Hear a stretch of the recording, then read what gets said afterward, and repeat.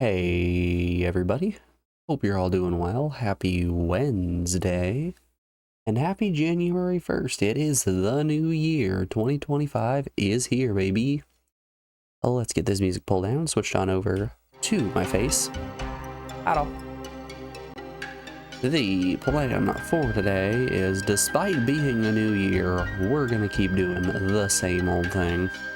We're going to keep on going with our most recent chat picked game, which is Jade, Cocoon, the story of Tamamayu. I am the Nagi prophet, Eve. I see the future through the words of God. When we last left off, we made it to the second act of the game, so we're going through the... That brave statue. Oh, I did not mean to hit that. Oh, let's just press reset real quick. When we last left off, I made it to the second act of the game. We made it through the first of the Netherworld forests. We were told that we were the Ambassador of Light, and we need to go and defeat the Ambassador of Darkness after collecting all of the elemental crystals. And now we have 2 crystals. We have water and fire. Up next, I'm assuming, is air.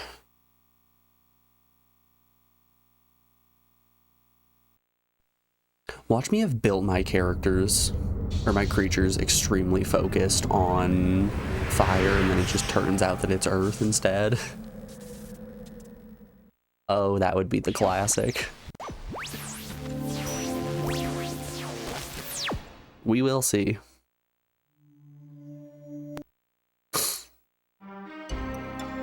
Okay, let's not dilly-dally. Let's get on into it. Level 15 with 24 monies.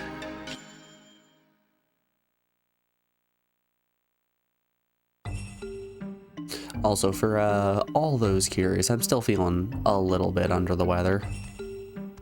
It's not nearly as bad as it's been. I'm certainly getting better. I'm not having these prolonged coughing fits in the middle of the night anymore, so a W's a W. We'll take it where we can get it.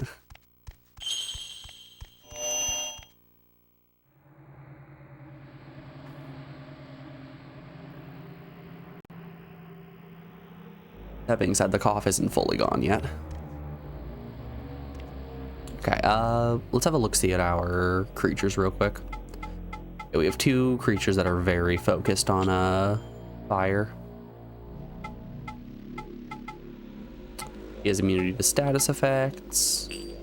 Can I not see his, Oh, wowza. There are a lot of minions, and we have seen not very many of them. Okay. Wobbeter. Show me what our Patron can do.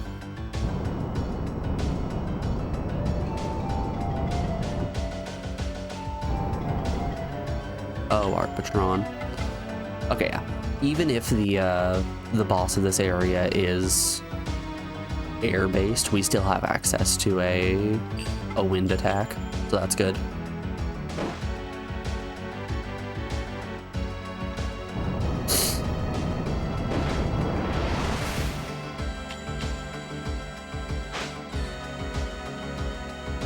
No, Arpatron, you can't miss.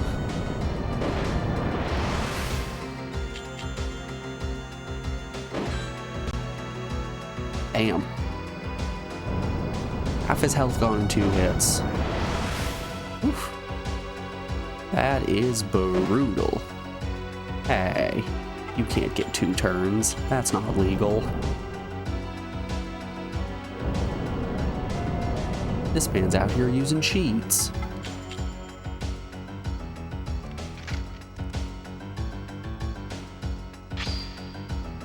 Man, it's a cold one this morning.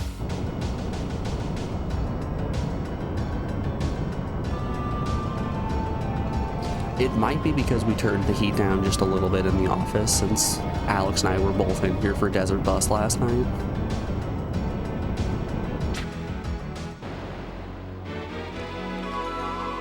I did turn the heat up this morning, but it's a little chilly. Oh, wowza, there are 2 of them. This is getting out of hand. Now, there are 2 of them.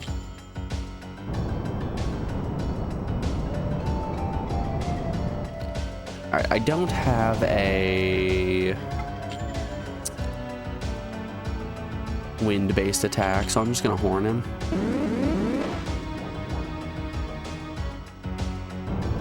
That did some okay damage. Let me be the first to tell you. This is probably gonna kill if it hits. Yeah.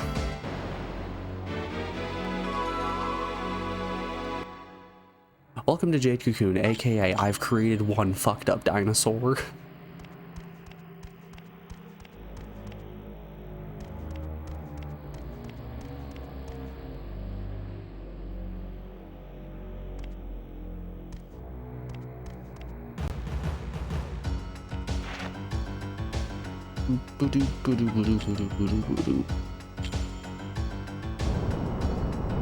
Okay, so it looks like we heal about 8 MP per encounter.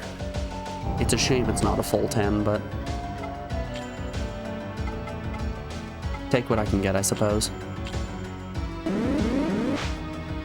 No, Arpatron!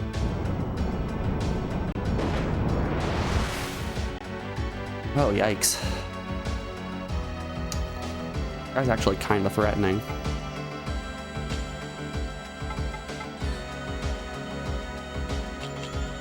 Get him with the wind attack. Arpatron, no. Gosh darn it. Alright. Pop Shop, show me what you can do.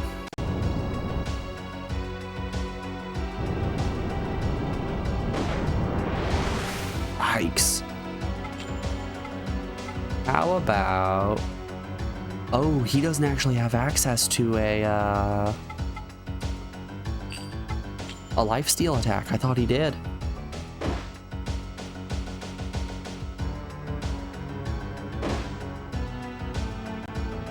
Alright, if this lad just physically attacks, we're okay. You fool, you've run out of mana.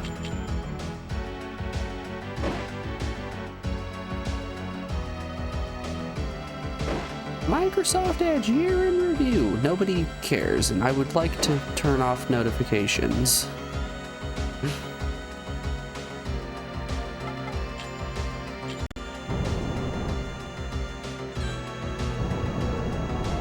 All of the Windows and general Microsoft notifications you receive on your computer really are just like your roommate bursting in through your door at the most inopportune moment.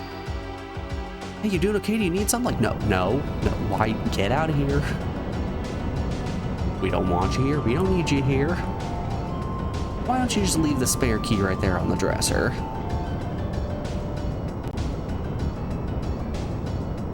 Are you sure? I'm pretty sure I heard you say my name.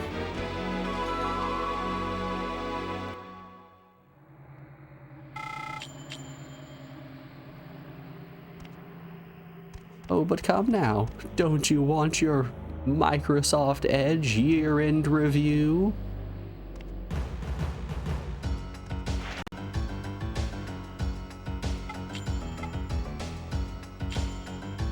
Alright, get him, Potashab.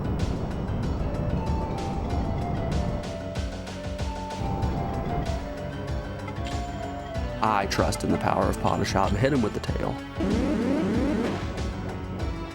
Not as much as I was hoping.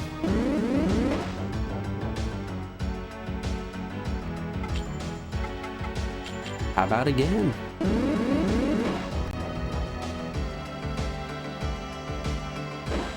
Drink the dirty dishwater.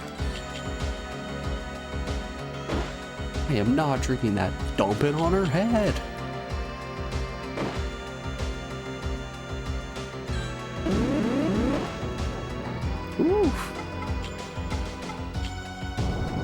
God, we are really playing with fire here.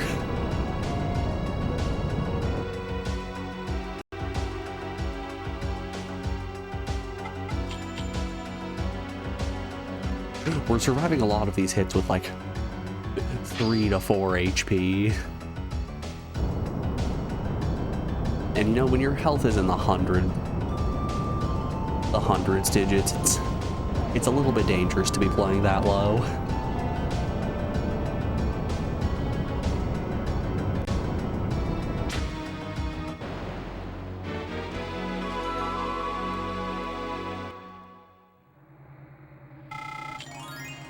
Yay, level up. Ooh.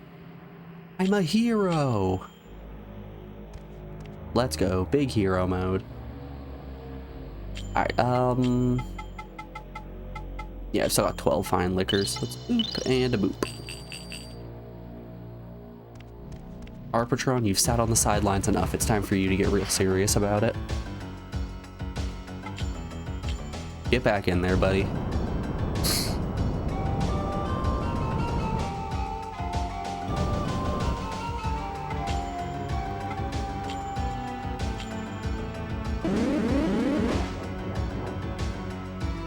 That's pretty good damage.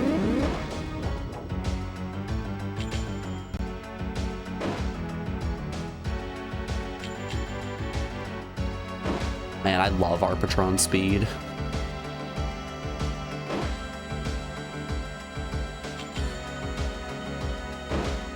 Honestly, if I could find a Dragon Seeds-esque exploit where I could just trade over an already made creature to another memory card and then trade it back and have an exact duplicate, I would do that. What if, and hear me out here, I had a team of 2 Arpatrons? Oh, and then if I had a second one, I could fuse them together?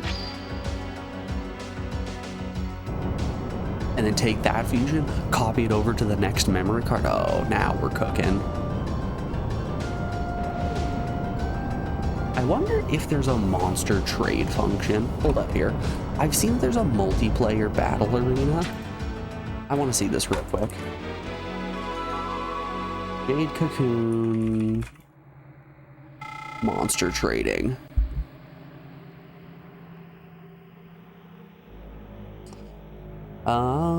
In Jade Cocoon, players are unable to fight alongside my. That's not what I care about. I want to trade. Merging minions, awesome. Nah,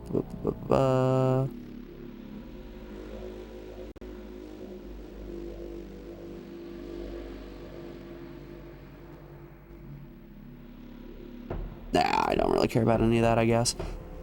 Game. I don't think I'm going to be able to game the system like this.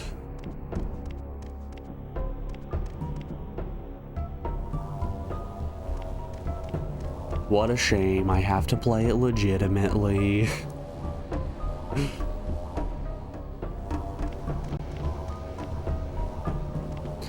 If you weren't around for the Dragon Seeds playthrough, we found an exploit relatively early on where if a second memory card was inserted into the PlayStation,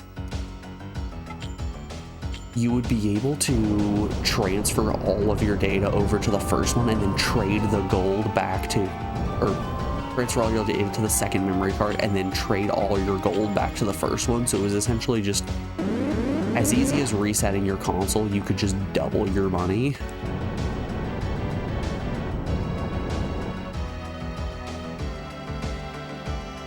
It would also create a foolproof backup in case your monster died in the arena. You could just go and pull them from the other save file.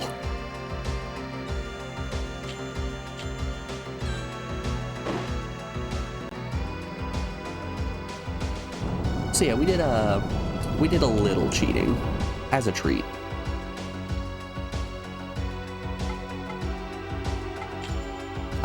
Swap in Fist Puncher. We're gonna capture the first one.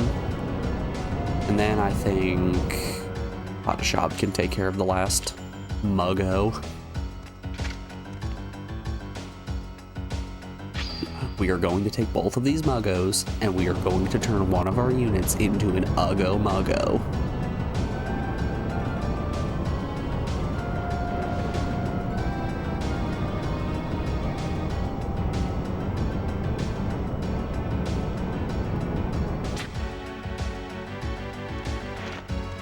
I think that's actually Mugdo?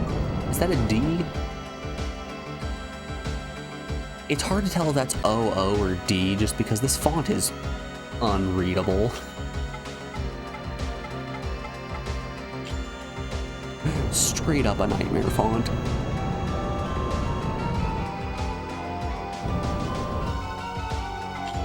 Okay.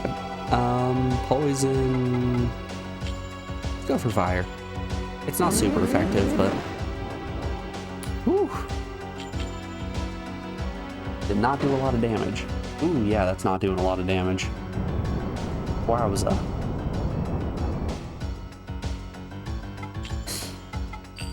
I suppose we'll just regular strike. Keep on hitting him with a little slappy.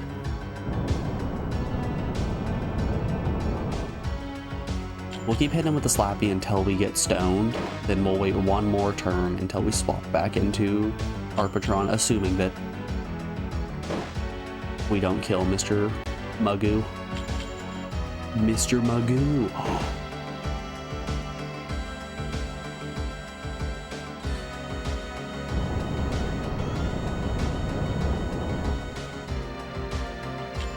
Okay, one more turn, and then we'll switch to Arpatron.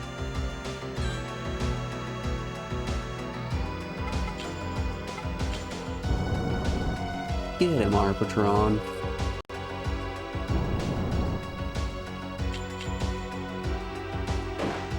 The fact that switch-ins are free is kind of crazy.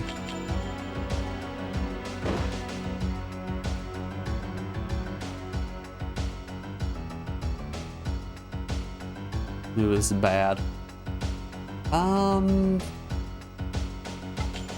Crud. You can try to hit him with the air horn. Or we'll miss. That's cool too. Really don't want Arpatron to die here. Okay, I'm just gonna flee from this battle. I would rather just leave than have Arpatron die. Zoinks, let's get out of here. New year, same Scooby-Doo references.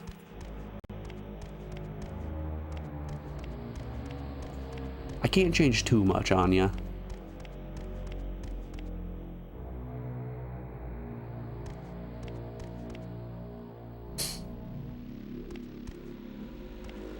If I change too much, everyone's gonna get scared.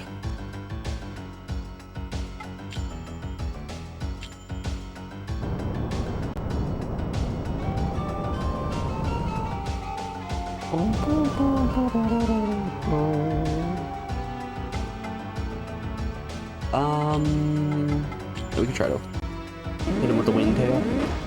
Yeah. Another one? Don't mind if I do. Mr. Magoo over here isn't gonna know what hit him.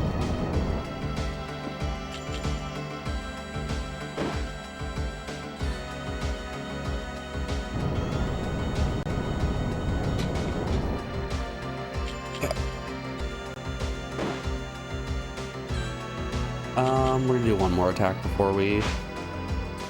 We're gonna land one more attack before we... Ugh. No, you know what? Fist Puncher, he's what? An expert Cocoon Master. He can catch him. A Magoo at red health, easy.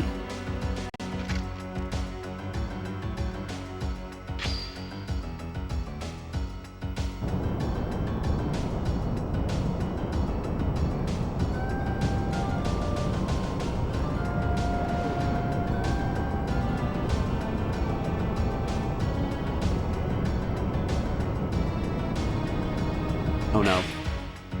Magoo at red health was in fact not easy.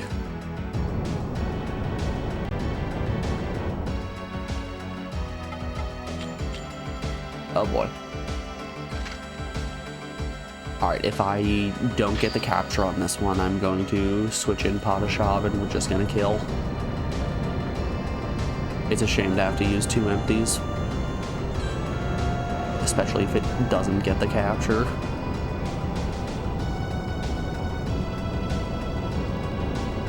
Oh, he's fighting. And he's in. Oh, cool. Alright, that was the first time that, Fist Puncher had been petrified. I had never actually seen that one before.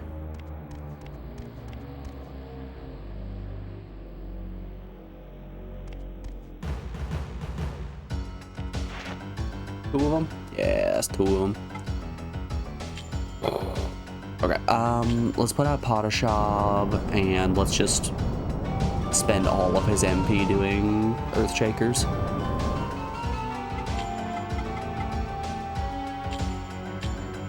Did someone say Earthshaker? It was alright damage.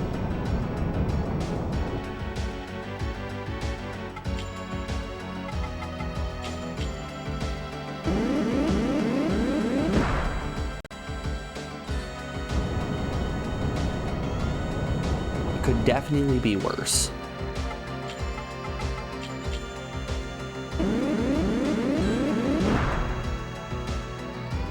How does 4 Earthshakers and then switching into Arpatron sound? That sounds like a plan to me.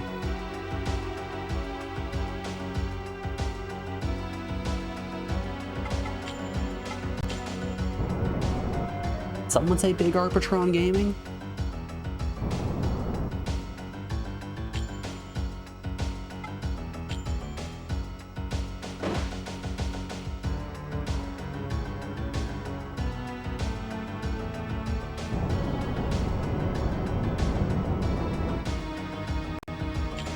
Haha, you fool.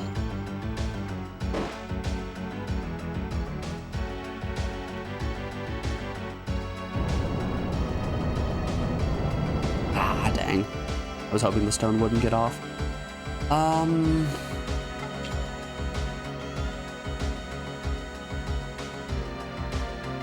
Probably should have actually put that up. It's really not that expensive. Okay, let's go for it. Yes. Okay. Alright, they're both gonna guard. I can switch into Fist Puncher and let's start capturing. They are both at low health.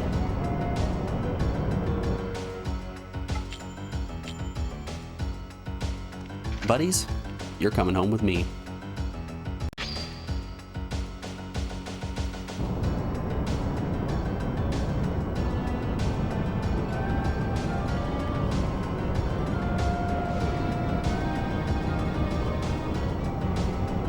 You gotta imagine at some point Fist Puncher's gonna get sick of playing that flute. Every time he encounters another little woodland creature, just... Here we go again.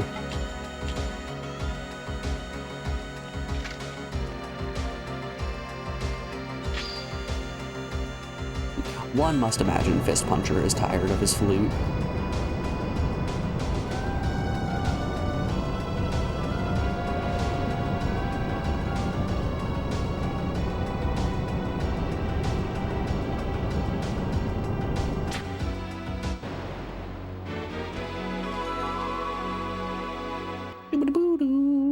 How many empties I got left? 3?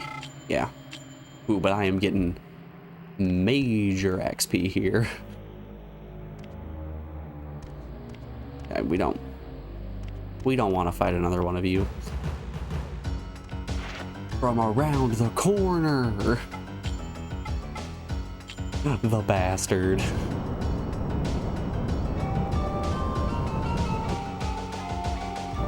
SMH in my freaking head, dude. Alright,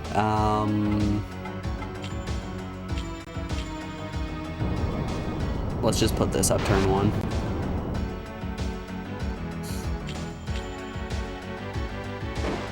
Alright. Arpatron can now really focus on softening up the enemy.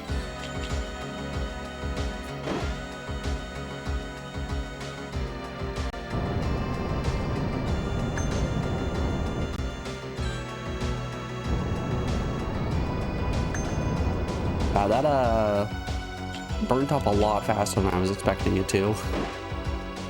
I'm gonna be real with you.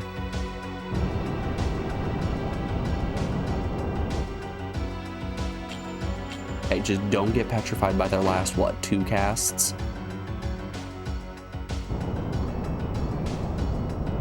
Fuck. Ah, fiddlesticks.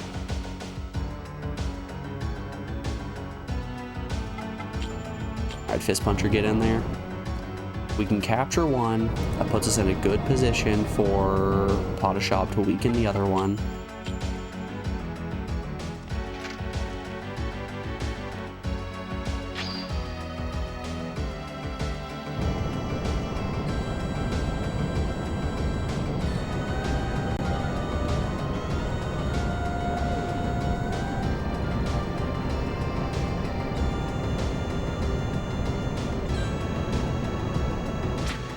Yay! Alright, Pot of Shop and finish him off. And by that I mean weaken him so I can capture him. I'm gonna go back to the Cocoon nest with just so many of these Mugoos.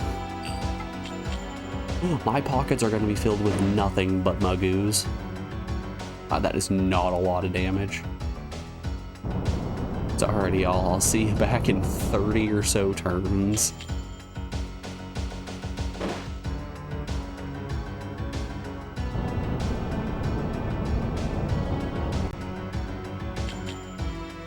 Okay, so it is just that Petrify is a percent chance, and sometimes they just get unlucky.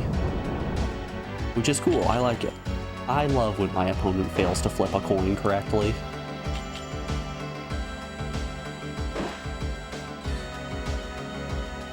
We can all just sit back, relax, point a finger, say, haha, look at this nerd, he can't flip a coin.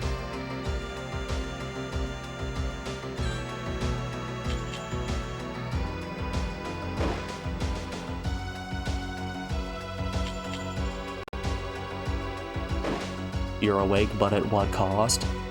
Captain, that is exactly what I was telling myself when I was eating my yogurt this morning.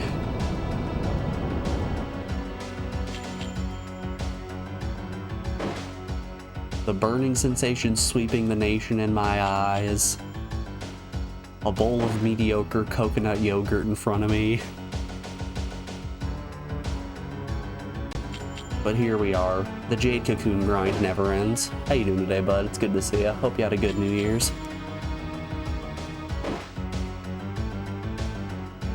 I'm gonna be the one who's so bold to say it. I don't think the human body was supposed to be awake past 10 p.m. Midnight, 1 a.m.? These are times that aren't meant to be experienced by man.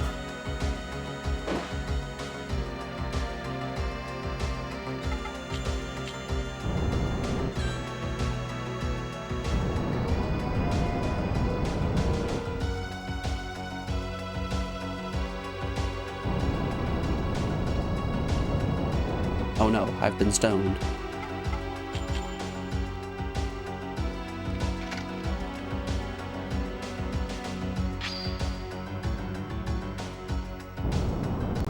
Thought midnight was a government conspiracy. I didn't even know there was a ball dropping at midnight. I didn't even know there was a midnight. What else have you been lying to me about?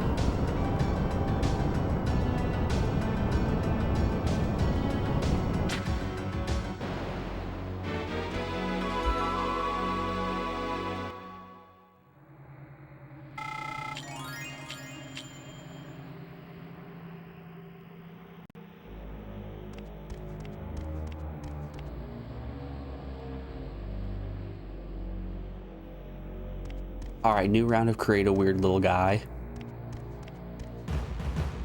The kind of weird little guy that believes in... Ooh, I don't want to do that. I do not want to fight in this encounter. Thank you very much, I will be out of here.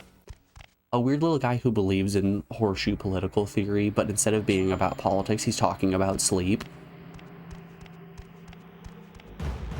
Sometimes, the people who are the deepest night owls end up becoming early birds.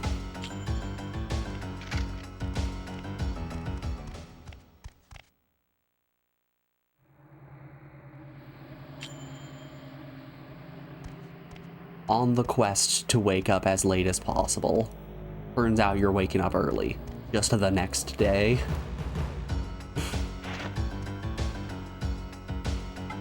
I mean, yeah, our Patron's at full health. I can just do this encounter.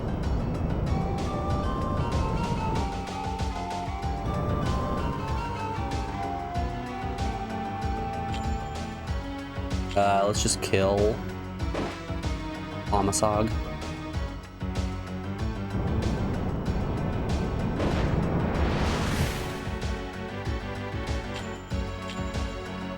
That's just time travel. You call that an absolute win?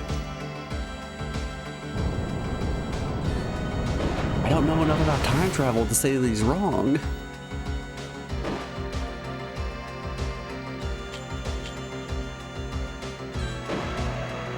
I'm pretty sure that's not how time travel works, but you're the scientist.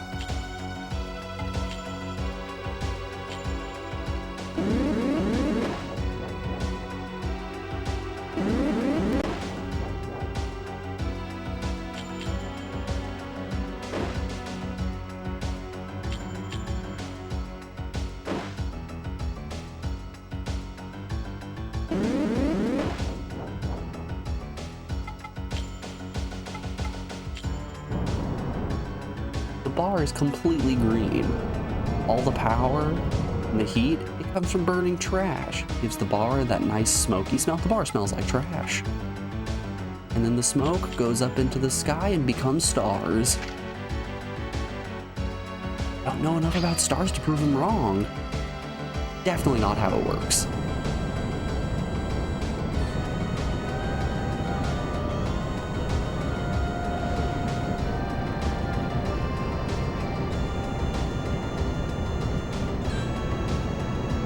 You're time traveling at 1 second per second. Ooh, he's speeding.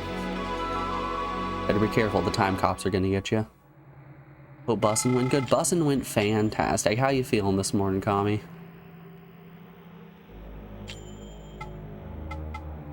Hope the liquor didn't hit you too hard.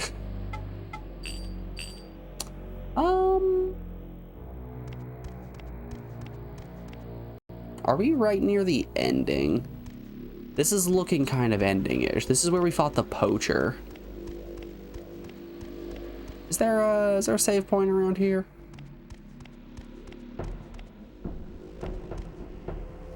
You puked twice, so you think you drank too much. Yeah, I think that might be a good indicator that you drank a little bit too much.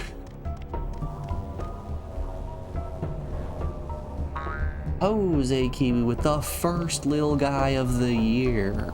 Happy New Year's, Jose.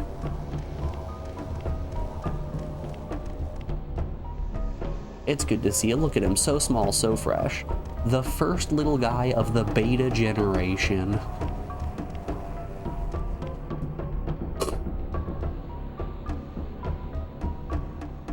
The betas, they finally arrived.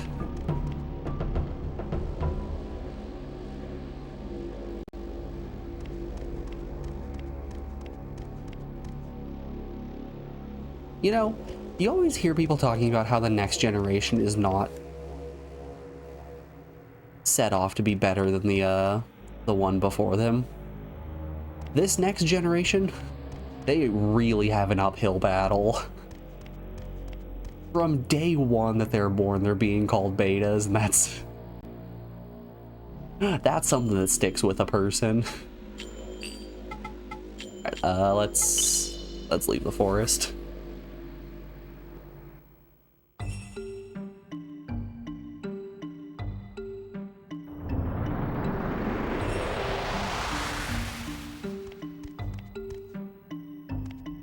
What's Gen Beta gonna have to deal with? Yeah, they got Ultra TikTok. They've got global climate change actually starting to have substantial impact and not just fear. Also, they're being called betas.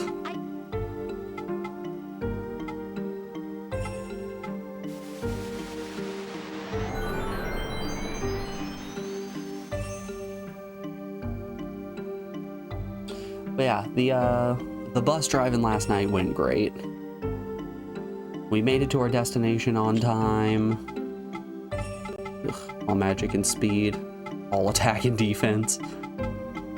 Yeah, these Mugus do work exactly the way I expected them to.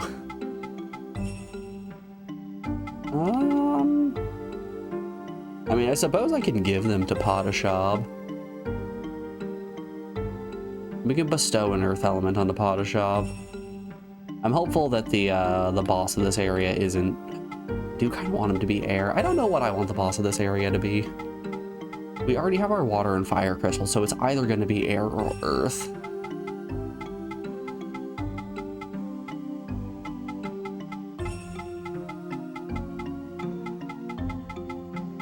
Maybe we just create a little guy. Maybe we finally make a fourth for our party.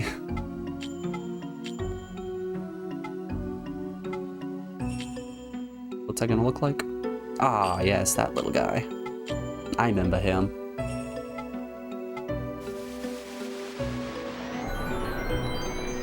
Yeah, so the desert bus schedule, if you don't know, desert bus is an 8-hour-long game where you drive a bus from Tucson, Arizona to Las Vegas, Nevada, and it goes in real time, and it is a trying experience, to say the least.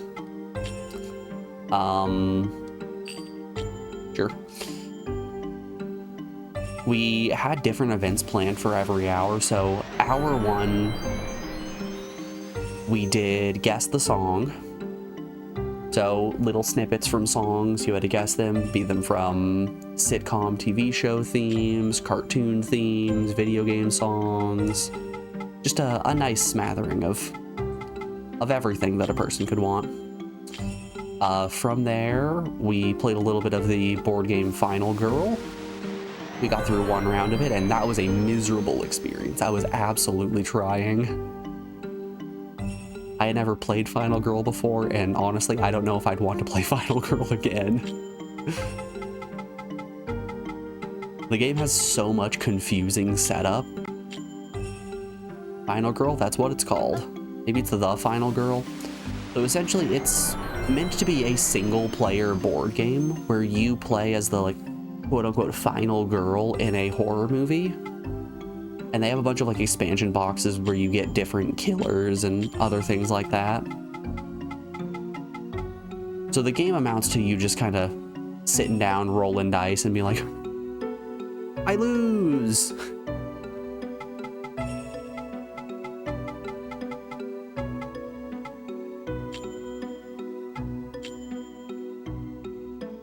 Oh, did you play a demo? Oh no, we did not play a demo. We played the full thing.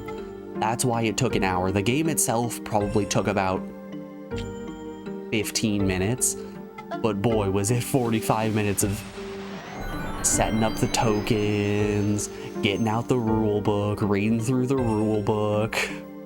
And by that, I mean, Alex was reading me a rule book over in the chair over there where I'm just sitting here driving a bus like, man, this was a terrible event. Hour 2 is not starting off strong.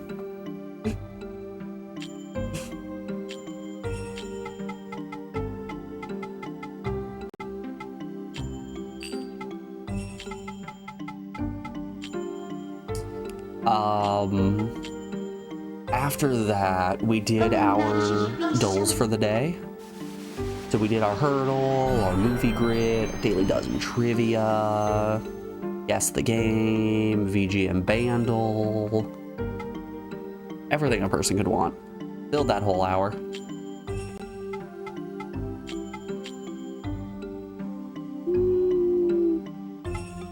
Sure. Absorb mana, that's a pretty cool spell. After VGM Bandle, we did after our dulls, we did our yearly tradition of, because New Year's is a celebration of another revolution around the sun, we watched our favorite Flat Earth documentary, Behind the Curve. Yes, it is just as good as it sounds. Love me some Behind the Curve. Give some foot. Ooh, that actually looks pretty cool. After Behind the Curve, we went into Sausage Break, which is just the playlist of all of the highlights from that year's Ordinary Sausage. And you better believe there was one sausage in particular that I just wanted everyone to see. My real homies in the chat will know exactly what I'm talking about.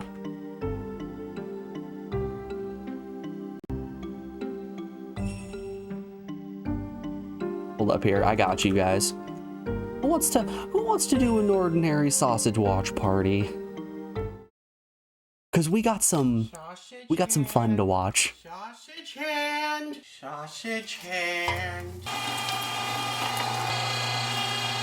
sausage hand, sausage hand, sausage hand, sausage hand,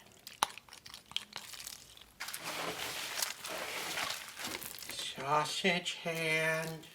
So an entire hour of just various episodes of Ordinary Sausage. Sausage hand. Which, hey, if you haven't watched Ordinary Sausage, how have you been in my stream this long and not seen Ordinary Sausage? Sausage hand. Doodly doodly doo. Sausage hand. Sausage hand. Pinky's looking a little rough. Sausage hand. Sausage hand. Not bad. 4 out of 5. Bop, bop, bop, bop, bop. And there it is. There's Sausage Hand, the best episode of the year. I hope you are all 1 minute wiser from that minute of ordinary sausage.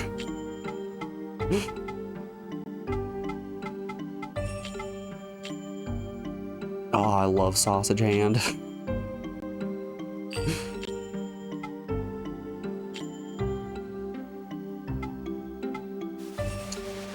After Sausage Hand, we went into what I was considering to be my favorite event of the year. Wow, my camera is in a very strange spot. I didn't even realize that. Just rotate that over slightly. There we go. You can. I'm better in frame now. Once we finished the sausage break, we went on to what was my favorite event of the year. It was nobody else's favorite event of the year. Everybody else had a miserable time, but I thought it was extremely funny, and I loved it. It was the yearly tier list. But this year's tier list, I put way too much effort into putting every single monster from Monster Hunter into a PowerPoint presentation. So they had to guess the name of the monster before I would tell them any information about it, at which point they would be able to put it into the tier list wherever they wanted it.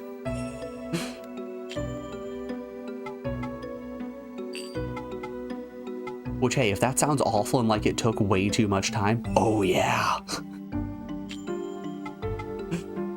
So it was a handful of people that have never played Monster Hunter before,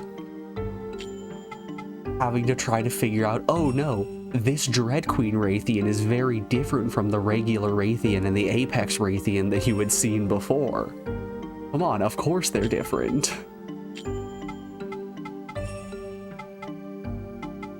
All of them were also sorted by generation and not alphabetically. So after you, hold up here, Monster Hunter tier list. Tier list template. I want all monsters, please. No, I don't want the Monster Girl tier list. The hell are you people up to? So after everybody went through the arduous process of naming the monster and finally deciding where they want it, they would then have to hop into this tier list here and scroll through the whole list of every large monster to eventually find whatever one they wanted to put into their rank. This list here is sorted by, I don't think this one is actually sorted alphabetically. It starts alphabetically at some point, but maybe it is. Gamoth, Glavenus, yeah, it actually might be, never mind. But yeah, it is also sorted alphabetically, so not only do you have the fun process of trying to decipher what exactly the monster you're looking at is, you then have to try to find it in the huge list of all, 230 something monsters that have been created.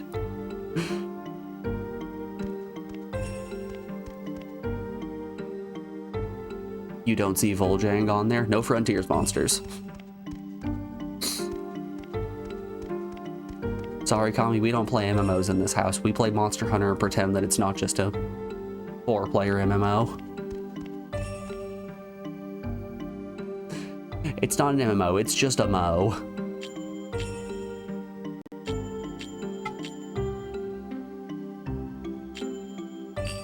Dare I call it a TMO? A tiny multiplayer online?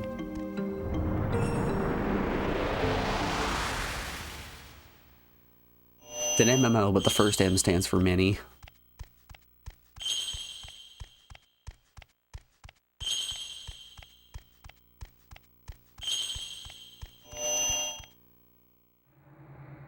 But yeah, some of the highlights of that Monster Hunter tier list. We're seeing people who have never played Monster Hunter look at Plesioth and be like, that right there, that is an S tier monster. Look at him. He's shiny. Top of the list. Easy.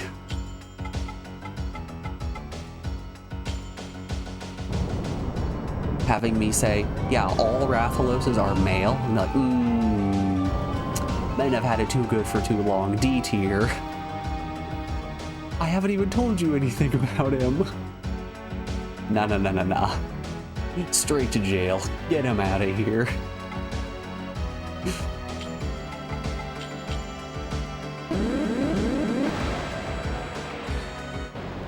Or actually, I think the one that got me the most, the two that got me the most actually, having someone look at Barioth and say, that looks boring. Barioth, of all monsters, the saber-toothed tiger dragon. Being called boring, baffling, shocks the mind. And then having someone look at Black Diablos and go, that's an S-tier monster.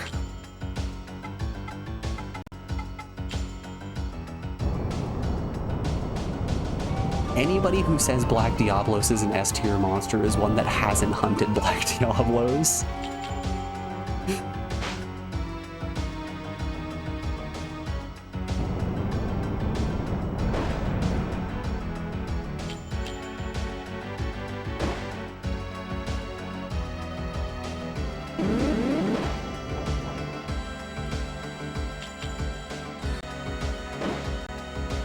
Okay, so hear me out. You fight Diablos in a volcano where you have to hot potato a cactus between each other, and if Diablos eats the cactus, he becomes a jet engine. If Diablos gets access to this cactus, he just inexplicably becomes Valstrax.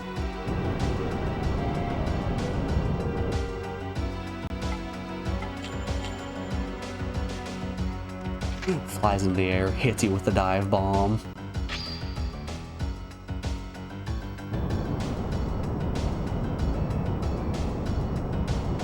Frontier is wild. Let's see this bad boy.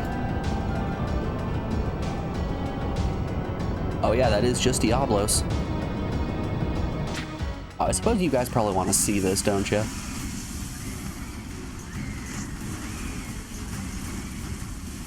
Wait, do you get to bring your own little dragons along?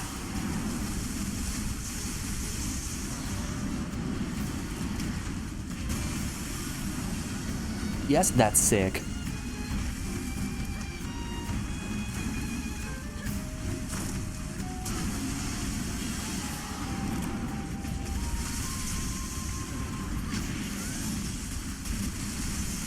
Man, shouts to the whole party not being heavy bowguns. We're not looking at heavy bowgun supremacy here. I appreciate it.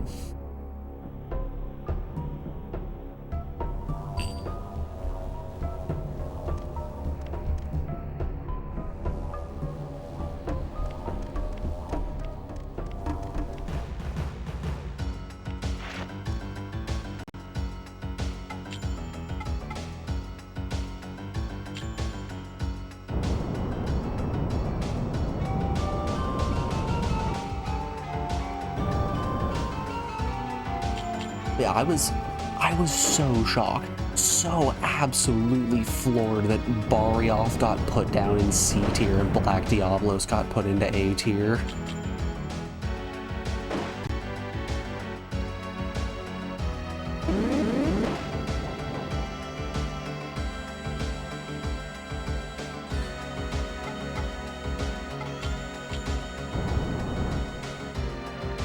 Tigrex also got put into C tier.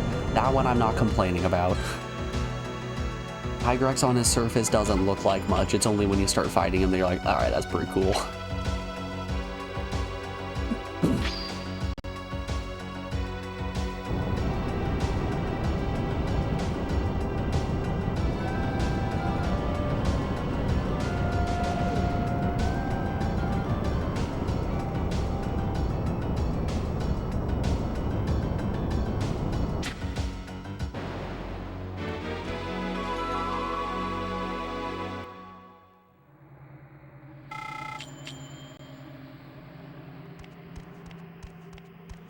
Anyways, that wasn't how we rounded out the night. We finished the night with a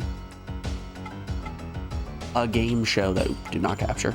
A game show that Morgan hosts called Nerd Shit, where it's fictional Jeopardy, or not fictional Jeopardy, fictional The Price is Right. You gotta guess the price of the item without going over, closest wins. Beyond the Caption, where you have to guess the Heathcliff caption just based on the comic. Very fun round. Alex does not enjoy it just because of her vehement hatred for Heathcliff as an entity. We had Who's That Pokemon, which, boy oh boy, I went 9 for 10 on Who's That Pokemon. The one I missed was my boy Biggie Cheese. Lovely, lovely Biggie Cheese from Barnyard the Original Party Animals. Can't believe I missed him.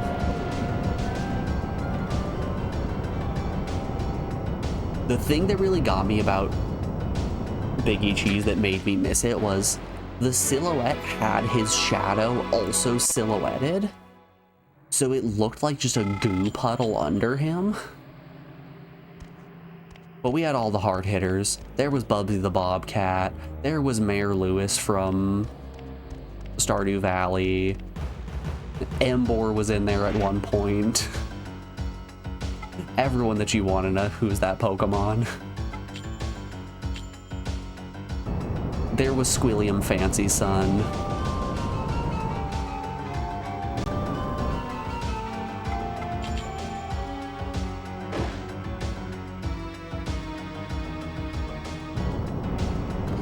Then the last 2 rounds of Nerd Shit were Guess the Cameo Price. It was, once again, Price is Right, but it was focused entirely on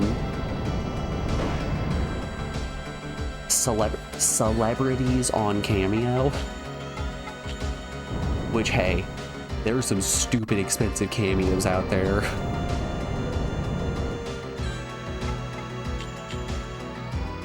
I don't know who is out here spending $250 to get a 1-minute cameo from Big Justice and the Rizzler. But good golly, you have to be really responsible with your money to be that kind of individual. Then the final game was Actually, where you're given a statement that has a very pedantic issue inside of it, and you have to say actually and correct the host. All in all, super fun. An extremely fun New Year's. The bus went well, we didn't crash it. It makes me happy every year that people still show up to Desert Bus. This was year 5. Our 5th year of Desert Bus. And the people, they just keep showing up.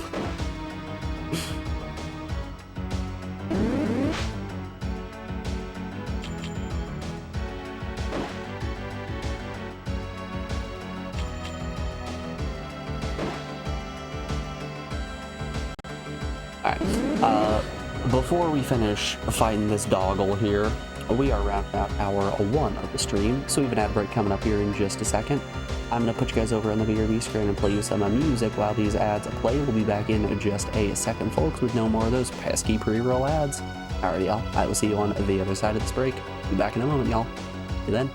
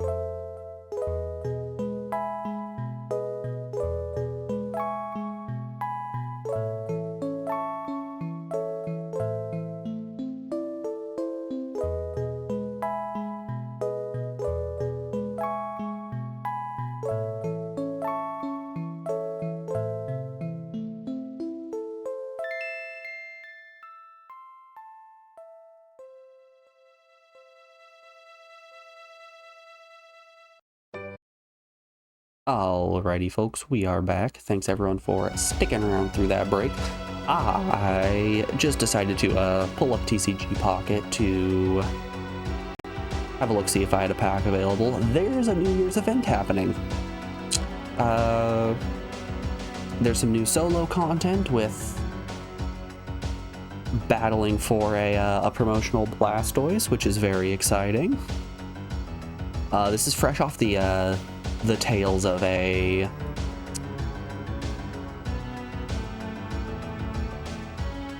Thunder event, so man, if you played in that Thunder event, you're probably swimming in electric cards right now. Which, hey, if you're like me, I played a lot of that Thunder event. It was essentially just you get a free Wonder Pick every once in a while that is exclusively a Thunder card, so I've got a lot of Galvantulas, I've got a lot of Magnetons now. We're feeling good.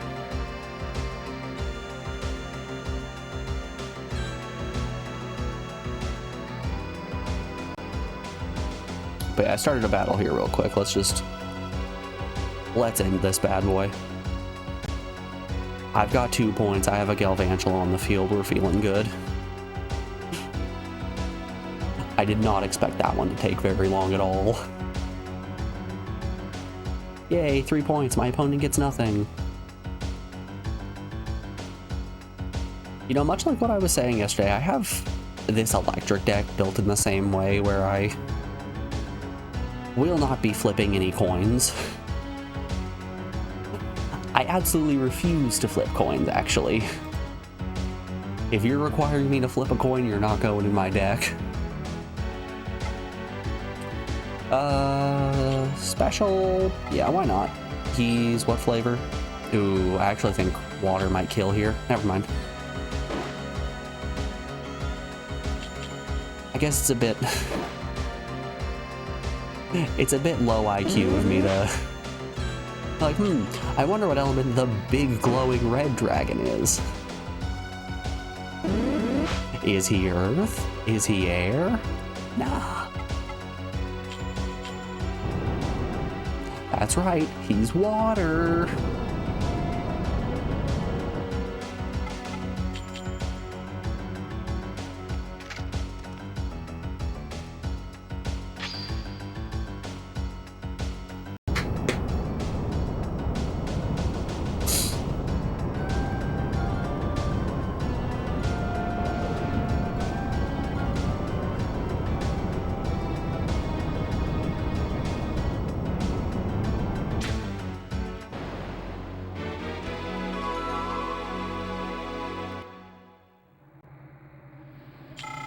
Ooh, was that a new sword I see?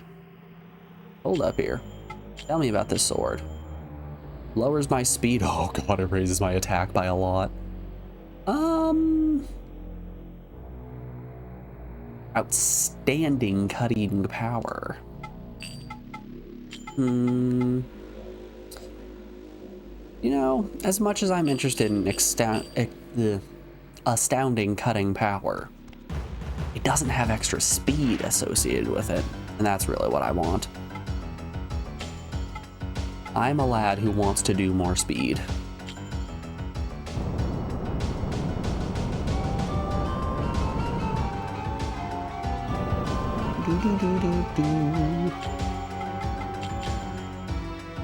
Give him the tail. It's tail time. He said the line! Just like my favorite PS1 protagonist, Gex, of Gex fame.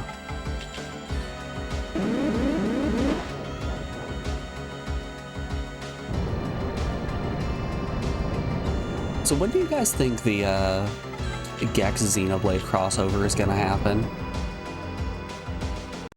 Where you get to finally have the battle between Tail Time versus Rhine Time?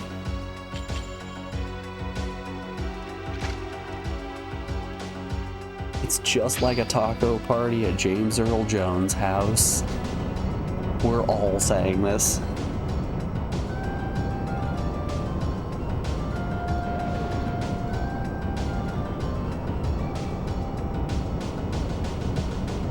X's famous catchphrase, "It's like a taco party at James Earl Jones' house," just like Diddy Kong's famous catchphrase, "Trilinear bitmap interpolation."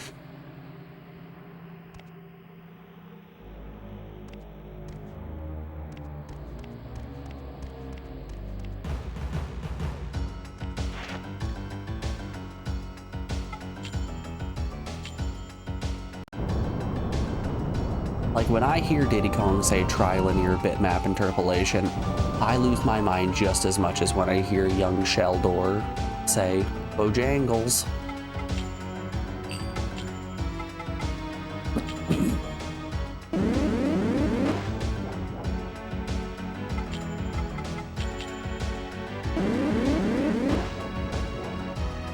Man, I got to see the amount of Gen Z brain rot that they actually have in real time last week. Excuse me.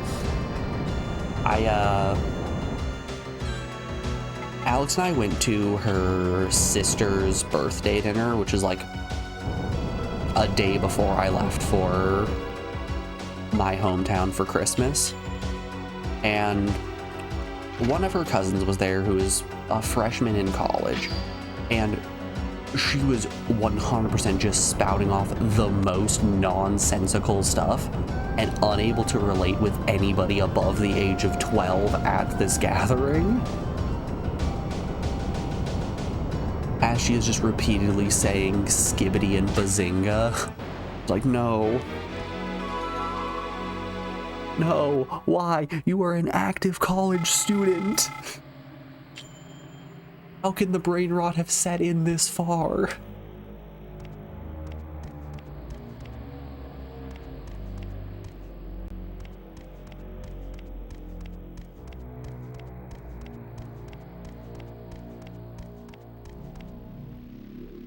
Kami, I feel like you're trying to set me up for a D's nuts here.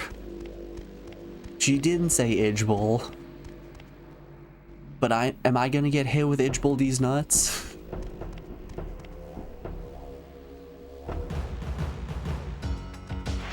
Idgebull this dick in your mouth. Oh!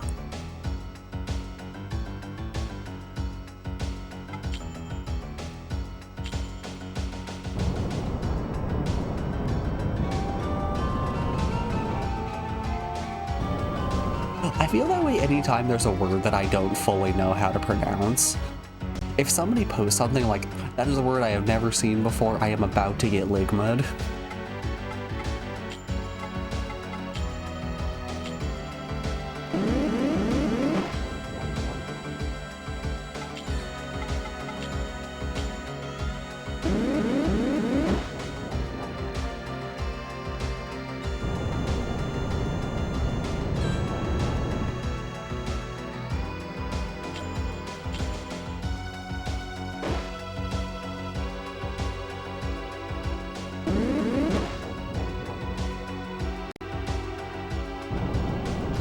man, I gotta say, one of my... Hold up, before I switch on to a non sequitur, Kami, what is Idgebull? We need to have our Zoomer slang lesson for the day. I have to really relate with the youths if I want to grow my stream. I just burst out laughing. Okay. We're all saying this. We're all out here Idgebowling.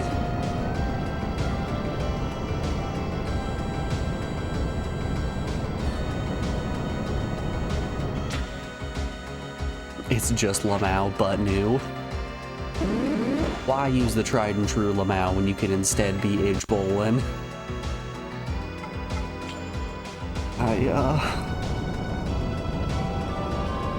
Nightmare stuff.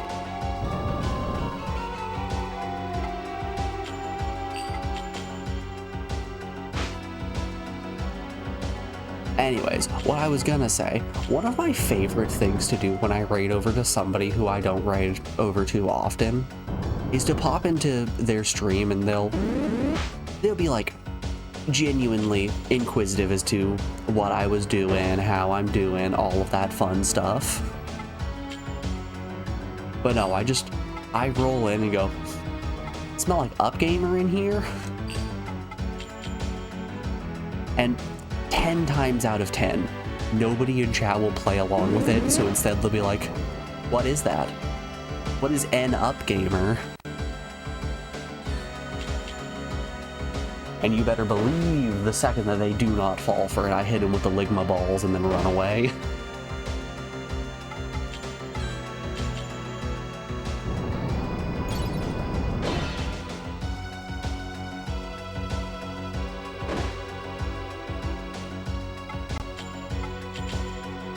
I raided over to Hypnotrace a couple of weeks ago, and boy oh boy did I get Zingo with the Ligma balls.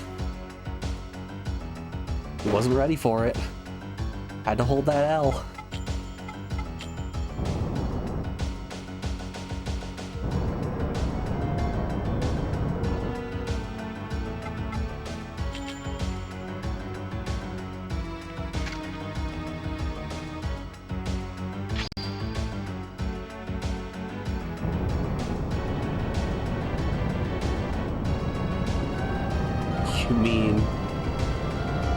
I mean, you gotta get those W's for real, for real. Lamau is just an L take, no cap. Age Bull is bussin', for real, for real.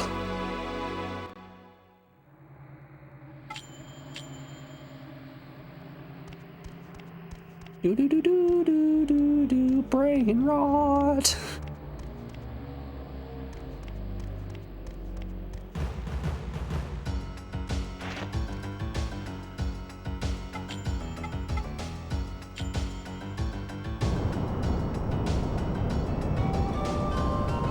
I'm sorry, ma'am. I'm afraid to say that the damage is...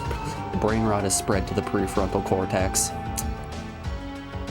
We have to put him down. I understand, Doctor.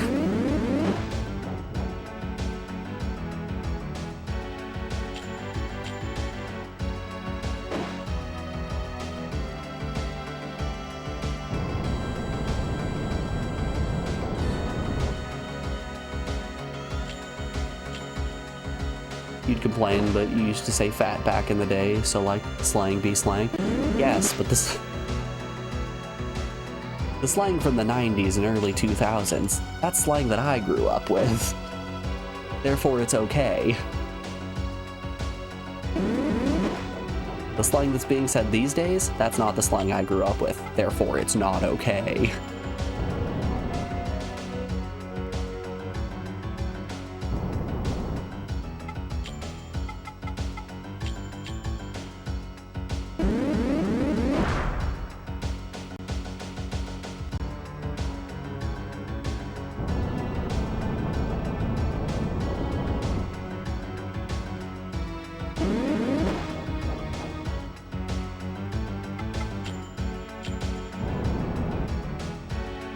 What's next? You're gonna say music these days isn't like how it was? Oh no, music is the exact same these days. It's all just excessively horny.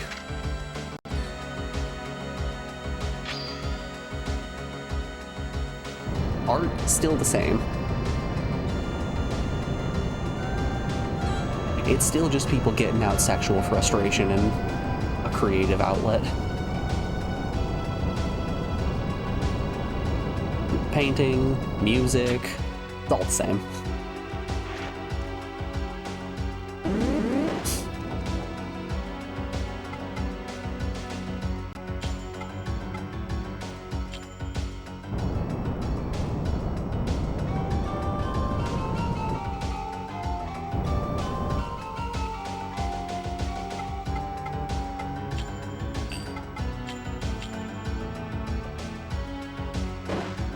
Yo, with the dive bomb? I love Magoo. Show me the absorb mana claw. Does that do physical damage as well? It doesn't. Okay. I kind of want to heal on him then. Power plus horn. Yep, that did a little bit of damage. Yeah, I kind of want a heal on Mugu. If I have such cracked defenses aimed at an absorbed mana attack, we can do some messed up stuff. We may have just found a stall core.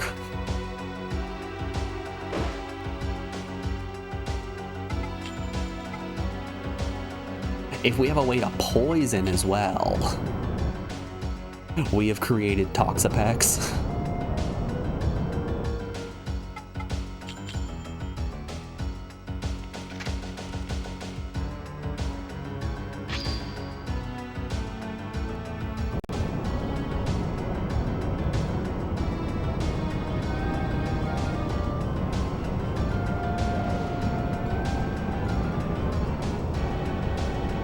Yeah, I think it's an absurd take for people to say that music these days isn't like the music that they grew up with. Because the reason a lot of people are saying that is because they hear songs like WAP and are like, it's all too overly sexual, it's disgusting. But no, it's been pretty bad since the days of Elvis.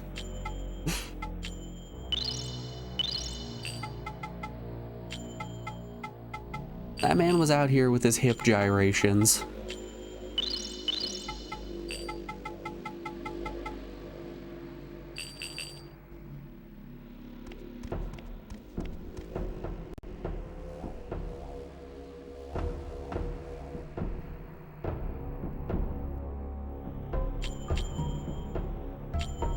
I don't know, you think it's more afraid of new things and doesn't want to give it a chance?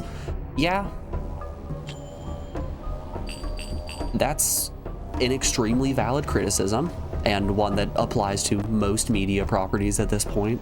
But I don't think the vast majority of people are coming in with that take. Oh no, not Birdman. My, what's the hurry? Looking for something? I might have to kill Kiki Knack. So, have you heard? Kelmar likes Mabu. What? You haven't? Well, you find out. Sorry, Melbu's my wife. My beloved pocket wife. Kelmar told me you have something that he does not. Did you think you were friends? What a fool you are. He's jealous of you. After all, he likes Mabu. What? You don't believe me? How dense can you be? Well, how about this? Hey, someone has a crush on your wife. No, they don't. Well, I'm gonna beat the shit out of you about it. Yeah, it's true. I'm jealous of you. Didn't you know that? I was born to be nothing but a blacksmith, and you get to be the Cocoon master. Man, I would love to be a blacksmith. Come on, How much Kelmar. I love Mabu. She can never be mine. I know there's nothing I can do about this, but... So, is the lesson of Jade Cocoon supposed to be don't get into an arranged marriage? It's a cautionary tale about the dangers of an arranged marriage.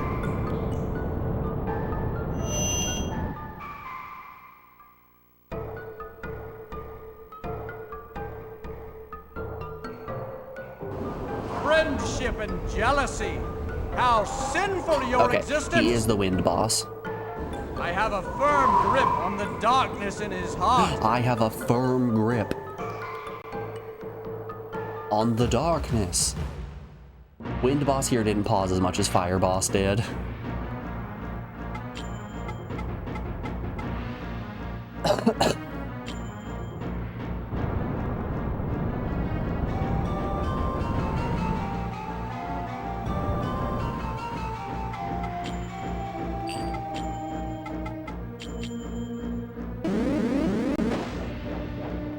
Oh, come on, Kelmar, don't be a creep. That's classic Kelmar, I'm always saying this. Man, when am I gonna get cool monsters like that? There's probably some special fusion that I need to do in order to make a monster like that, but boy oh boy do I just keep making weird crab.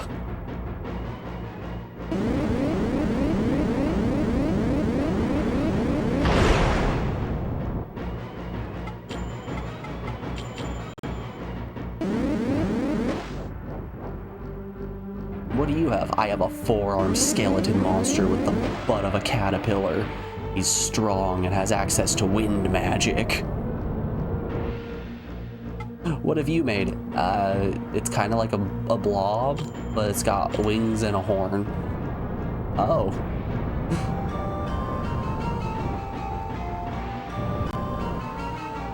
Wild, he could block an attack, so that wasn't a block. That was me using a horn-based attack and missing.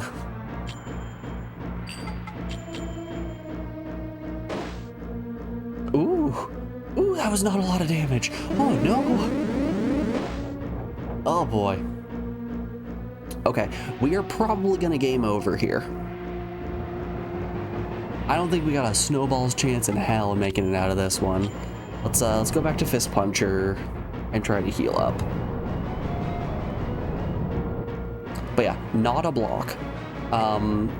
You'll see when I swap back into my creature, there will be a body part that an attack is associated with, an element or special effect, and then, oh, I've been put to sleep. And then a special buff that's associated with it as well. He can heal himself. Oh no. All right, yeah, dead to rights, better player won. Honestly, fair.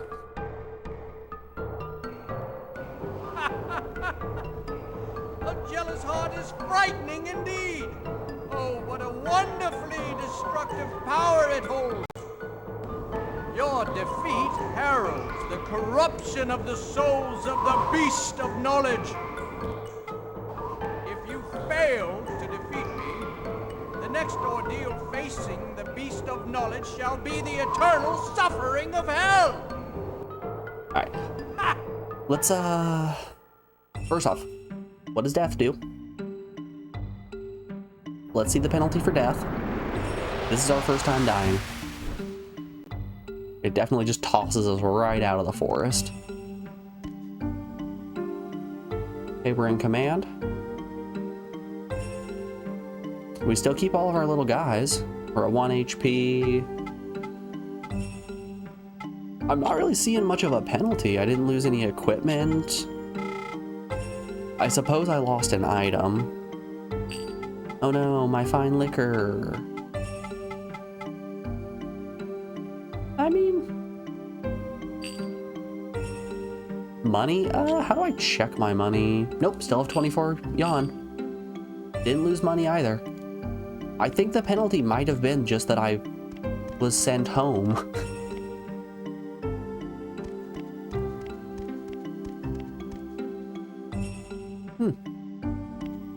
Okay.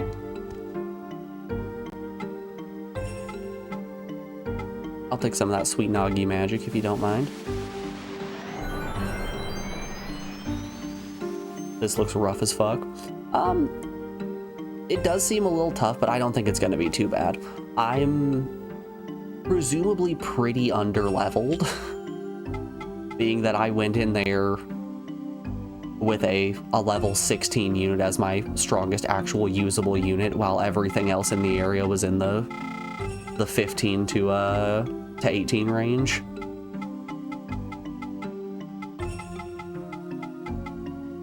Okay, I think we're gonna fuse all of the Mugus together and then do some final fusions with these Doggles to try to push Mugu here into a fire-based role.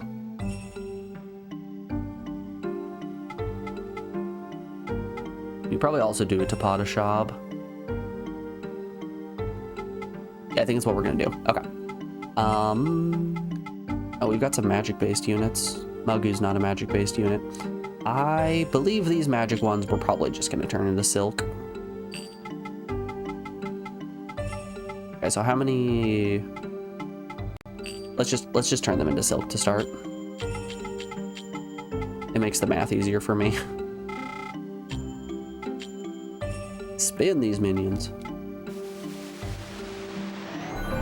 Okay, that should net me a pretty chunk of change for refilling consumables.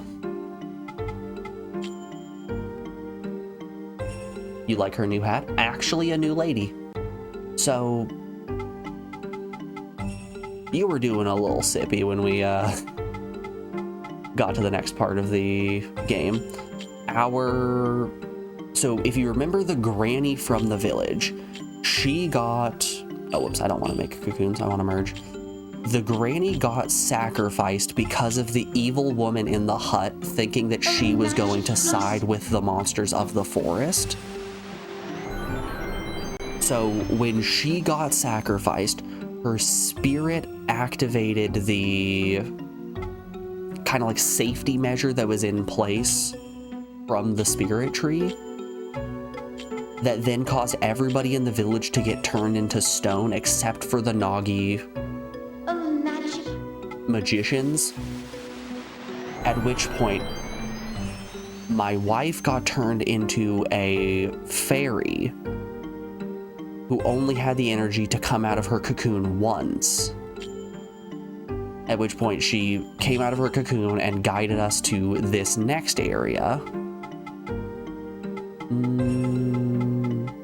Yeah, we're gonna fuse these two together and then fuse the last 3 with the doggles to try to force his element into fire. She came out of her cocoon once to show us how to get to this area, which is in the netherworld of the beetle forest, where we found the fire crystal, or we found the water crystal, which we were then told to go to the other netherworlds of the forest to gather the rest of the crystals so that we could defeat the dark prophet, who I'm pretty sure is Louis.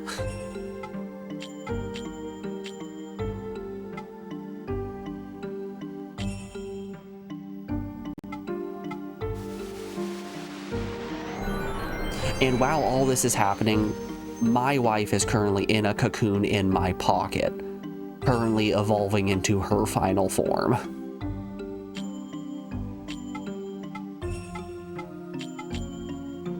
Did you get all that? Did all that make sense to you?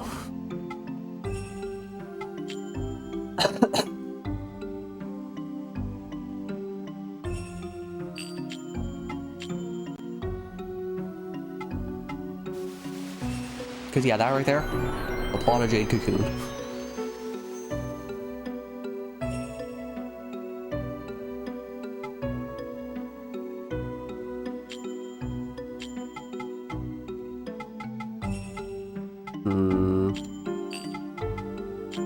Let's see here. If I fuse these two, we're making a level 18 doggle with power plus absorb mana, tail enemy.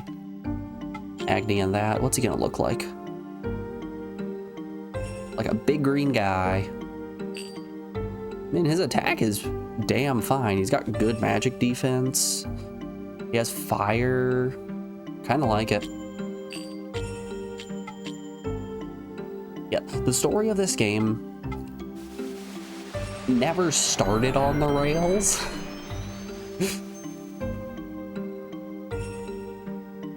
The game started by going, hey, you see those rails over there? Forget about them.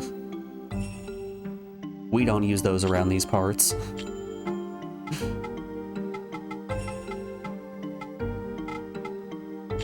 What if I take Potashab?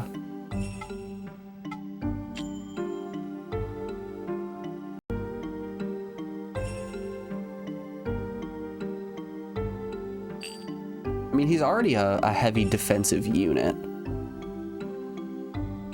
Yeah, let's do this.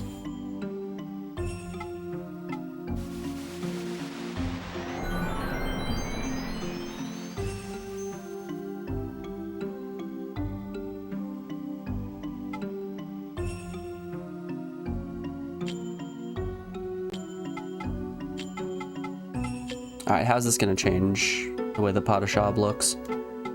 So it basically makes him an extremely powerful fire unit. He has a little bit of earth, which is a tiny bit concerning. Raises his magic defense and regular defense by a boatload.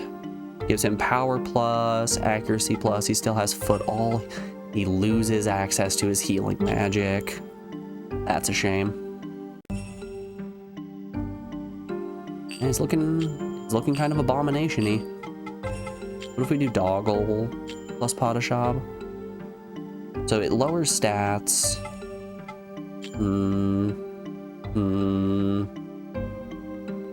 Looks pretty similar.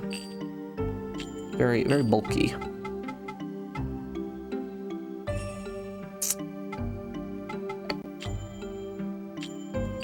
Okay, let's look at these. 45, 45, 34. The other way around. Oh, wow. Yeah, we do not want to do it in this direction. This direction does not create a powerful unit. How much health?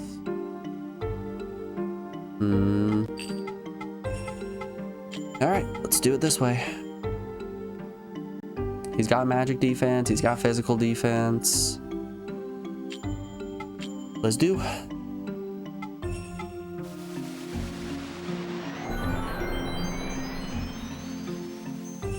Now what if, and hear me out here, we take this next abomination and we fuse it with Arpatron. We make Arpatron 6. Alright,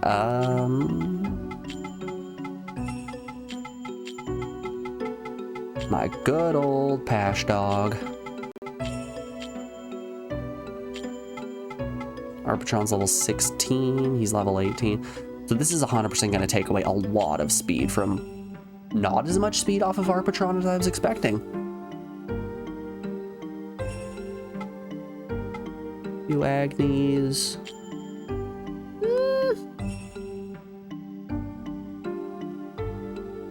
I mean, it's not awful. It's really not awful at all. It's a loss of 2 speed. It's a huge buff to defense. It's a little buff to attack. A lot more HP.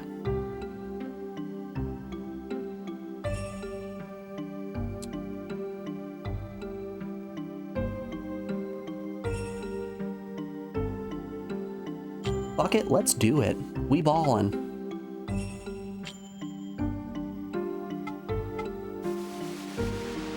How about it, hear me out here. We create one just cracked unit.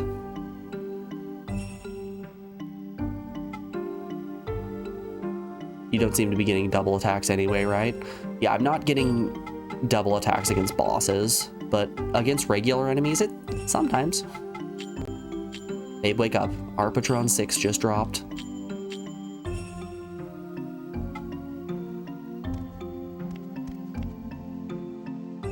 The big thing about having a second unit is just access to a more robust health pool. But you know, why would I have 2 medium strength units when I could have 1 medium plus strength unit? Girl Silk, don't mind if I do.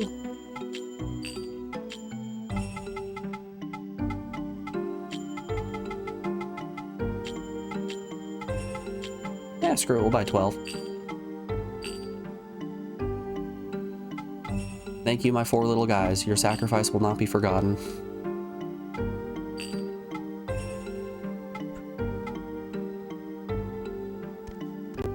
Yeah, the high speed on Arpatron, the only reason we wanted high speed on Arpatron is so that we could get our attacks off, we would be countered, and then our speed would be high enough that we could switch back into Fist Puncher before the enemy gets a turn.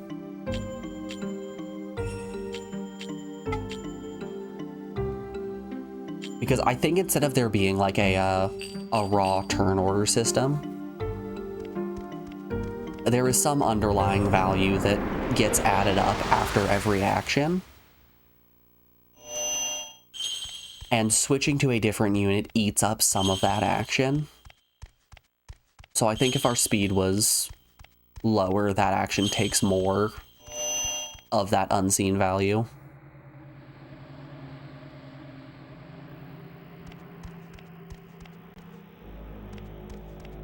I don't know. I'm not a wizard. This is just what I have noticed.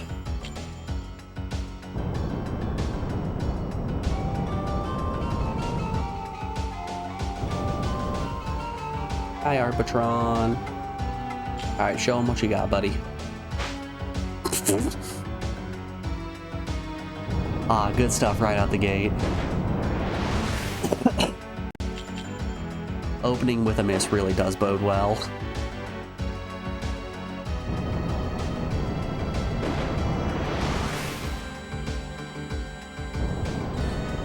Oh god. Our speed's too low. They're getting double attacks.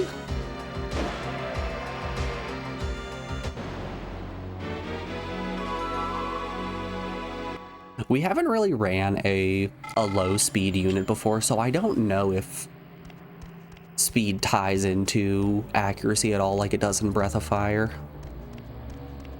I don't know if we're looking at a Breath of Fire situation. But boy, oh boy, I'll tell you what, I hope that we have enough physical damage that we can just kill the boss before he has a chance to summon his unit. That would be funny. What if I crit claw?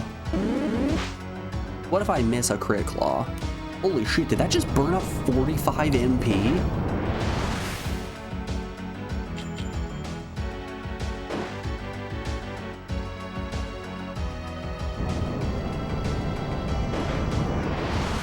Goodness gracious.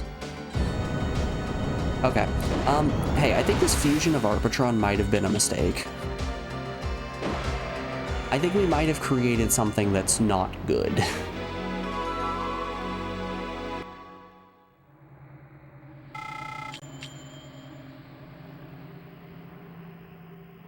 Is this the Digimon we have at home? Kinda. How you doing today, Dagroth? It's good to see you, my man. Hope your new year is treating you well. Okay. We bought a whole lot of that special liquor. We got a good amount of cash. I think we'll be okay.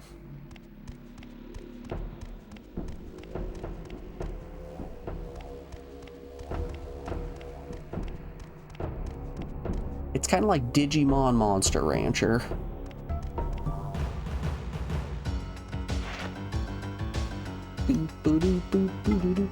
Of course, we're only gonna run into water-based enemies now. We have switched Arpatron to be a fire unit, therefore, joke's on you. It's actually just water time. Okay, yeah. So, Kami, you were saying that it's pretty messed up that the boss gets a chance to block and attack at the same turn. So this, on the right side, you'll see the power-up that's associated with each of these specific attacks. Power, I think, decreases my accuracy, but increases my damage, and I did a power-based attack and just missed. There is accuracy, which I think lowers my amount of damage, but guarantees a hit. Welcome to the swamp. We've been at the swamp for a while. We were born in the swamp. You merely adopted it. The swamp runs in our blood.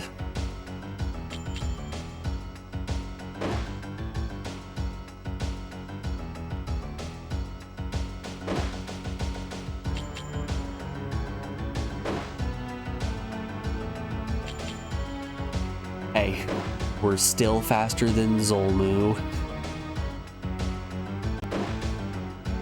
Even with Arpatron eating all of his speed up, we're still faster than Zolmu.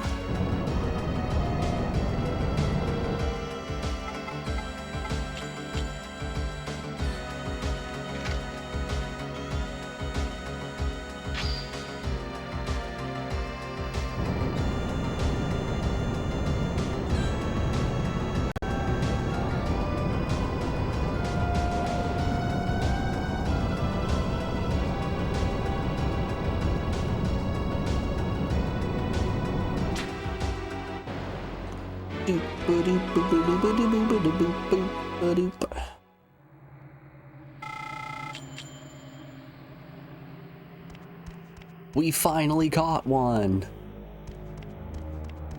I think it was this path. Yeah, it was.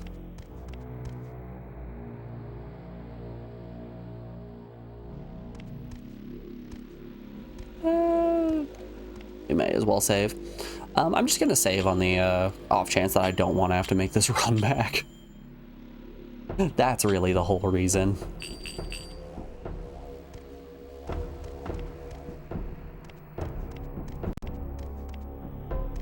We caught a new Pokemon, time to abandon our old ones. Fun fact, Arpatron here, this little guy in our party, he is actually our starter, who we have merged with so many others to create just the most nightmare creature that you have ever seen. This game has a really fun mechanic where you're able to fuse together monsters that you find kind of in a persona sense. But instead of them just keeping the way they look or becoming a new monster altogether, they will keep their old model from the first fused monster and they'll take the skin from the second monster.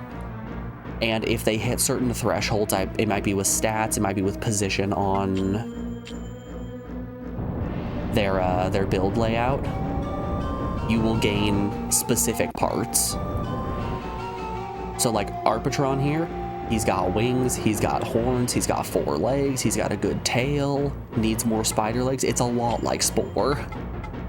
All right, we're gonna hit him with the critical hit. This is it, this is the one.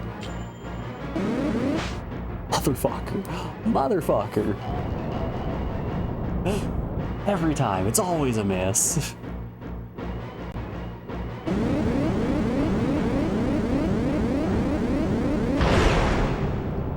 Ooh, that's a lot of damage. How much am I gonna deal? None? Okay. Oh, yikes.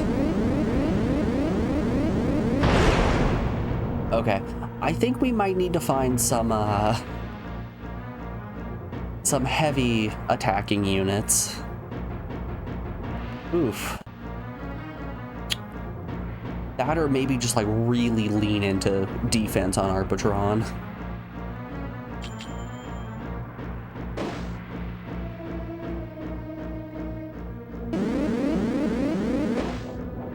What if we create the Ultra Tank?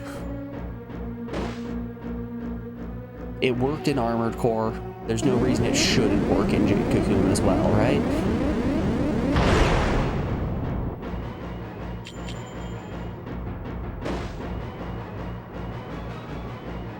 Yo, double turn, let's go! Alright.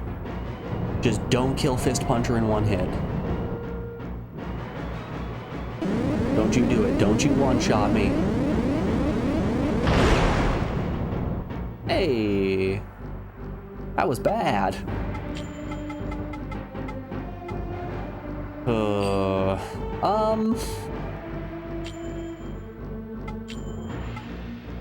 I don't know what the plan is here. We'll do this and pray for the best. Yo, double turn again? Hold up. We're kind of cooking.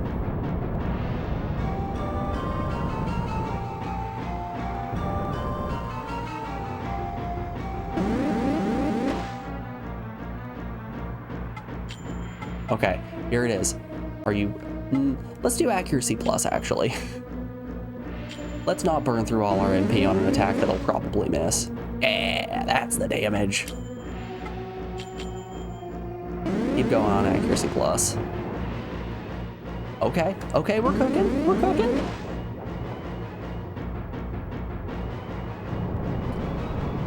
Shit. Oh, no.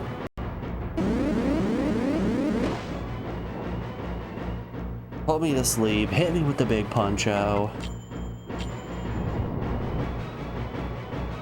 Wasn't that bad. 55 damage. You can live another. I don't know if I want to live through another. Meta word. Okay. I think we just pray we don't get put to sleep.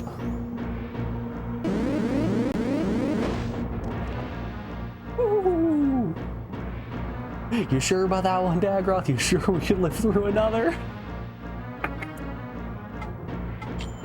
Alright, here's what we're gonna do. We're gonna pop the liquor, and we're gonna get another turn here. Are you ready for us to get second turn? Beyblade Cup turn 2 just dropped? Shit, we're not getting a second turn. Oh no. Oh no.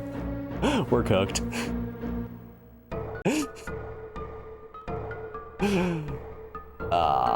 Beans. A jealous heart is frightening indeed. Oh, what a wonderfully destructive power it holds. Your defeat heralds the All right, y'all. corruption of the souls of the beast of knowledge. We've got to figure something out.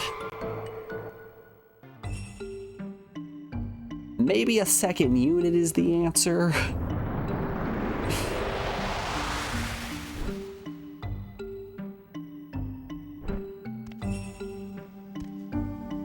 Maybe we load and give it another try and just get lucky.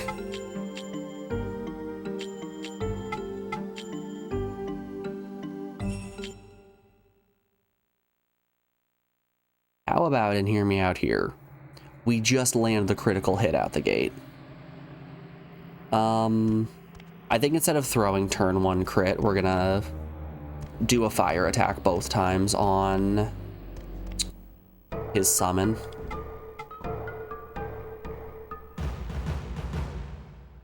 I am curious, do I have any buff items? Here's what I got in my pockets. Powder, turn stone back. Flash. Instantly causes excruciating pain. Protects against abnormal status, but will break in the process. Agni seals. Yeah, I think we just summon Arpatron.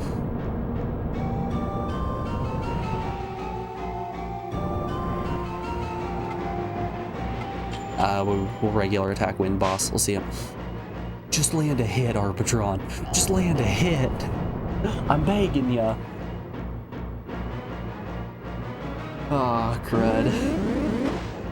Oh, I've been put to sleep. Oh no. Okay, you didn't have to heal yourself. Honestly, a little rude to do that. Okay, power plus and accuracy plus have the same mana cost. I'm thinking we're gonna swing the power pluses out, actually. We've just gotta land, what, 4 of those?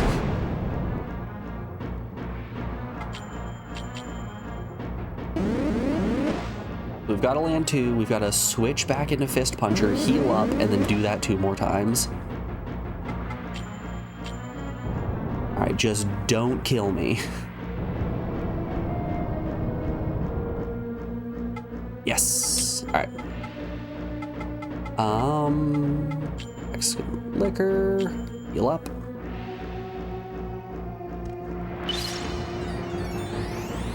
Oh, the things we go through to prevent ourselves from having to grind.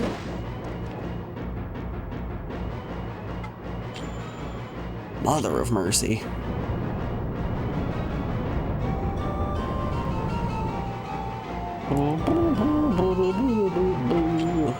Power plus. Let's do. Shit. You hate to see it.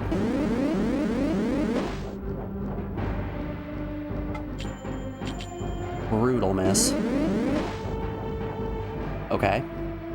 I think we're gonna physically attack. I'm thinking maybe we can get the kill here.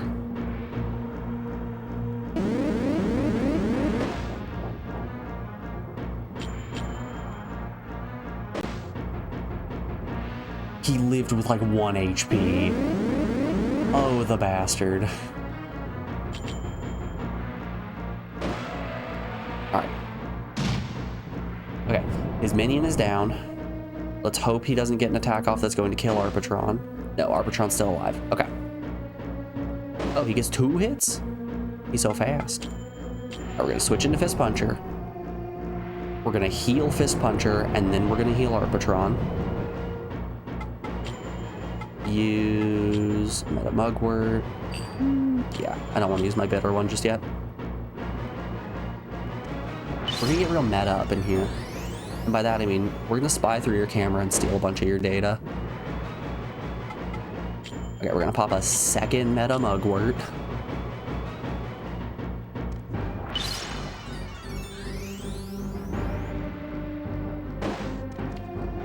I think the only attack he has access to is that Honda headbutt. So if we liquor up our Patron, we can switch him back in, at which point this might just be GG.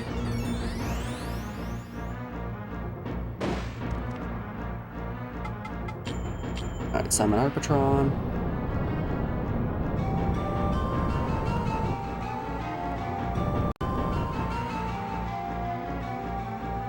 Yeah, I think the lesson here is just don't burn through a lot of your energy doing dumb memes, and eventually you'll win. Fuck.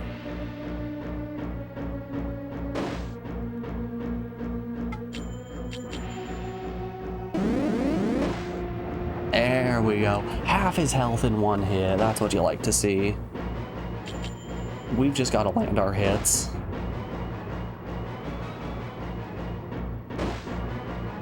We're going to be looking at big doinks at the end of this fight for our lad. So strong, so large. Got him.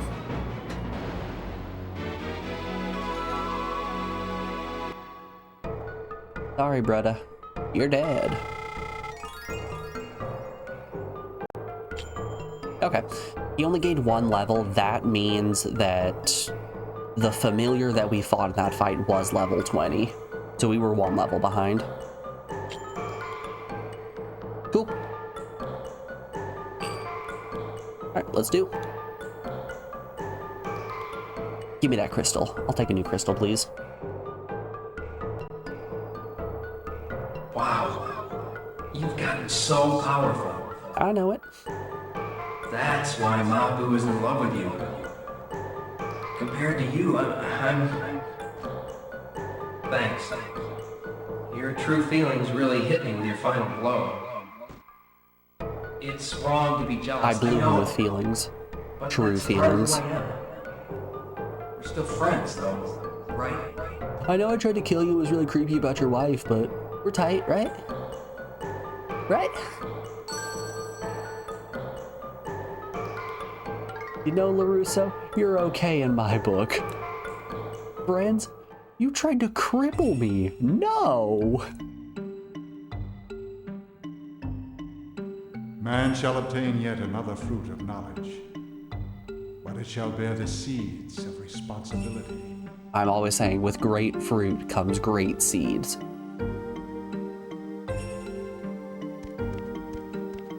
My uncle once told me that.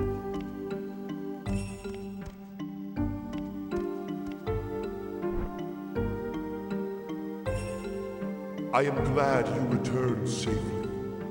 Did you obtain the 3rd jewel? Yes, sir. Killed another one of my friends. Just for you. Excellent. That golden brilliance is the jewel of air. It is the crystal for the ordeal of jealousy. Makes sense. Jealousy can drive one mad. Your success in this ordeal is proof that the strength of your friendship exceeded the threat of jealousy. I don't know. I still killed him. Now only 1 jewel remains. Let us open the way to the last ordeal.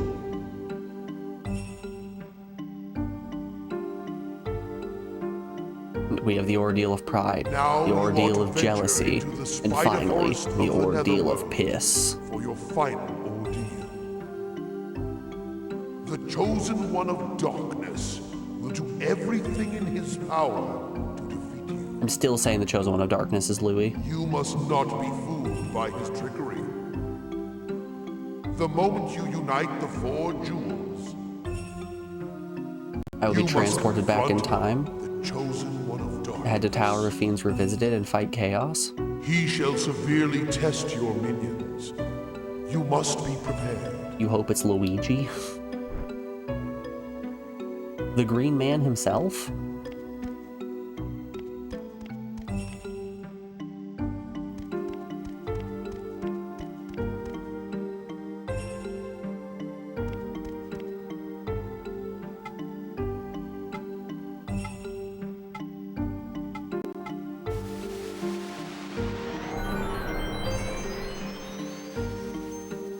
I think we picked up like one Cocoon when we were in that run back.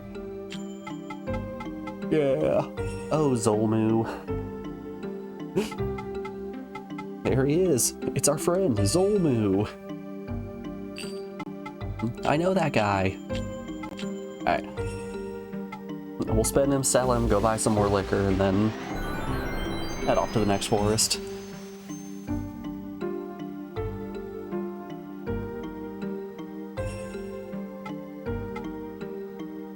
We need a Luigi movie. Just watched the Mario movie yesterday, and the Luigi movie would go so hard. Luigi's Mansion, even? Put some horror elements into it? Yeah, that would be fantastic. I'd watch that. I really enjoyed the Mario movie, with a couple of caveats to that. And those caveats are things I will tell you about in just a moment, because we are rounding out hour 2 of the stream, so we have an ad break coming up here in just a second. I'm going to put you guys over on the BRB screen and play you some music while we run a couple of ads. We'll be back in just a second, folks. I will see you guys on the other side of this break. Be back then.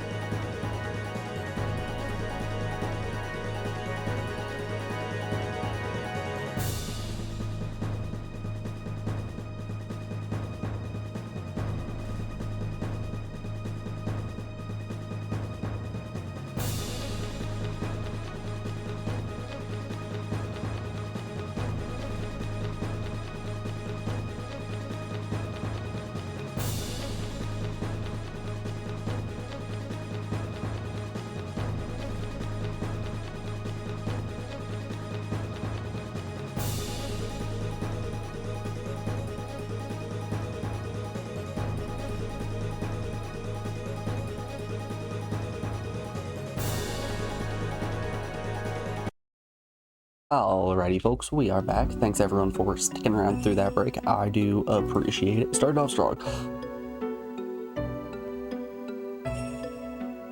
Starting right off out the gate with a cough. You hate to see it. Yeah, Captain, how did you feel about the Mario movie? I really liked it, like, a lot more than I was expecting to.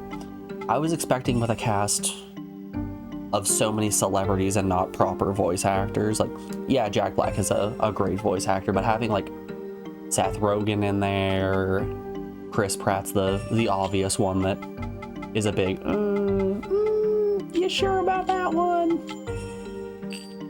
I thought for the most part, the voices were pretty damn good. With the exception of Fred Armisen playing Cranky Kong.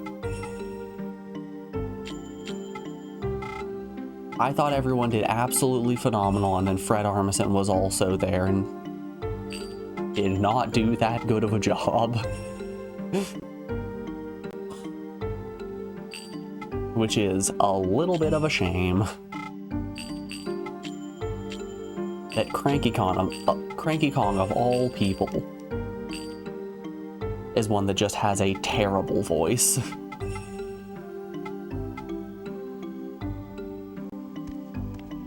But that's not really my biggest issue with the Mario movie. My biggest critique of that movie that I have is with the music. Like, instead of having years and years of iconic Mario, well, they have years and years of iconic Mario music that they can work with. They have just an absolute legacy of video game music that they could play off of. They could do some great things with sound design, just fun stuff like that. And instead, what do you have?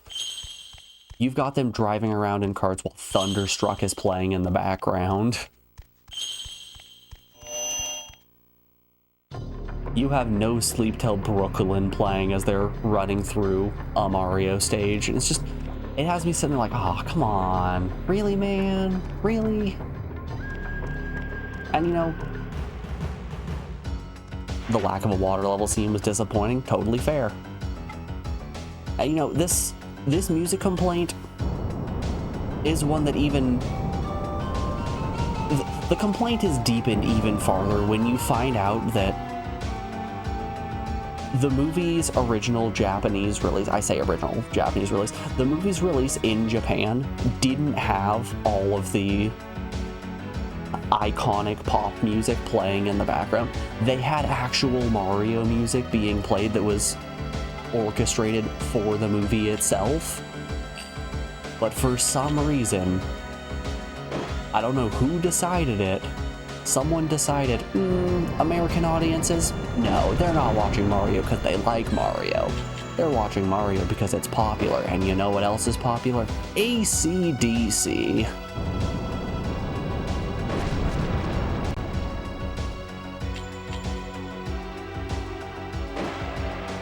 At which point you're sitting there like, no, I don't want to listen to Thunderstruck.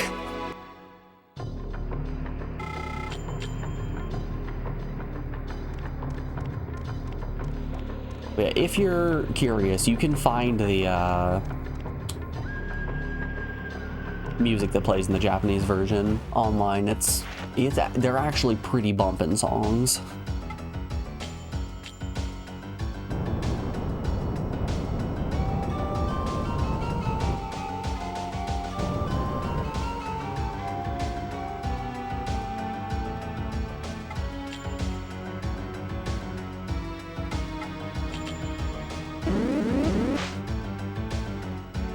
Also, the intentional avoidance of Bowsette was rude. All they needed was a single moment. With a knowing look at the camera, not even a word. Oh, that just kills. Okay.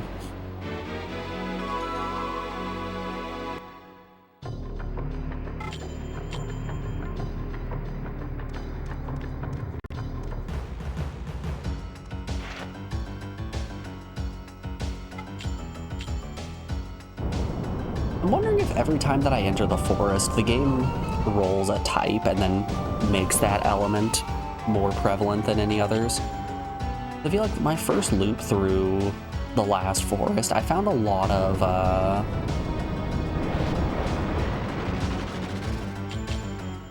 water types, and the time before that I found a lot of fire types.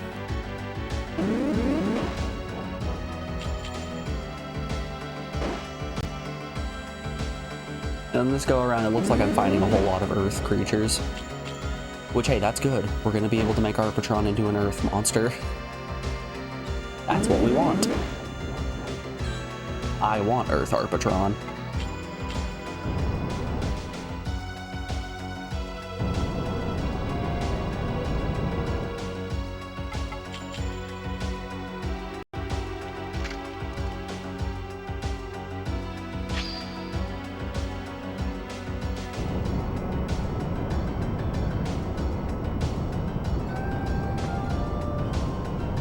Now let me tell you guys, on a plus side, my throat is feeling so much better. I can actually swallow without it feeling like I have a dagger stabbing in the left side of my throat. Which, hey, that's a big W. Sounds like it's time to deep dive down the Jade Cocoon speedrun rabbit hole. What is the speedrun time for this game? How fast have nerds on the internet pushed it down?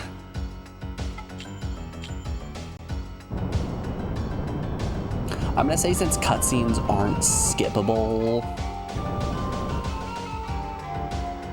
4.5 hours.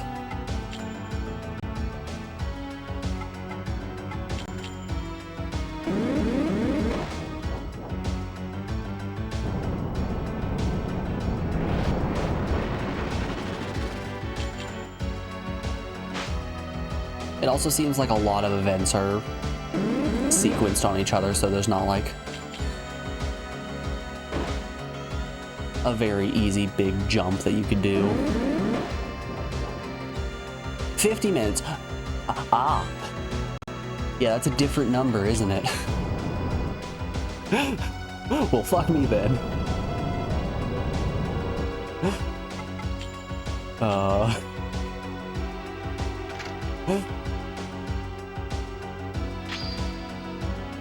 Glitchless is an hour 24. I wonder what kind of nasty glitches they're doing that's dropping the speedrun time by over half an hour.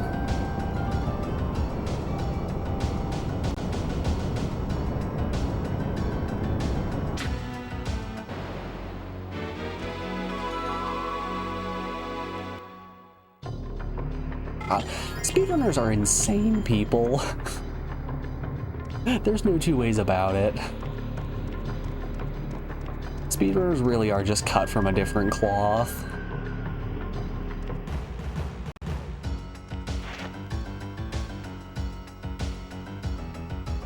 Oh, he's got the funky feet. Look at him with those funky little feet. He's getting ready to tussle.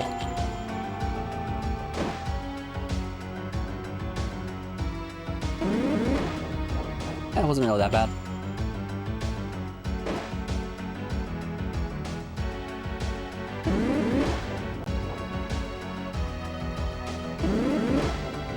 It's the ADHD. He also drank a cup of coffee and an entire bag of gummy worms.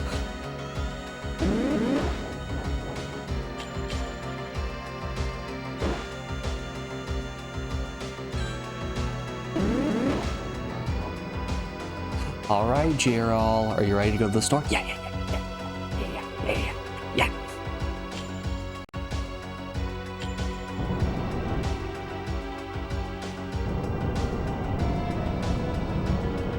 Yo, no, but it's funny that he's only capture rank 3. I'm not capture rank 3, I'm capture level 19. And this creature right here, 18.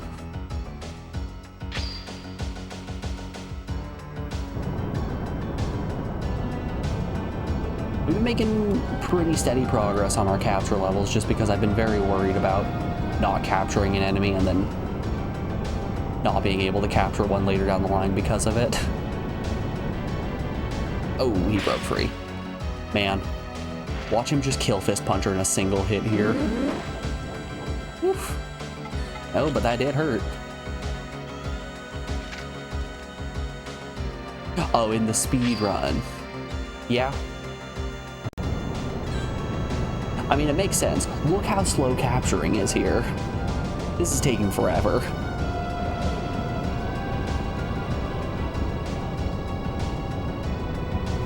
I'm assuming the speedrun is probably going to capture until they get one busted ability, at which point they're going to abuse that until the end of the game. They're going to get some kind of crit plus or something like that and just use that on everything to one-shot every single enemy they see. I suppose we can do this. It's fine. Simone.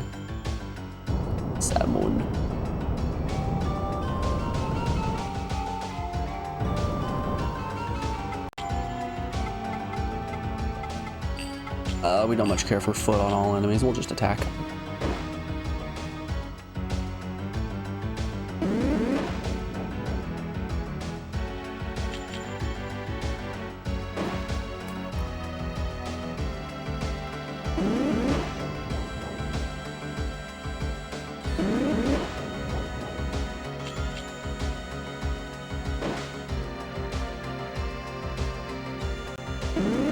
Yeah, I don't know if the reason I'm such a piss poor speedrunner is just sucks. That really sucks. Yeah, we're just gonna run away from this fight. I don't know if I'm a real piss poor speedrunner just because I don't have the competitive drive in me that gives me that rise and grind set. Or that I don't have the ability to focus for that long. But one way or another, I'm just not a very good speedrunner.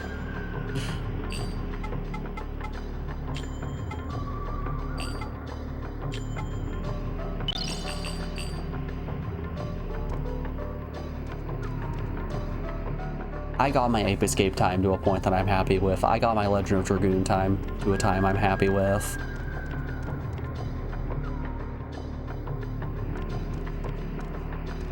I don't feel the need to push any of those any farther. Maybe, just maybe we'll push Ape Escape a little farther until we get to 69th place on the leaderboard. That right there, that is the only reason that we would be pushing Ape.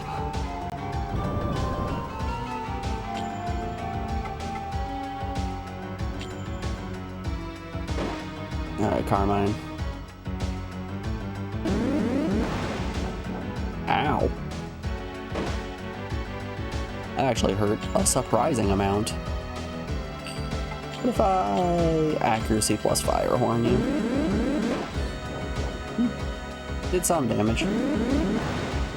Oof. Golly, I want just a bunch of these Carmines. I wish to fuse 1.5 million of these Carmines, please.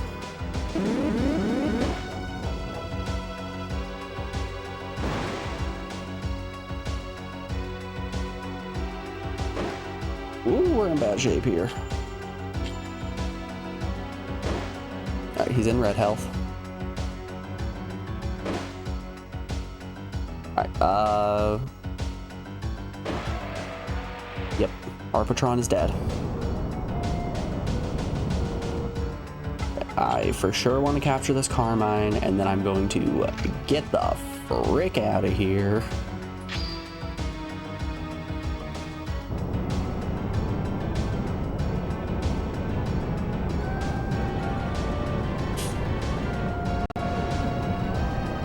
The little candy cane striped snake is giving me the business.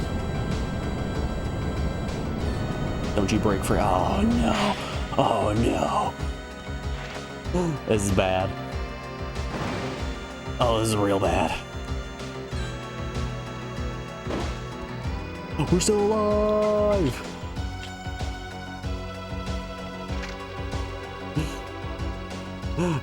Come on, baby. Second time's the charm. Let's go.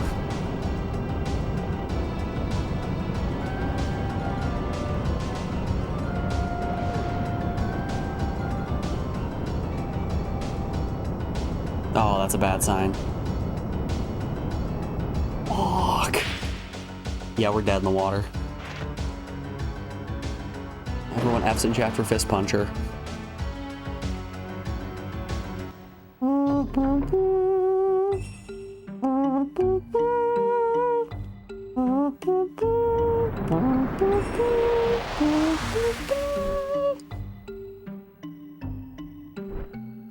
This is so sad. Alexa, play Despacito.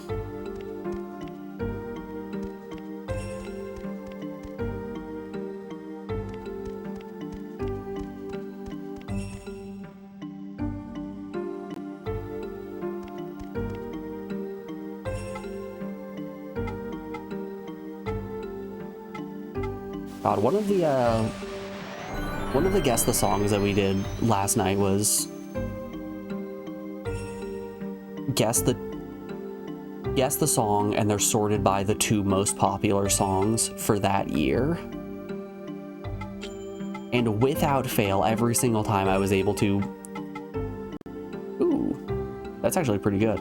I was able to listen to the song and identify the year on the dot exclusively by... Yep, that right there. That's the year I was in 4th grade.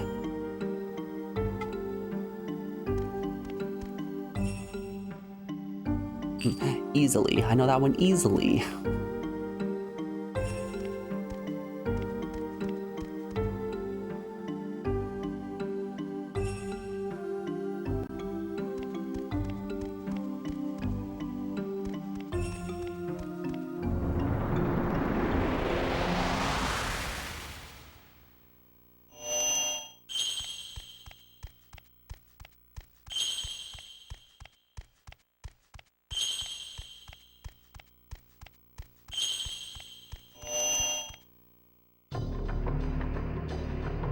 Alright, I'm not gonna get given the business this time.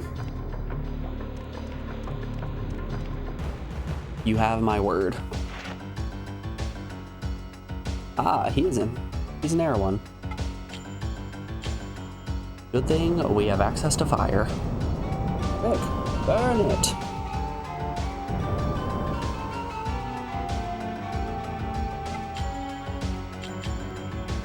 I probably shouldn't have used power. Yeah. Yeah. Whoops.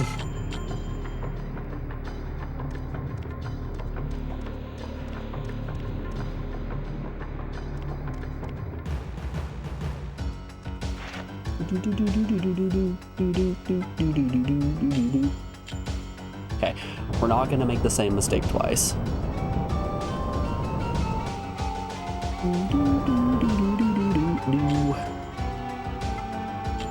Alright, we'll hit him with an accuracy plus. Let's see how much this does. Yeah, enough that I should not have used a power plus. Definitely enough to justify in my head not using power plus.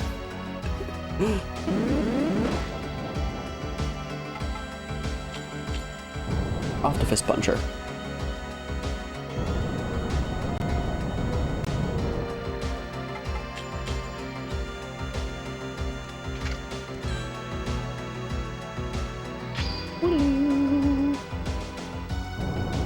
Oh hey, it's 2025, everyone. I just got really weirded out unlocking my phone and seeing it saying 2025 at the top. Like, oh god, my phone's messing up. It's not saying the right thing.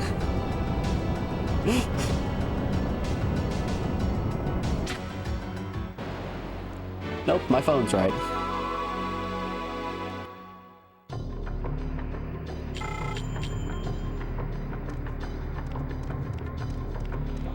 It turns out I'm just the donkey-brained individual.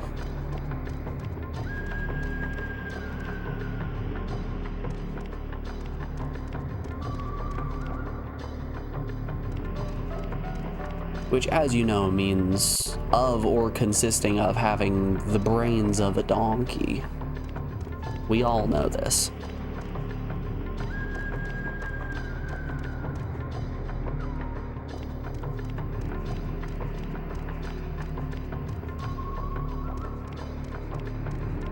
I'll be taking you. Yeah, if this guy's the Earth Lad, we definitely want to grab more air units and turn Arbitron into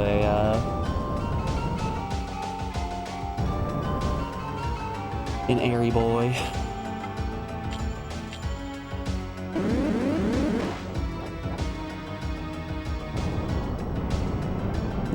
It's no longer you're a wizard airy, it's now you're an airy Arbitron.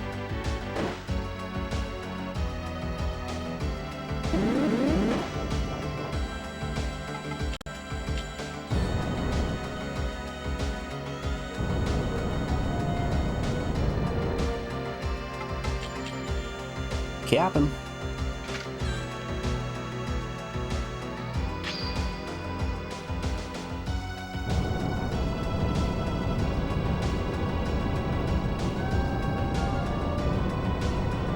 Yeah.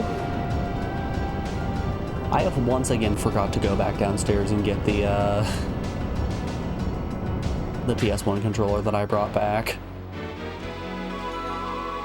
I'm still using my DualShock 1 with the fucked up D-pad.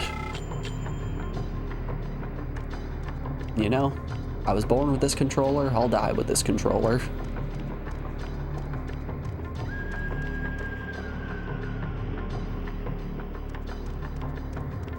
Hold up, I'm curious. Ooh. Not curious enough to turn away from whatever this thing is. Two of them? Oh my goodness. Is that even legal?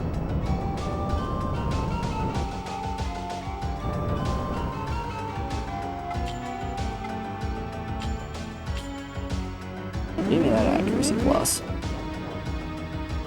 Olgams are high in attack and speed. They're low in sugars and trans fats. You know we want a lot of them.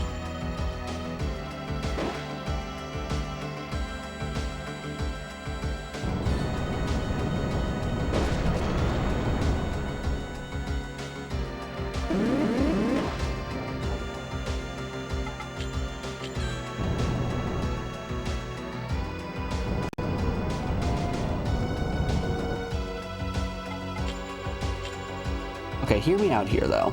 What if we make a Pokemon style clone, but make it so that their stat growths aren't based on elements or EVs or IVs or anything like that, but instead it's based on the food that you give them and you have to balance their actual nutrients and stuff like that?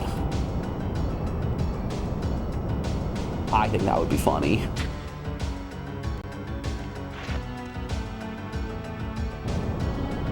Like, ooh, no, I don't want to give him that. That's way too high in sodium. No, we're definitely steering clear of that one.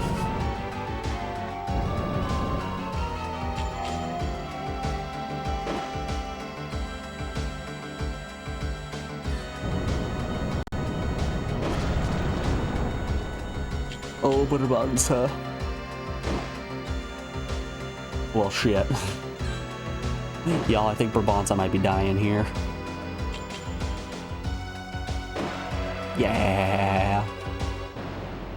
With our given stat spread, there is no chance we're going to be able to capture a Brabantza. We will, in fact, just be repeatedly killing him.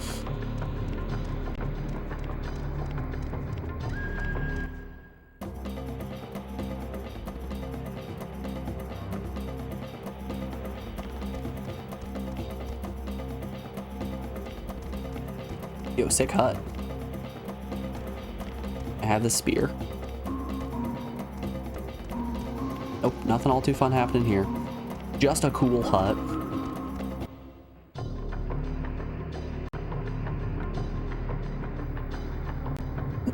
Just a cool hut with some Crash Bandicoot sounding music.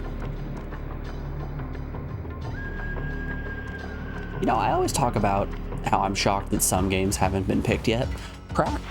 Two of the Crash Bandicoot games haven't been picked, and I'm still to this day shocked that they haven't. The fact that nobody has selected Crash 1 or Crash 2, honestly, or Crash Bash is just beyond me.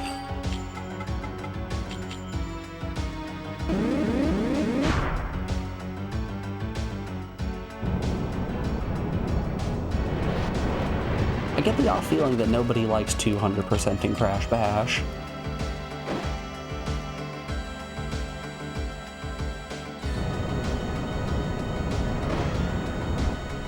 Which, you know, I'll tell you, as somebody who has never engaged with the story mode of that game and instead just played a bunch of the multiplayer with their siblings growing up,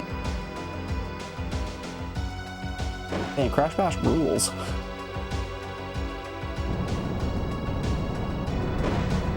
That game absolutely whips. Sorry, you're telling me there's more to that game and it kinda sucks?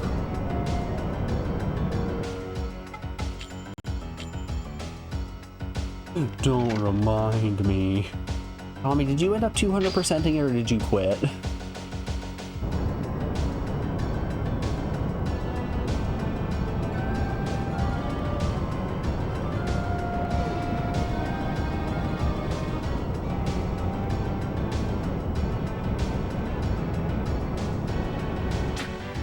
Alright, now's when we die. It's time for Tragophon to kill us. Yo, we're alive! Hold up here. You're saying there's a chance.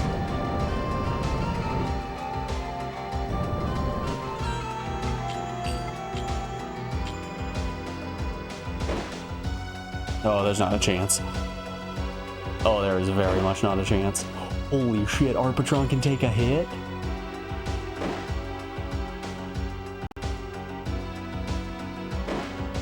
Oh my goodness, we are making it out of this alive. Arpatron MVP! Let's go, baby.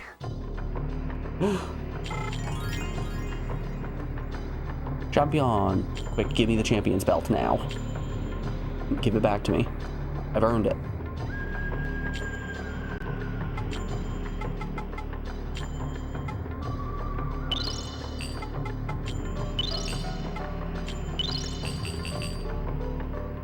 You quit when you realized the guys were cheating at like 160% or something.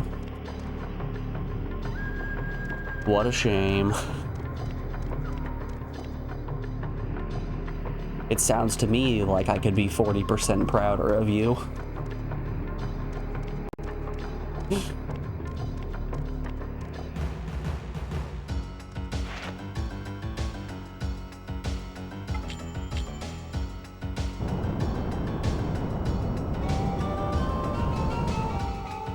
Honestly, I'm gonna be real here. I respect you for not having sunk cost fallacy set into the point where you subjected yourself to that absolute nightmare.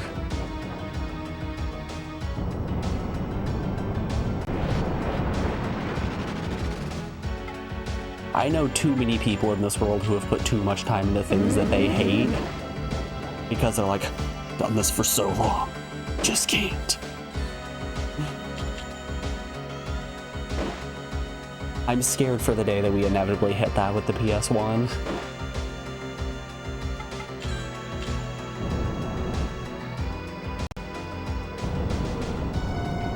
Like, we're still going through PS1 games just because I think they're fun.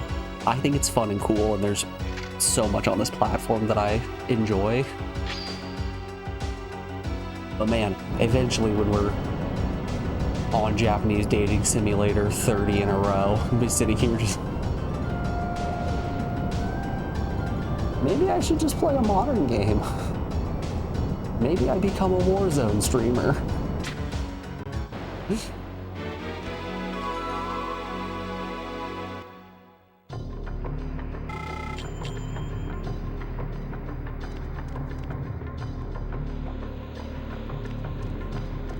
Alright, when are we giving up on retro gaming for everyone to become Fortnite streamers? Who's doing Fortnite duos with me?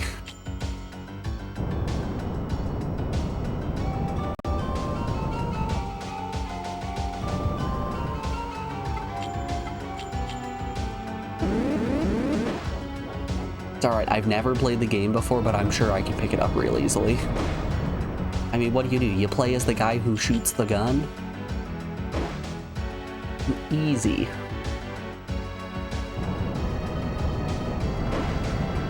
I can get Alex's 10-year-old cousin to explain it to me.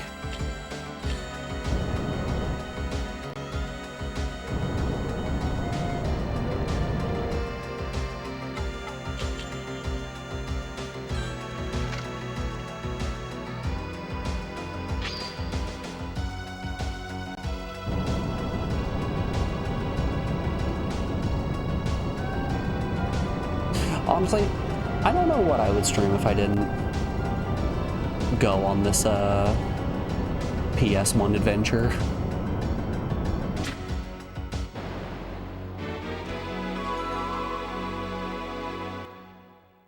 If I wasn't like 2 years deep in this ps1 adventure, who knows what I'd be doing.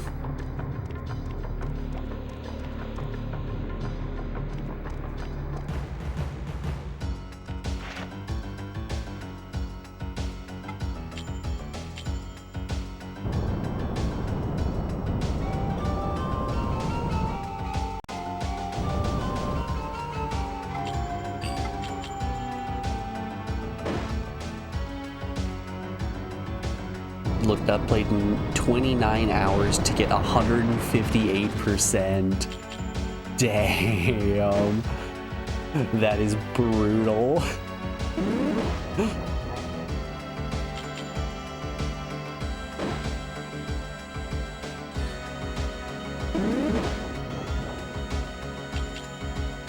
So, I'm assuming there is a nice ending point at some point in the 100% range, right?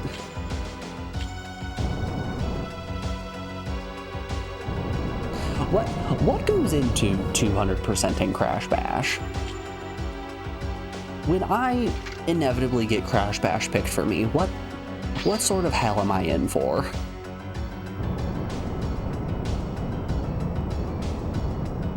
The game's perfectly fine and fun if you don't go for if you don't 200% it. So I'm assuming it's probably a couple of worlds, each of which you're playing mini-games. And once you beat a certain number of mini-games, you go up against a boss, puts you over into World 2, kind of like just a regular Crash game, but instead, it's mini-games instead of platforming stages. Each level has 3 rewards, a trophy, a gem, and a relic.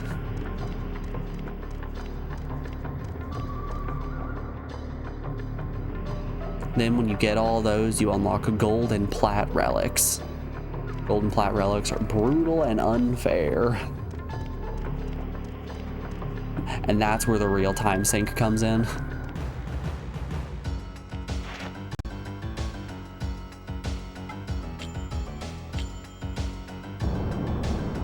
The regular relic, the gem, the trophy, those are fine. The golden plat relics, those are the ones that take the time. That's where you're sinking all of your hours into.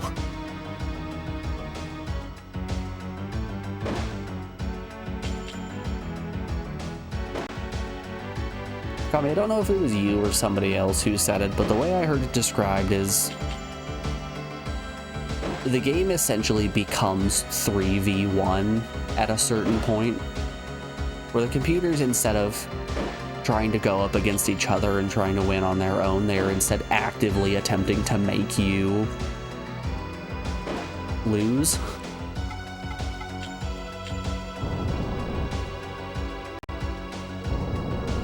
Like, we're talking the AI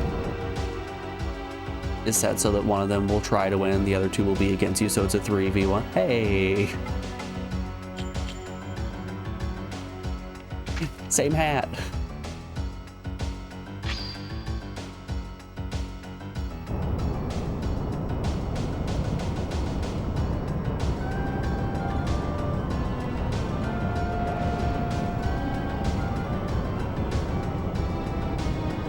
How many MDs am I gonna have left after this?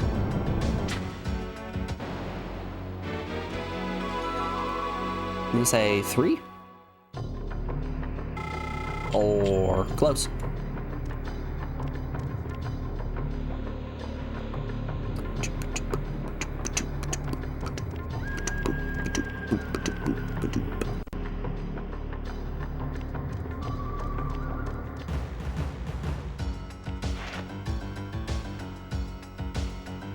to her. Ew. Ew, what is that thing? That's a weird looking dog right there. I've seen some weird dogs in my days. That's a weird dog.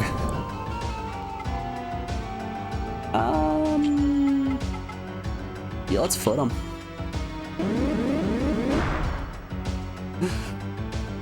Oh, come on. You guys know about Noobwee. It's him. There he is. Oh, he dodged. Whew. That is some high damage. I wonder if Fist Puncher can take a hit from one of these Noobwee.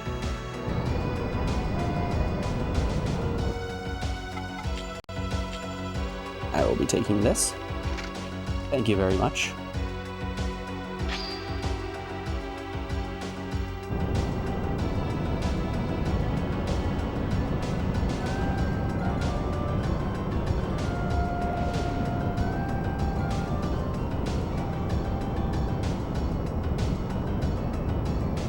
So did you guys set any New Year's resolutions?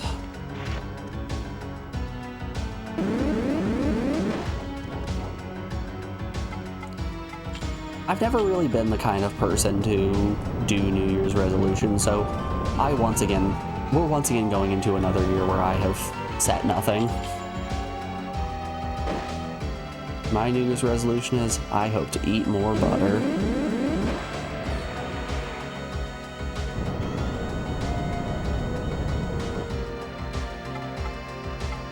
Let's get out of here. You plan on suplexing God. Good resolution. That's a quality one.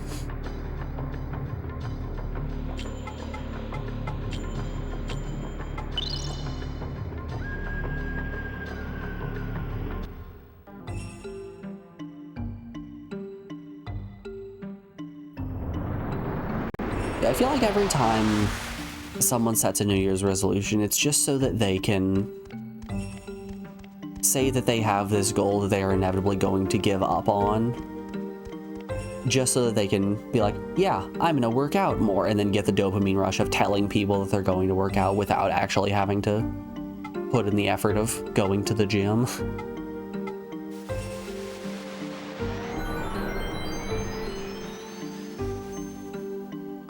It just seems like it's one of those things that people like to do for an attempt at a dopamine boost.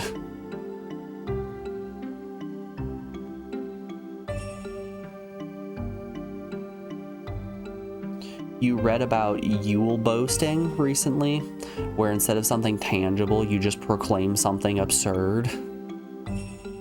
Like you're gonna eat 72,345 crabs this year.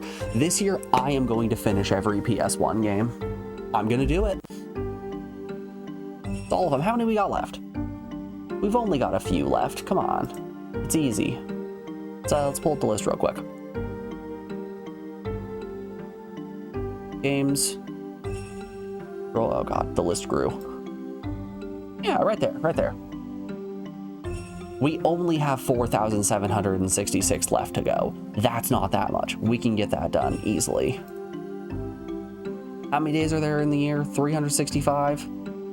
Just finish like over 15 a day. Come on, it's easy. I will stream every day. I need to finish 15 games a day. I can do it.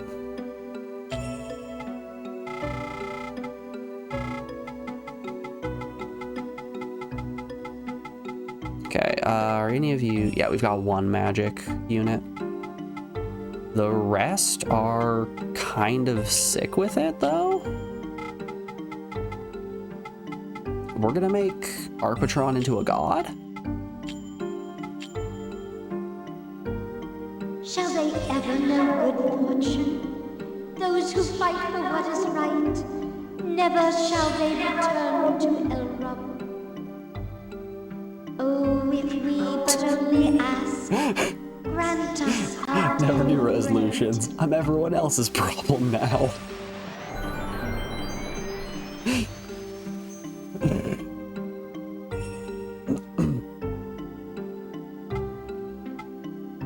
It's like how some old people are like, oh, when I get old, I don't want to be a burden on my family. You're sitting here like, no, no, no. Oh, no, no, no. I want to be the burden.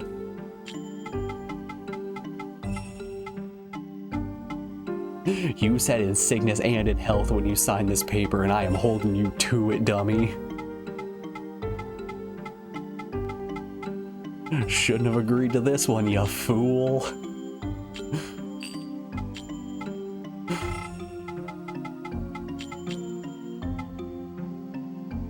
Rend wings. Cool.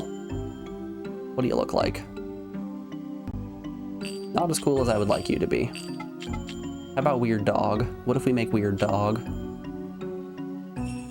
Ooh, that's cool. I like that one. Shall I merge them, master? Yes, please.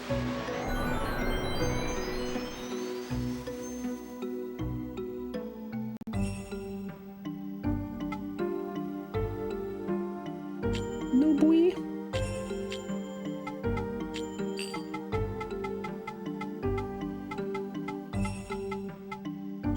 Okay. I want to fuse everything that isn't Earth first.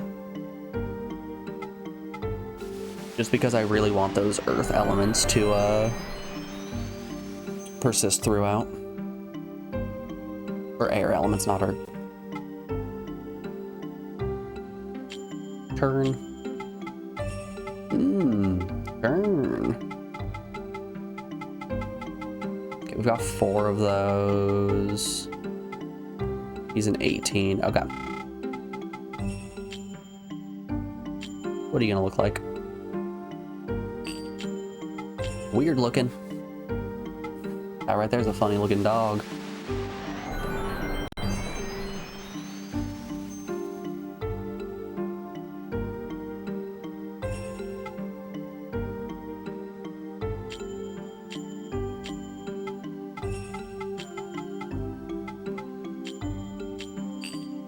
How about we just keep making you better?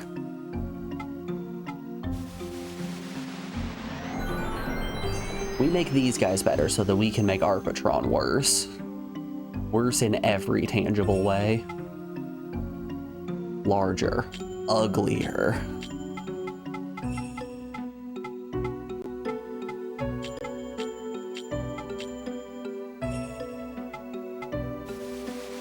I desire the nightmare creatures.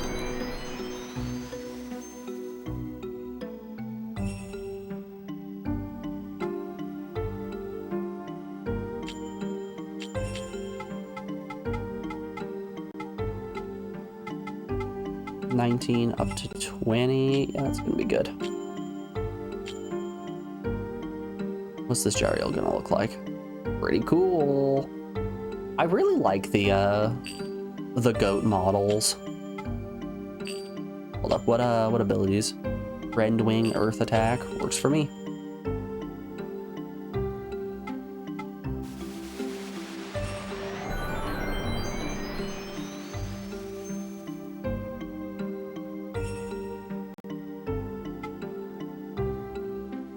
It's a bit of a shame we have to choose between attack and defense. No boy.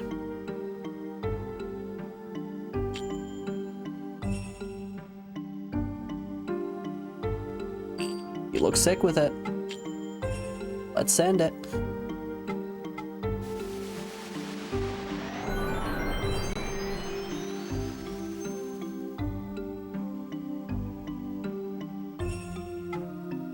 I am finished. We've got a level 20 Jarl. We've only got 3 of these, so I think right out the gate, let's do this. Okay, lowers Jarl's attack by 1. Is fine. I think I can live with this. Gives him an accuracy plus. Makes him look real gross. I like it. I wish to create my nightmare creature.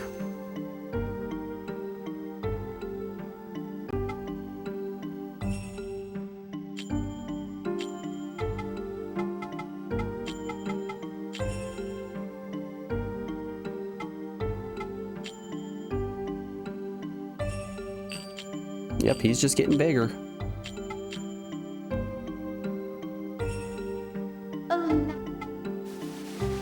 Oh, Magic one.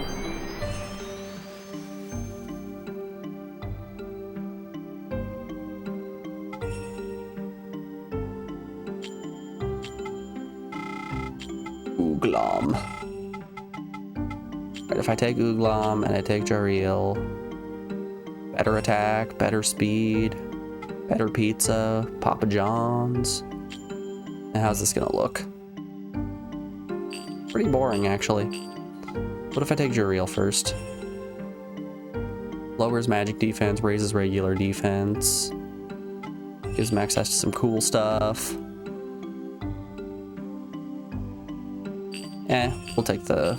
We'll make the Ooglam. Actually, 38 as opposed to 45. Yeah, we're gonna do this one instead, actually. He might look ugly, but his stats are great. My personality sucks, but my stats are great. It's my favorite Fire Emblem archetype. Alright, now Arpatron, what are you gonna do for him? Boatload more speed, more HP, more mana, more damage, less defense, more magic attack, accuracy plus tail, crit plus... Ooh, I kinda like this spread though. Ooh hoo hoo. What's it gonna make Arpatron look like? Oh, he floats a little bit.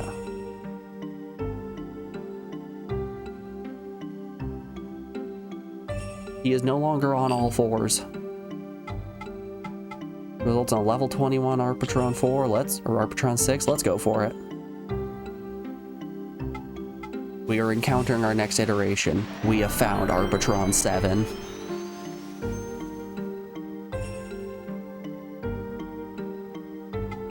Man, I should have through this whole process taken pictures of Arpatron so that I could make a progress timeline of what my nightmare son has become. Just unrecognizable at this point.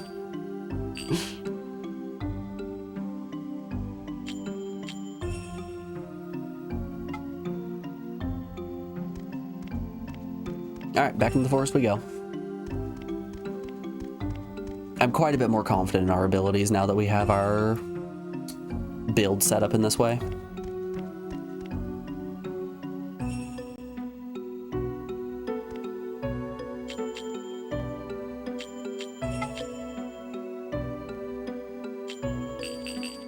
I feel like our one downside is just miss punchers.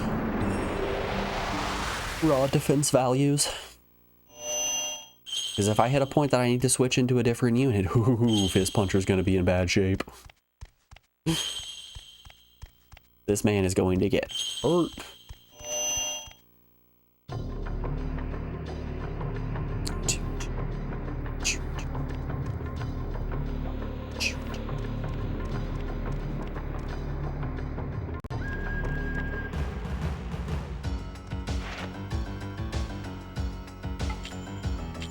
Alright, my HP is higher, my attack is higher, my speed is much higher. And I look like this now. Accuracy plus wind tail, let's go for it. Ooh, good damage.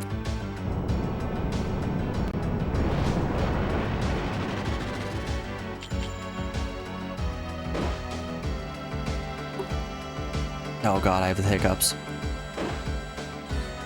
Oh no, this is bad. These aren't going anywhere.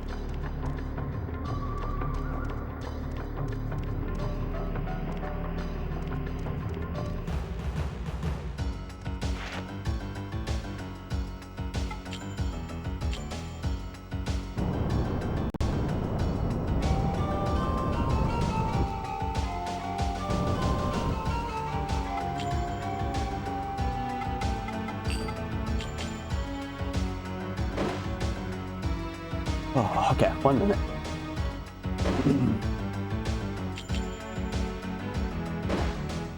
Been a while since I've held my breath for a whole minute. Shoutouts to lifeguard training.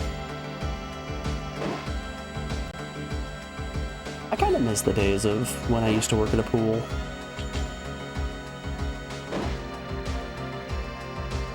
Those were always very fun summers.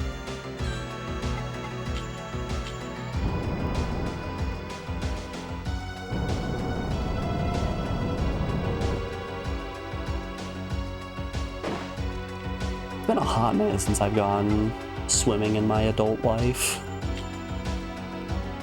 I just don't have many instances where I have the free time and the access to a body of water that I can swim in. I guess technically I took a bath over the weekend if you're gonna count that as swimming. Honestly, I took a shower yesterday. What is taking a shower if not standing swimming? It's the same, there's water.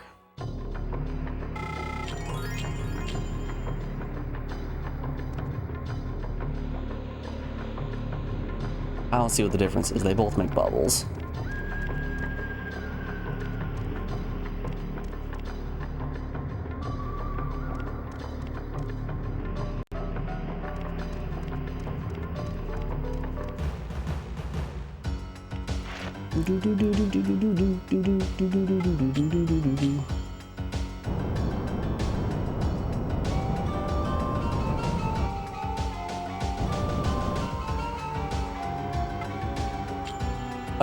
Special power horn.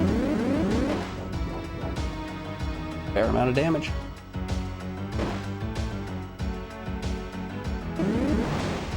Yikes. That kind of hurt. Hurt a bit more than I was expecting. Ooh, this is gonna be a rough fight. Gonna be a rough one for sure.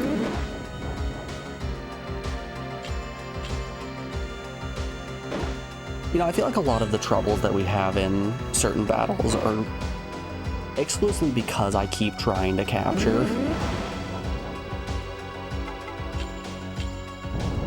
He's just a horn on legs? Exactly. He is the horny boy.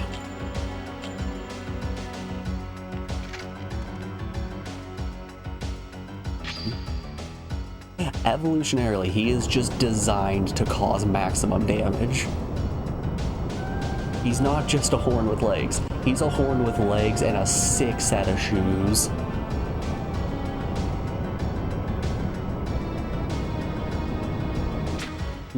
God designed this man with ramming in mind.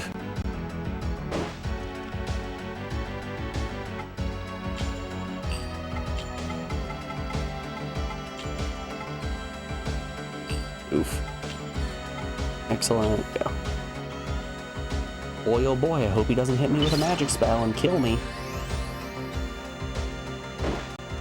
Still alive. Never punished. Get him, Alpatron!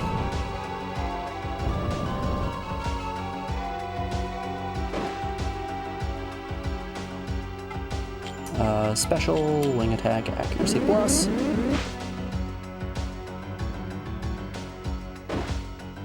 I just missed an accuracy plus. Is that what happened? Sometimes, man, this game.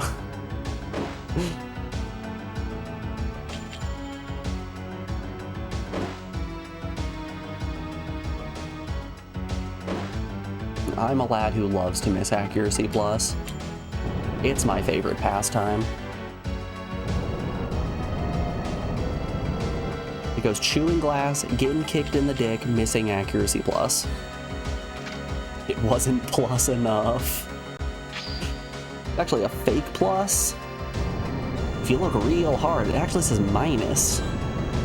Sorry to be the one to break this to you.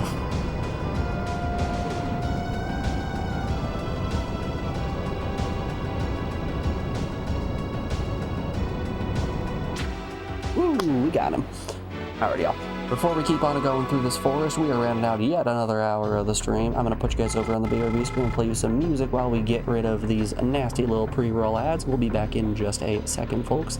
Enjoy the tunes, and we'll be back in but a moment. See you guys then.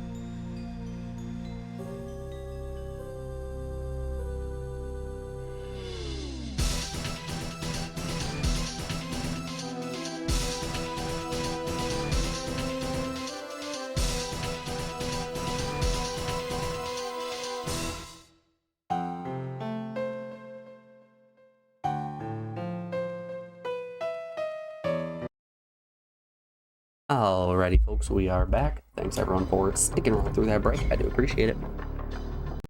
Let's get back to it. Our Patron has once again lived through another scenario. It's a miracle. Let's mugwort, let's find liquor, and that should be fine.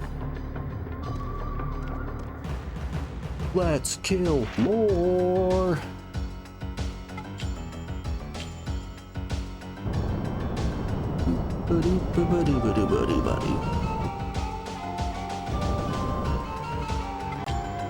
Alright, special, he is water, use our earth. Yep, let's go for it. Yeah, it really doesn't do as much as I would hope it would.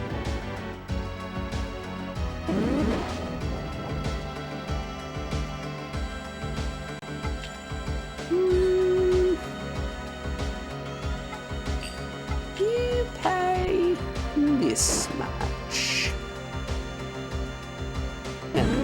finished Star Fox Adventures as a kid. Fucking A. These guys aren't messing around. Maybe we just get out of here. No, not capture. Retreat. Oh no. Oh no. This does not bode well for old Fist Puncher.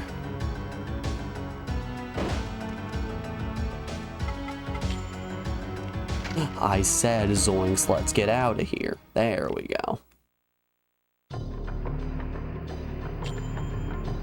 Weirdly, that encounter went substantially worse than the first one.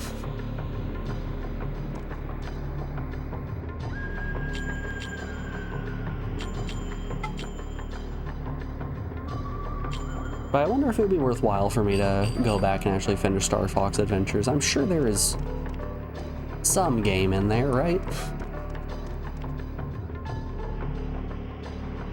There's gotta be some game in that game. Ugh. What if? No.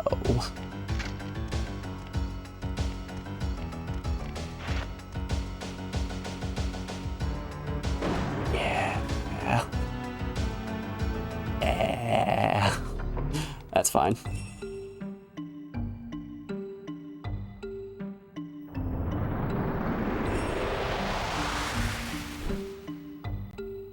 You know what this means? This just means that we're going to be able to go back and fuse up Arbitron to become an even larger and scarier monster.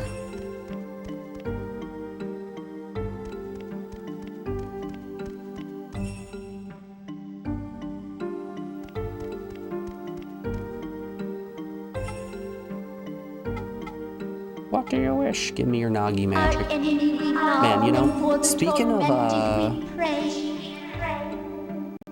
games from my childhood on the GameCube, a trailer got dropped just yesterday for a new Pikmin. I don't know if we'll call it a ROM hack or what. It's a release of something that is really cool and extremely exciting, actually. So this right here is Pikmin Squared.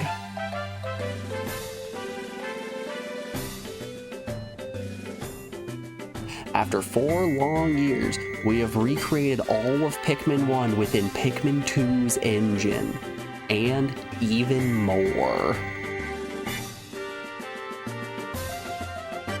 Added Louie's Quest and Rando 2. I was talking about the Pikmin randomizer just the other day.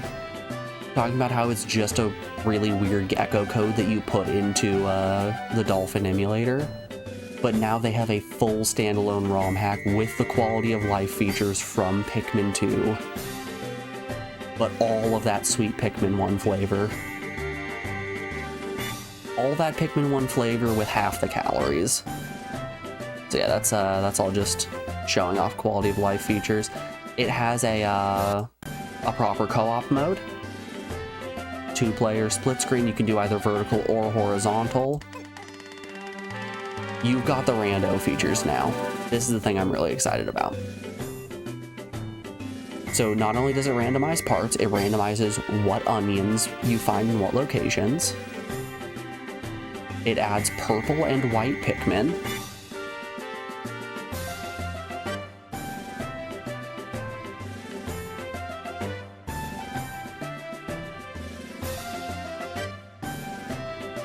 I don't know what exactly starving Pikmin are. Pikmin Extinction exists in the regular game. The randomizer is open world as well, which is very exciting. So your first few days are just going to be go to every location and get as many onions as you can. That showed that it was an enemy randomizer, and this is the thing that I'm really excited about. The ship parts are randomized to the point where there are power-ups that you can get. So your suit could protect you from electricity, protect you from fire, and each one has a cosmetic change on the way that your ship looks, which I think is just hilarious.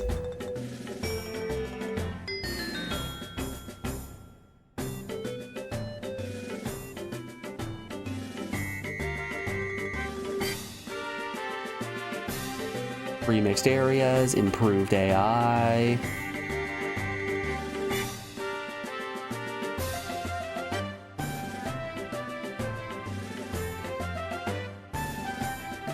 And here's Louie's quest. What if, and hear me out here, what if there's just an entirely new Pikmin 1 campaign? Freaking crazy if you ask me.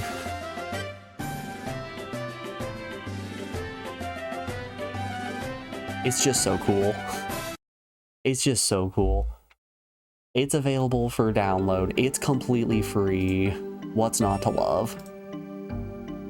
Honestly, I'm a huge Pikmin 1 fan. Oh, is this new? It came out yesterday. It dropped literally yesterday. Here, I got you, Kami. Doop, doop, doop.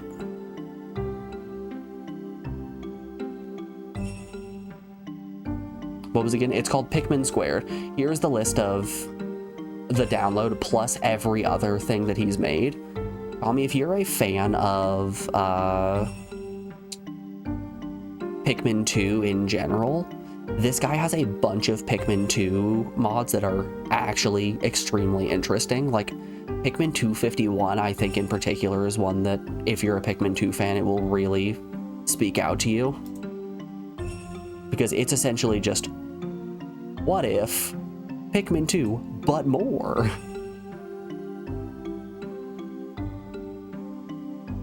Oh, this guy, yeah, he did the Endless Abyss mod, which is super good. I've never seen the Endless Abyss mod. Honestly, maybe a hot take here. I'm not a big Pikmin 2 enjoyer, but I love Pikmin 1. Oh, wowza.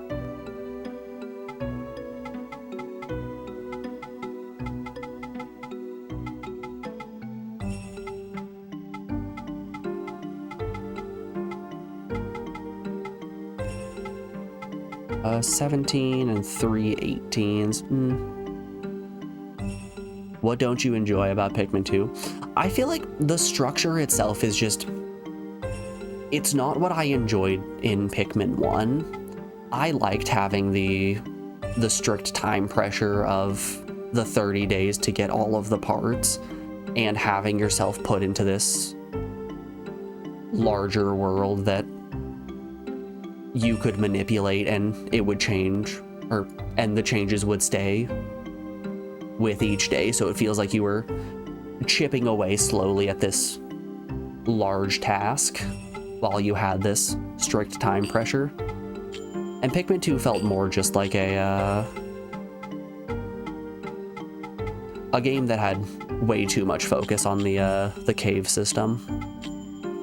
So like, my list for Pikmin games goes 1, 3, 4, 2.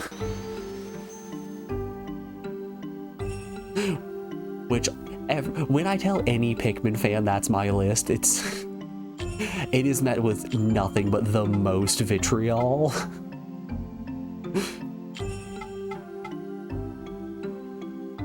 I can't believe you'd say 3 is better than 2. I would. I think that 3 has a lot of the same design philosophy that 1 does, and that's what I like.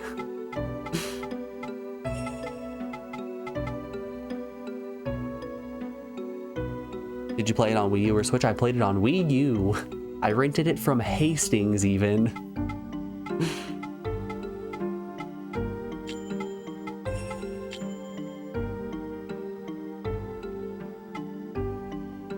Water attack, earth attack, crit. What's he gonna look like? Oh, that's cool as shit. What? Hold up, what do you look like? God, his skin is just texture missing.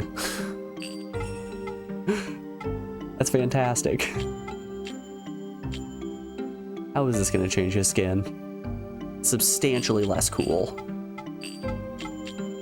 I prefer my texture missing son. Oh, magically so done. Yeah, there are a lot of things about 4 that I really enjoy.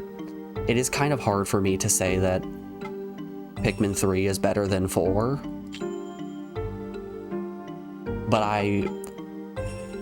I would put 3 above 4. It's a close race, though.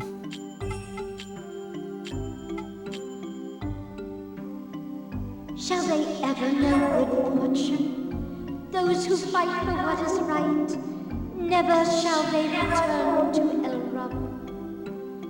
You much prefer the way they controlled Pikmin 2 over 3 and 4. It went from being about finally moving them around to just pressing the charge button and then recall. Yeah, kinda.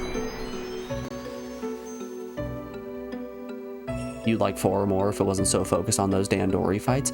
So, Kami, I take it from you saying that you didn't play a lot of the bingo mode in Pikmin 3?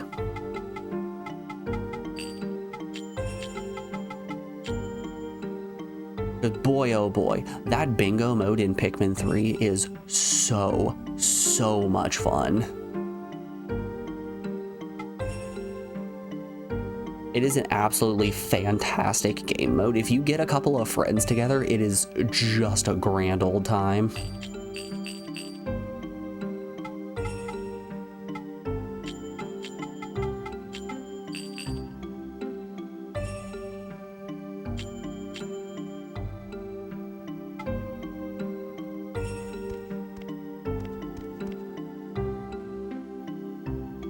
Dandori is in Pikmin 2 with the multiplayer.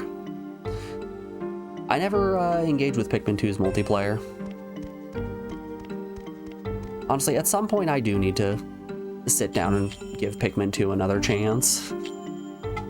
I do dog on the game a lot.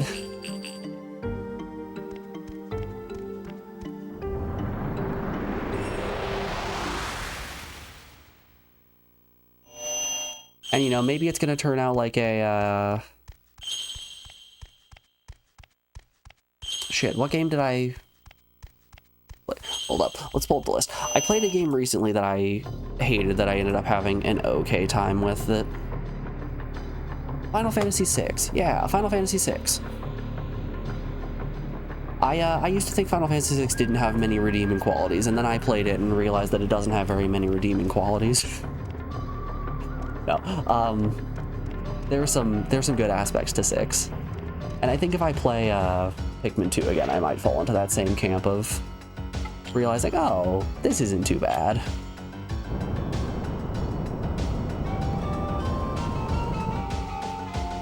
Yeah, I'm excited to sink my teeth into Pikmin Squared.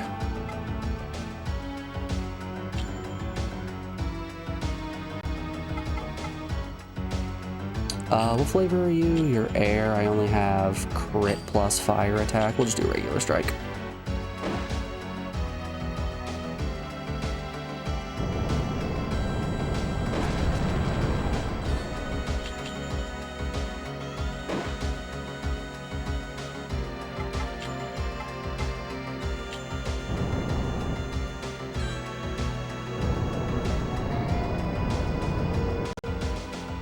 But yeah, I understand the gripe of Pikmin 4, well, 3 and 4 both kind of just become hold the charge button. That is entirely fair.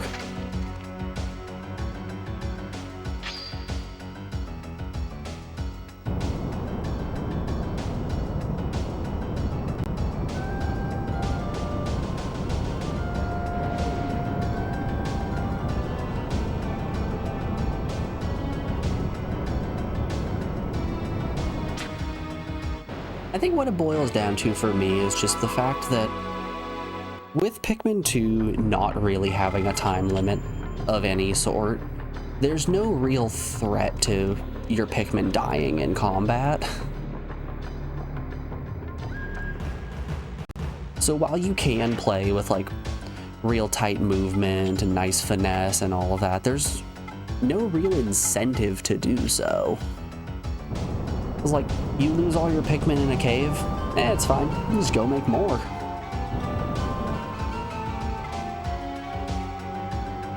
Why even bother? Don't even ask.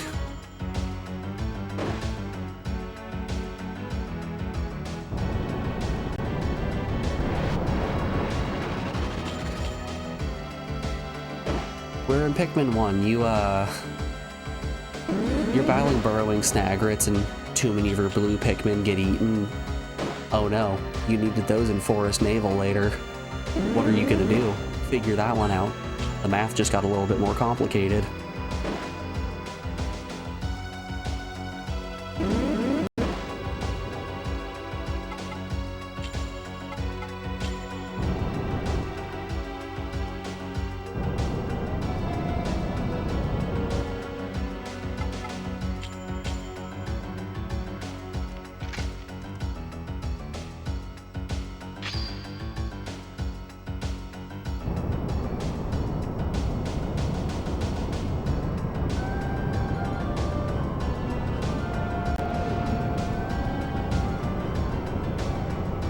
One thing that bugged you about too was lifting that dumbbell, man. Oh, you mean that point when Louis walks up to the dumbbell, rips his suit off, starts hanging dong, and blasts bare chest with his big ol' crop of chest hair, lifts the dumbbell up by hand, holds it above his head, looks over to Olimar and goes, "Yeah, you can cross now." Yeah, it was kind of out of character for Louis. It felt like an out of place scene for sure.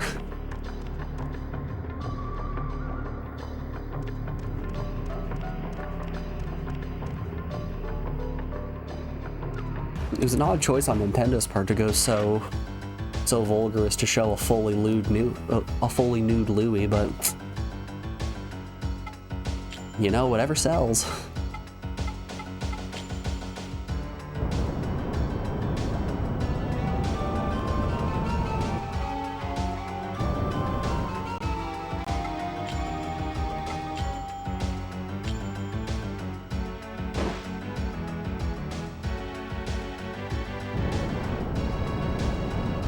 You know, I make it one of my goals as a streamer to say just the most head-ass shit possible until somebody calls me on it.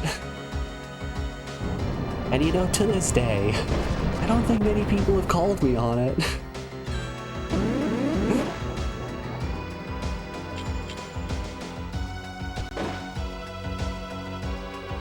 I appreciate that the vast majority of individuals will either yes and my lunacy, or just outright leave.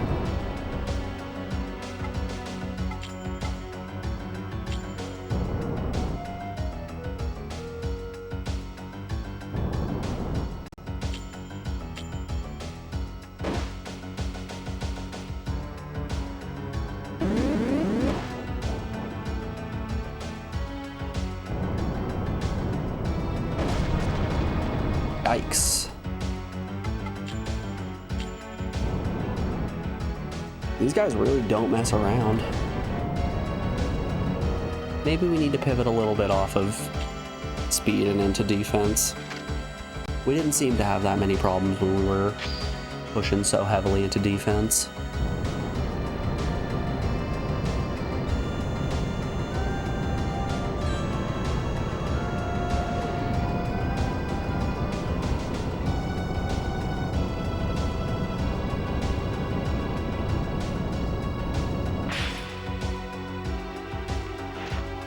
Oh shit.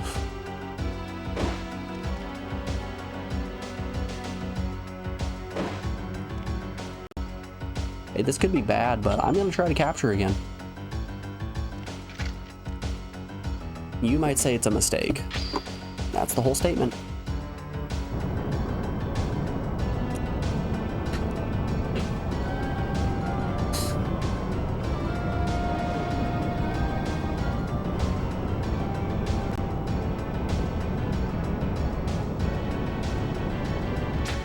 Hey, we got him. Okay, just don't kill me. Ah, he follows requests. What a nice little guy. Alright, here's what we're gonna do. We're gonna bring out this guy. And we're gonna hit him with I don't have a fire special. Okay, we're gonna strike him and hope that he does enough damage. That was not even close. But we get two!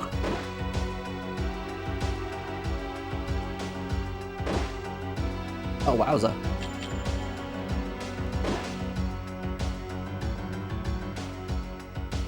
Oh, we're living good. Simple and clean, simple and clean.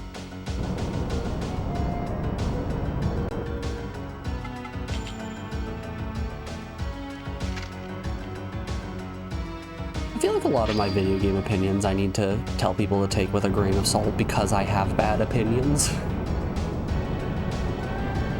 I have been blessed with the majesty of having the worst opinions available.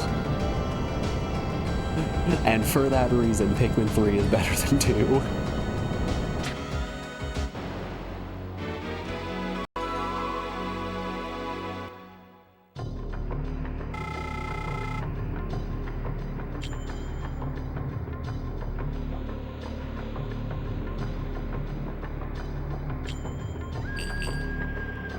We'll be okay.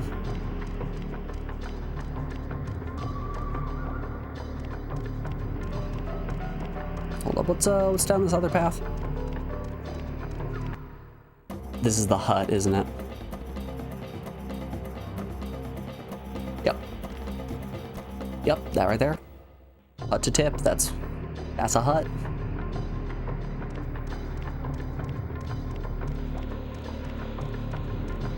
You know, disturbing lack of pizza there.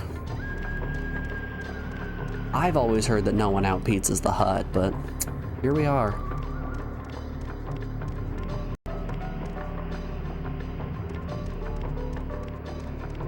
Another day without pizza. Another day without a tasty slice.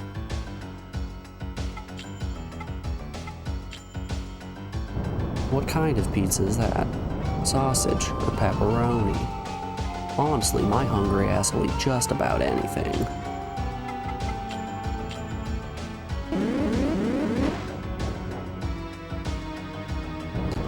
What did you expect was gonna happen? I'm not hungry. I don't take a slice.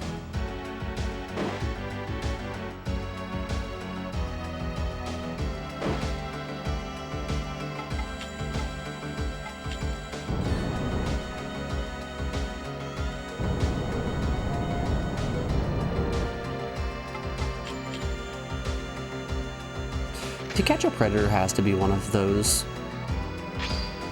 shows that anytime that I see it, I will engage with it with every fiber of my being, but I will never actively seek it out.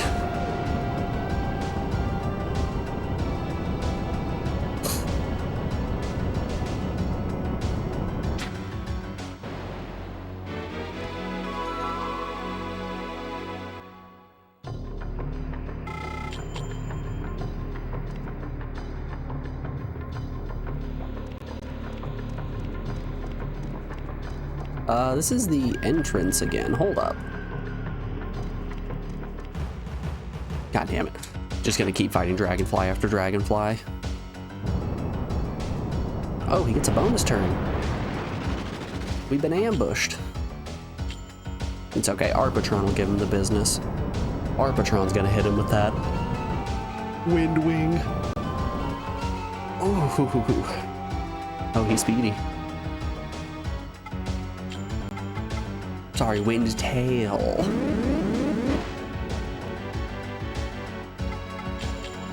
That's my bad. My apologies, everyone.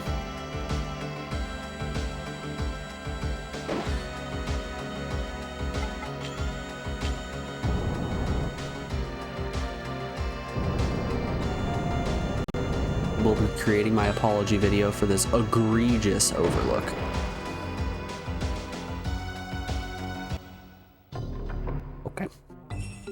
Okay. Sure.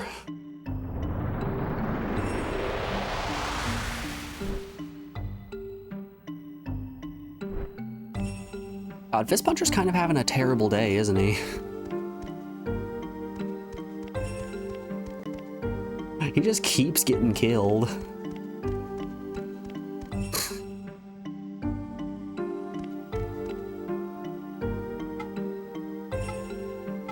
The lad, he is being given the business.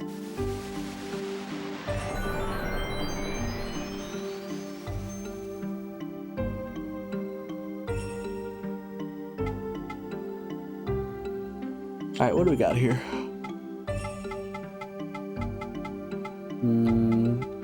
couple of base units. We can fuse these two. Sure. What if we make an even more magical unit?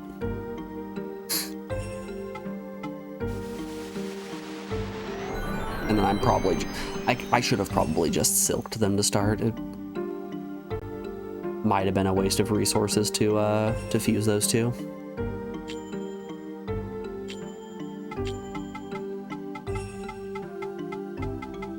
What level are you? You're level 19. I can create an 18.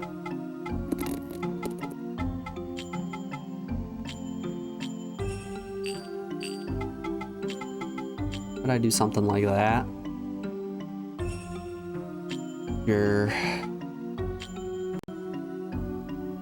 We will continue to make our nightmare creatures.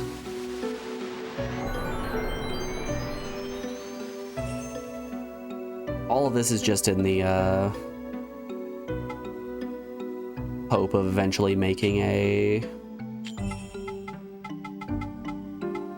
level 21 unit to fuse with Arbitron to make him even more powerful.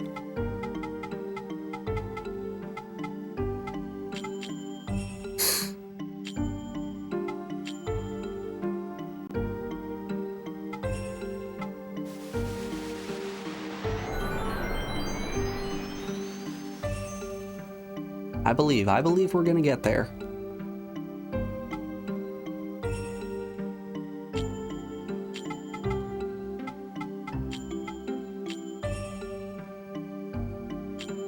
How is this guy gonna look? Ooh, very weird. That's a gross looking fish. Let's do it.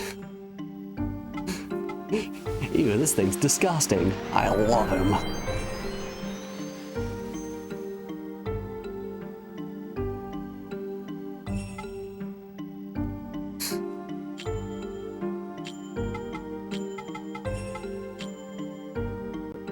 Lowers attack by a little bit, raises magic attack, raises mana.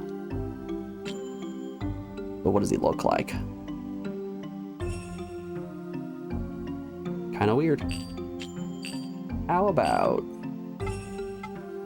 we do that in reverse and see what this does? Ooh, way worse. So much worse. Measurably so. Okay. Oh, that's a cool skin, though. I love just the weird looking texture missing skins. Those are some of my favorite. But now we're just gonna make a regular little guy.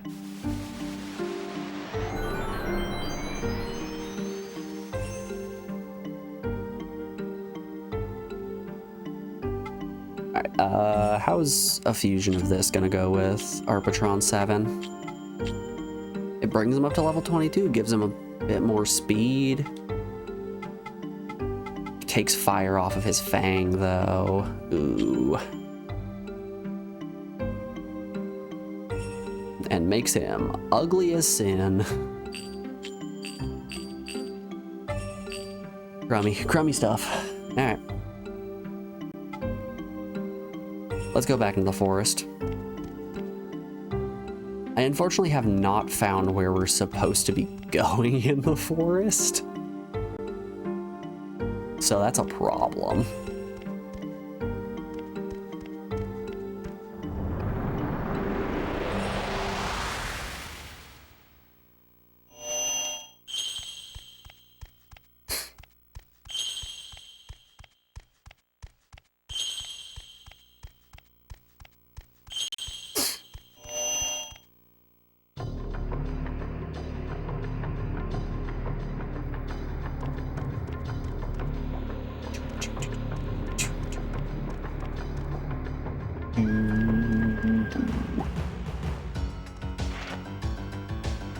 Good. Yes, we want more of these.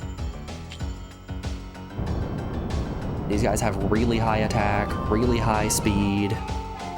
They're exactly the kind of things we want on Arbitron. They're unfortunately making him look like a real Uggo. But you know, these are the sacrifices that you have to make sometimes. Sometimes you have to turn your beloved little kid into an Uggo. Some of you may become Uggos, and that is a sacrifice that I'm willing to make.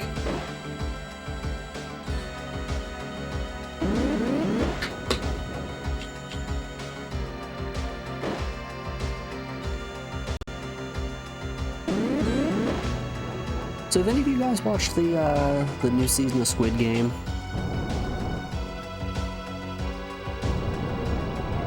And I mean the actual new season of Squid Game, not Mr. Beast's horribly unethical Squid Game.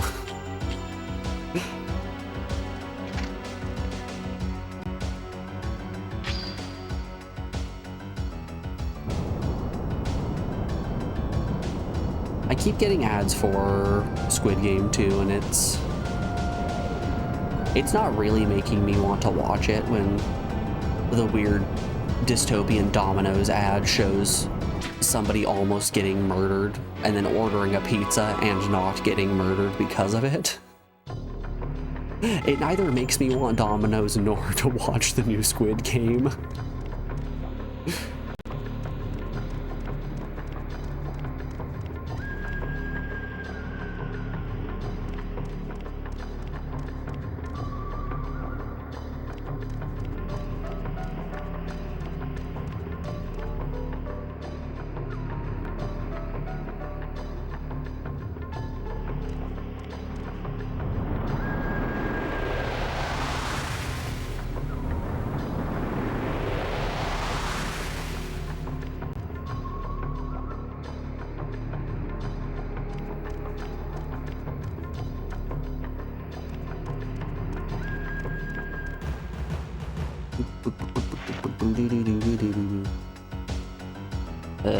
I don't like this encounter. Shit. The game says, too bad. You don't like it, you're gonna fight it anyway. No, I won't. I'm leaving. I hate you and I think you're stinky.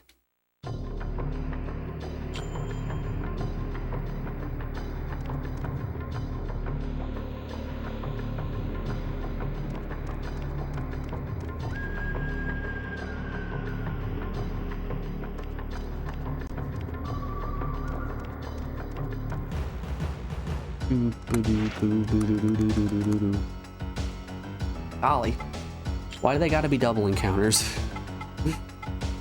What if instead of having me fight 2 people, you have me fight 1 instead? That's much more manageable. Does Arbitron have... Yeah, he's got an all-enemy foot attack.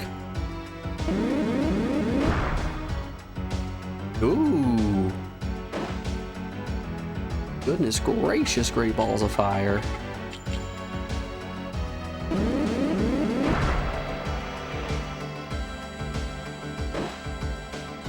Maybe we'll let Arbitron use his feet a little bit more.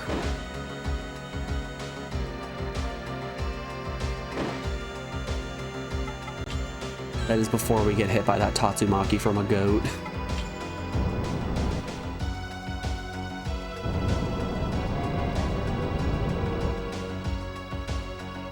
This goat just keeps throwing out tornado kicks.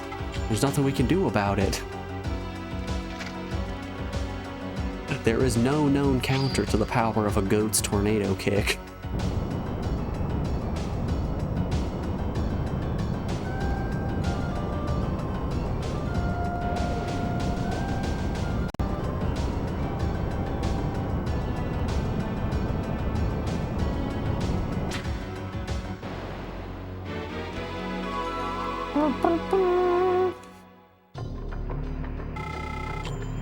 Bleep, bleep, blorp. Let's eat some herb. Yum yum. Meta work for me. Happens. Oh, fiddlesticks. God, why are so many enemies getting preemptive strikes? Wow, that sucks. Oh, what the fuck?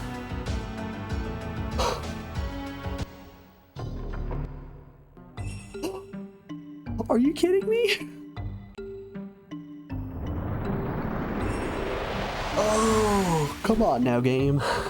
You know that one's not fair.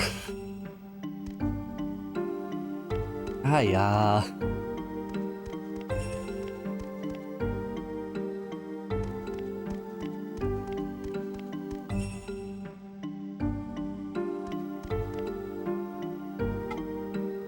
Sometimes you just lose. Sometimes there's not a lesson to be learned. From time to time, you just lose. Plain and simple.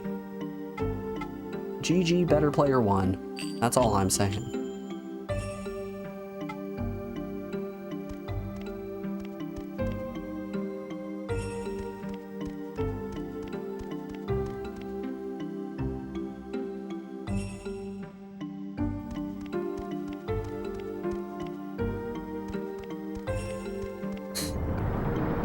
Alright, let's keep going. It is the duty of us, the vessel of light, to not be dissuaded by repeated deaths. It's over and over again.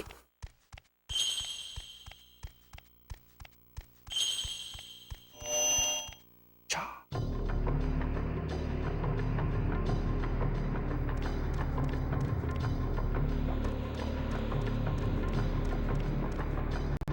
Alright, dragonfly time. Let's get a couple more dragonflies.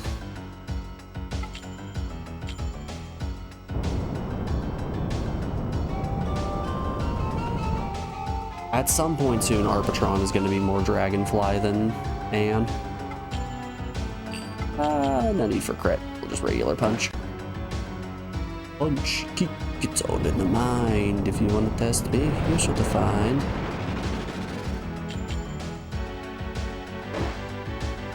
And things such as that.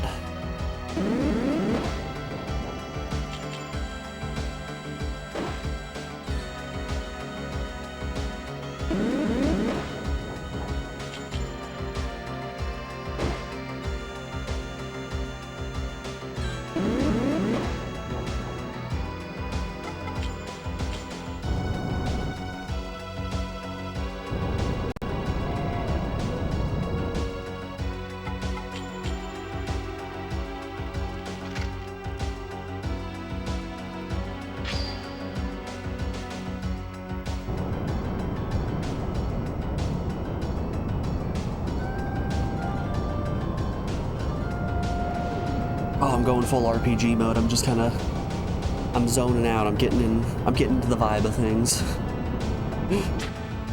Maybe it's the fact that we didn't sleep all too much last night because it was New Year's. Who's to say? But we are in fact just getting into that vibe zone.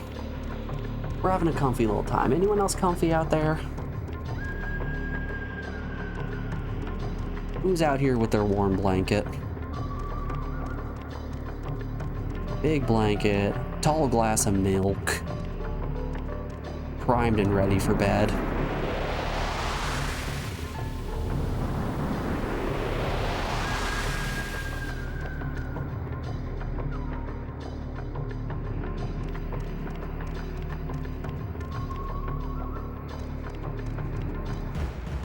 Alright, but what is the deal with the Silence of the Lambs ass loading screen that this game has?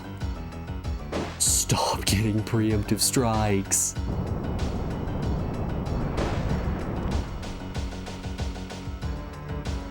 What am I supposed to do about that?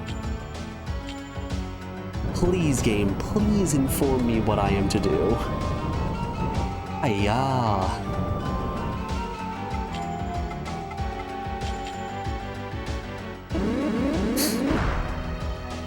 El Terrible.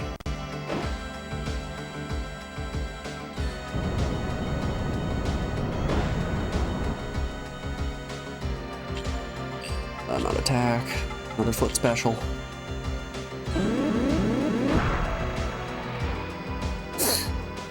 Remember, kids, if you're ever offered a foot special, be sure to turn it down, because that's gross.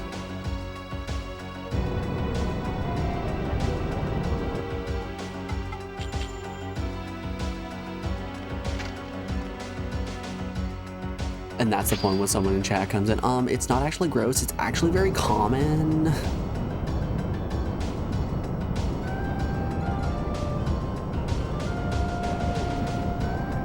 I think we should be a little bit less judgmental to people with their individual tastes. Ah, yes, keep digging your hole there. You're just digging yourself deeper, buddy.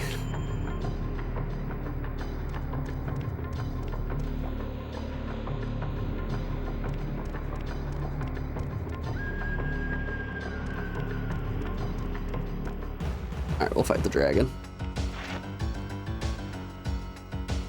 Ooh, 2 dragons.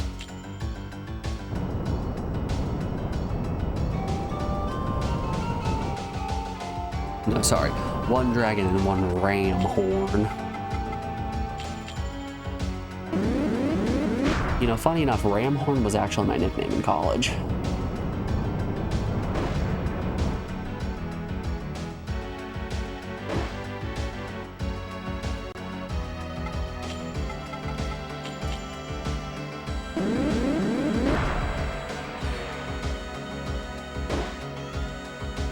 Man, we'd be in much better shape in this fight if that first foot attack hit.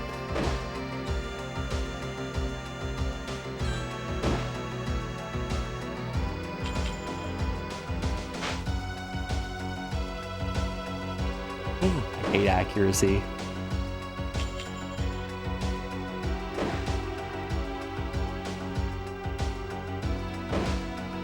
Nothing feels quite as bad as missing, and then missing again, and then missing a 3rd time.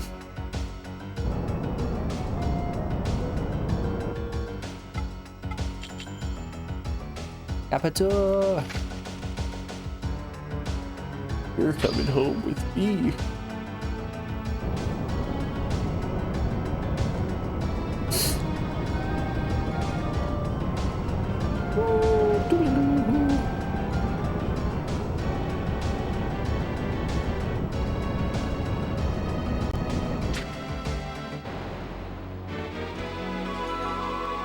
And you guys know what else I've been getting a lot of ads for that have been making me like, I don't know if I'm gonna say irrationally angry, but have just been making me actively upset. It's all the commercials I've been getting for tax companies like TurboTax and things like that. Good golly, do I hate TurboTax.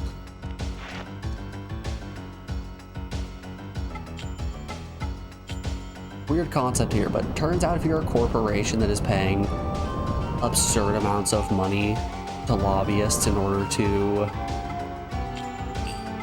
obfuscate the tax code as much as possible, chances are you're going to develop some enemies, one of those enemies being me.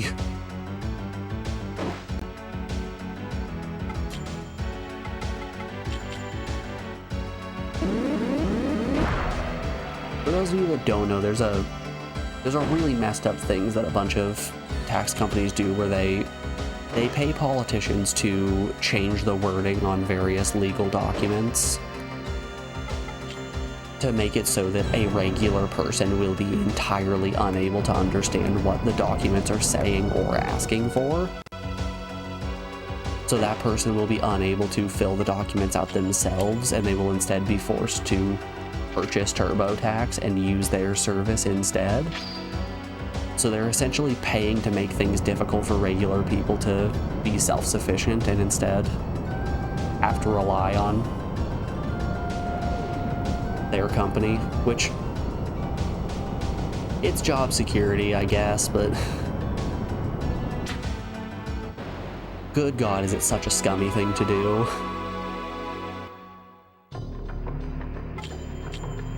So I've just been getting these ads that are like, yes, come to TurboTax, you have your W-2, do you not? Get out of here, I don't want to see you. No one likes you, you're a bad person.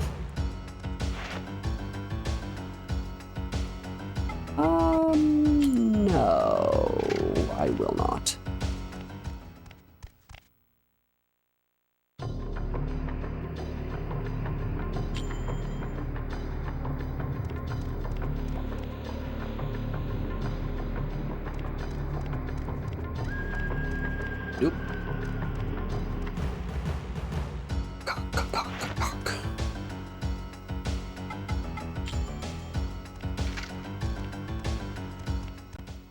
And out we go. Alright, I'm assuming in the next room or two we're gonna hit the boss. Maybe right now. Maybe I should have healed up. Yeah, that's a cutscene. Okay. Well, this very well could be the boss. Man is a selfish beast. He will ruin everything to survive. True, true. You're so right. +2.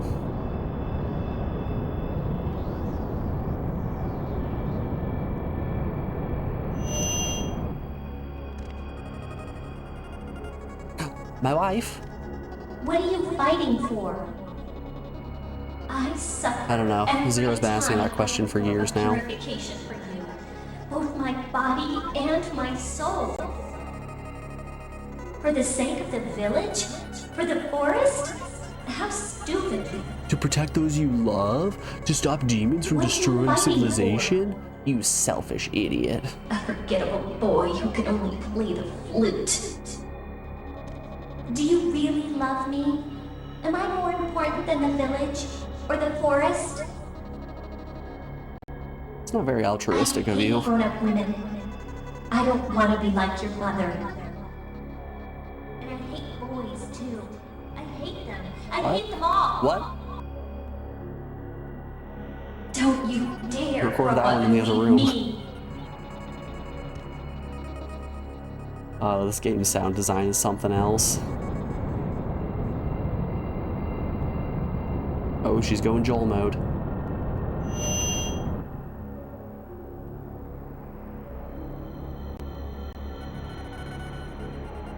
Ah, Big Nose is back. That was not trickery. It was the real darkness in her heart.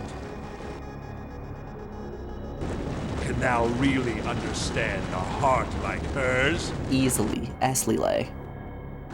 Thou art nothing but a boy. And I have a firm grip on the darkness in her heart. Firmly grasp it. No, the lid, Patrick.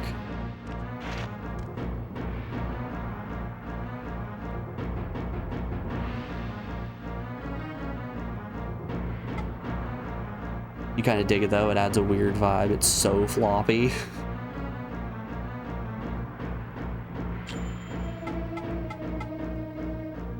I like to believe that those are disjoint statements. You love the weird vibe from the sound design, and also his nose is floppy.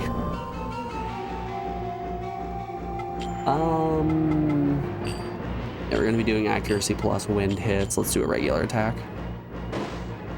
Just to get a little bit of health gone.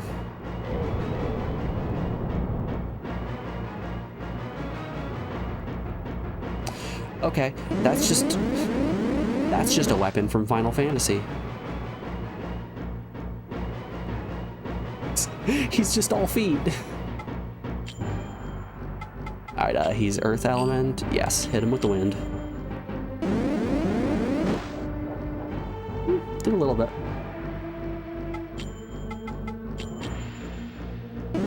Legs, the boss. Legs.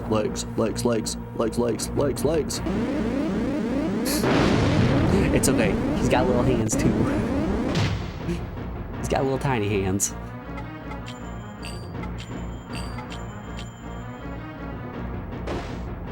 Oof.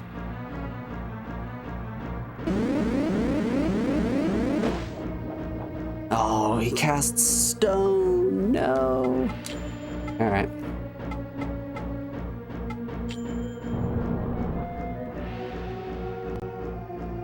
Man, the hard part of this boss is the fact that we don't get a save point beforehand.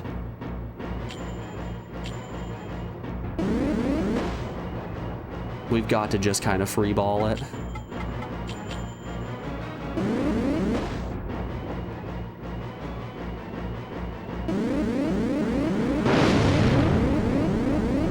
If we can get a kill, a lot of damage.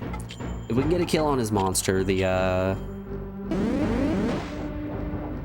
regular fight shouldn't be too bad. Steppy 2. You gonna jump? No, he was just... he's just kicking the dirt off his shoes.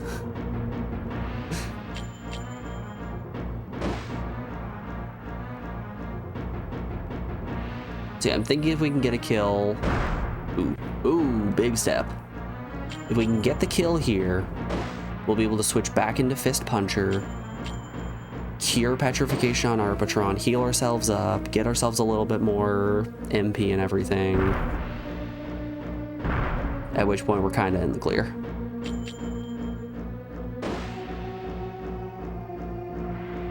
Don't you do it. Don't you do the big step. Ooh, he's big stepping. Oh, our little guy was just writhing in pain.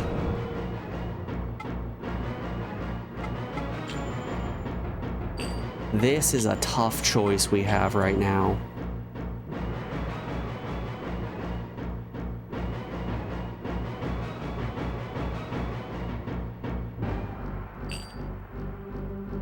Okay, here's what I think we're gonna do. I know that Arbitron is stoned right now. We're gonna swap into Arbitron. We're gonna do one physical attack that should kill the monster. It'll swap back into regular Earth Lad. At which point we swap back to Fist Puncher, heal ourselves, and go from there. Oh yeah. Oh, we can take a hit, no problem. Okay. The monsters are really the big threat in these fights. Alright, use our Mugwort. Alright, it's smooth sailing from here, y'all.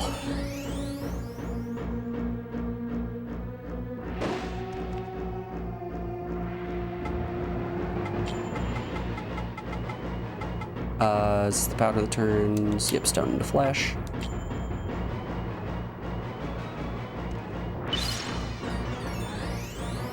What do we? Yikes. He does hit kind of hard. Yeah, we'll probably be fine. I mean, one physical attack from Arbitron did a lot of damage to him already. We'll probably be okay to kill him before he kills us.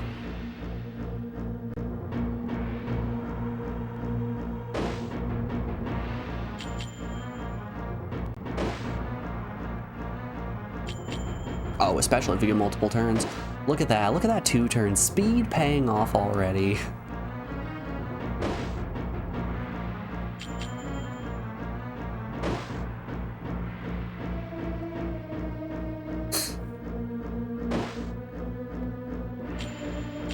And here's the kill.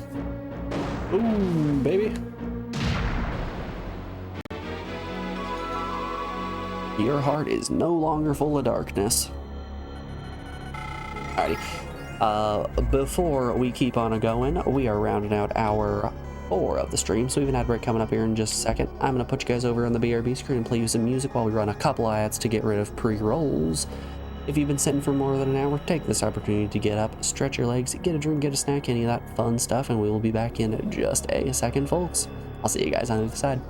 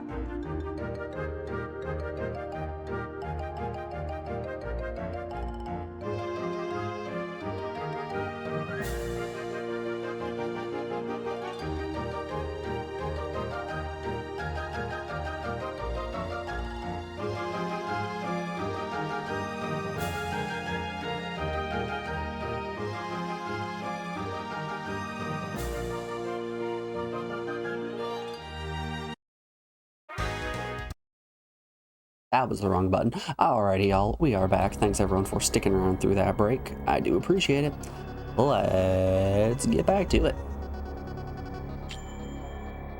Yay! Arpatron got a level up! Everyone, cheer for Arpatron!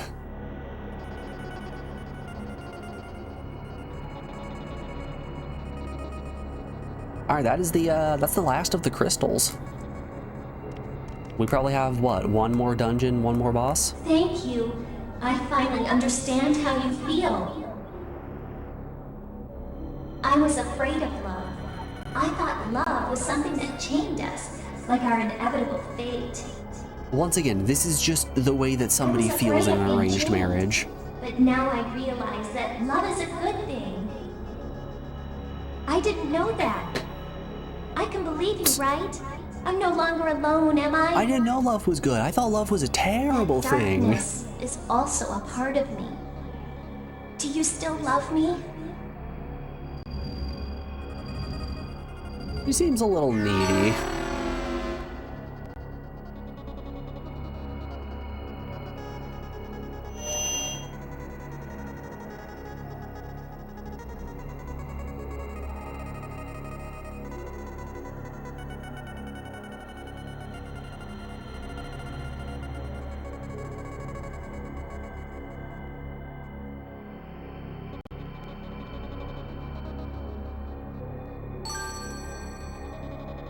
Out here needing constant reminders that I love her after I physically tortured her.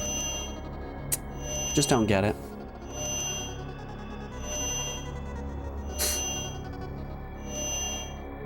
After I physically tortured her, I sold our wedding ring. I told her she was stinky all the time. Like, I don't see how this doesn't just show that I have nothing but the most love for her.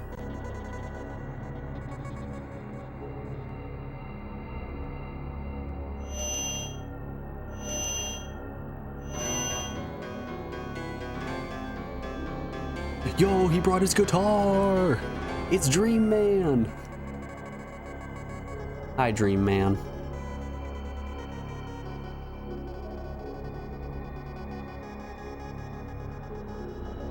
Impressive. You've Oh, he's overcome much chosen one misery now. thus far. The moment of purification for the accursed souls of man and minion is at hand. Okay. If you do not heal my sadness before the moth emerges from the divine cocoon, darkness shall rule the land of peril until the next transmigration. What are you talking about, Chosen one of buddy? light, the time has come. Now we determine the future. Now you must defeat me in mortal combat. Oh no. What is he saying? That's a good question. What a good looking question. He's gonna get an attack before anything. I'm just gonna get killed.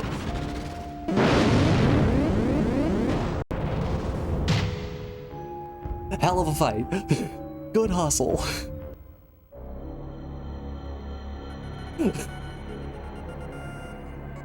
What? Was that the true power of the chosen one of light?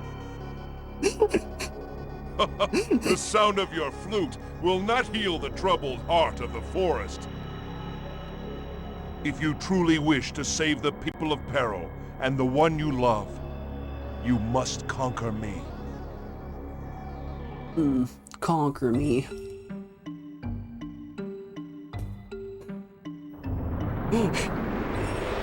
And back out we go. Alright, we got some monsters to fuse. It's gonna make me run through the forest again. Oh, this game.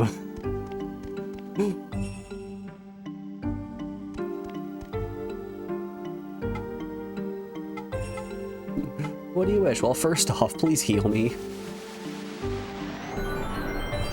Use your beautiful Nagi magic to heal me.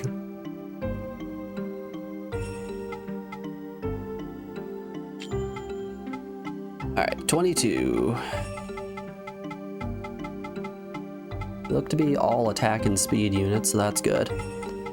It looks like we can make a level 20. Yeah, we should be able to make a level 20 from this.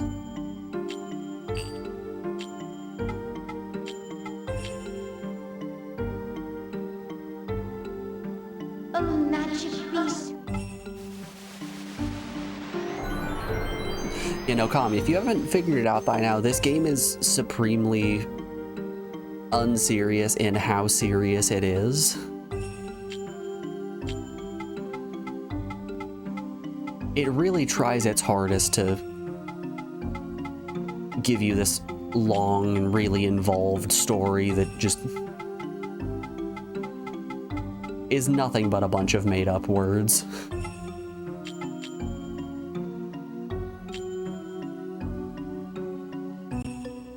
Okay, that thing's looking kind of cool, though.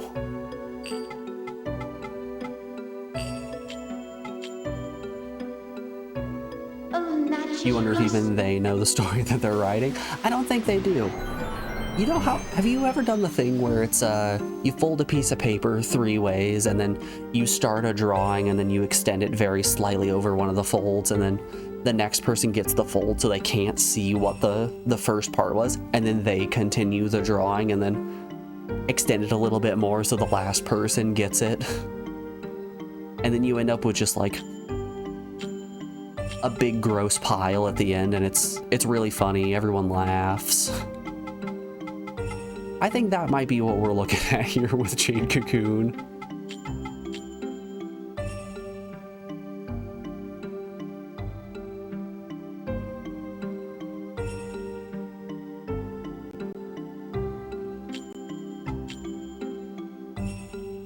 Oh, magic beast who doth serve us. Katsuya Kondo designed the characters. That makes so much sense. What else did Katsuya Kondo make? Did they do something that I would recognize?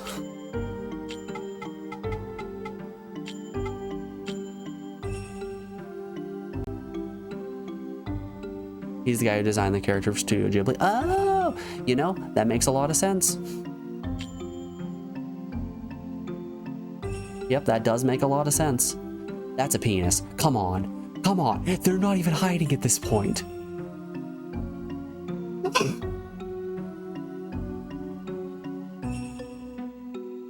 He's just wiggling his dick. What the fuck? Tail? A tail is behind the legs. This is very clearly in front.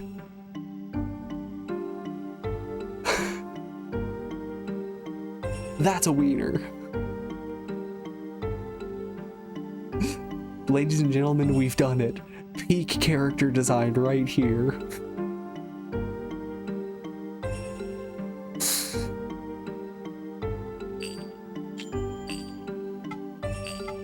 I don't think legally Twitch would allow us to put it on stream. We've gotta make something else real quick. Oh, Lord.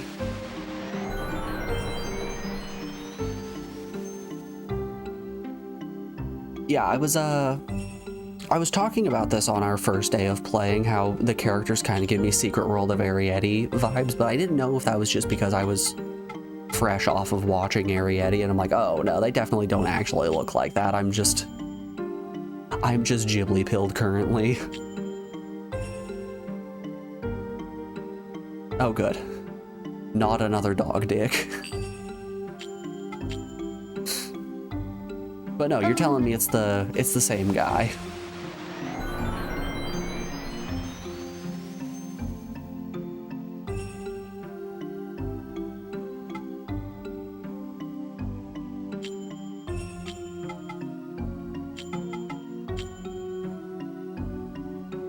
Woo! 4 attack, 3 speed. A lot of crit pluses. But what does it look like? Oh, weird. God, I just keep making really gross creatures. I love it. They just get weirder and uglier every time.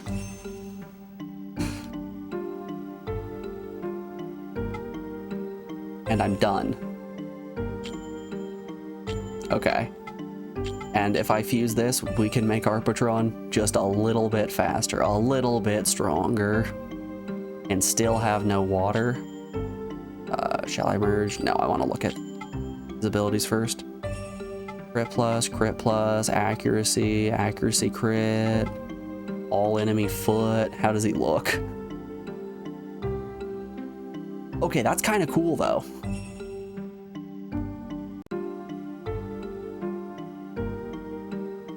Arpatron's really growing into himself.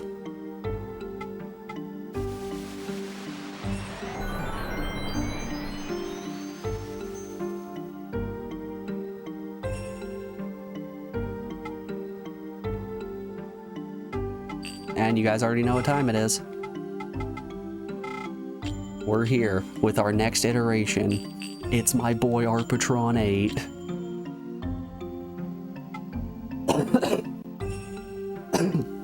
Oh shit, I forgot to mute.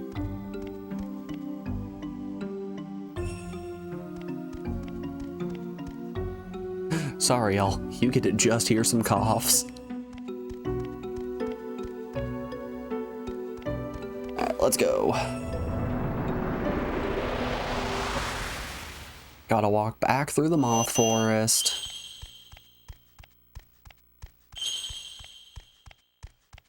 Treat him like Shrek 4. Do the roar.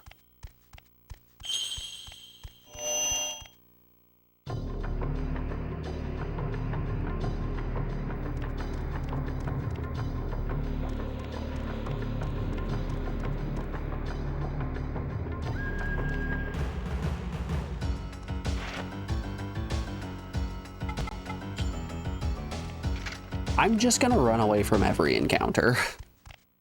I just want to get to the boss. I'm gonna be frank with you. Level 23 going into the boss, that should be enough. And you know, if this does mean that we have to death cycle on this for a little bit, that's how it goes sometimes, I suppose. Honestly, it's reloading screens. I think it'll be fine for us not to save here.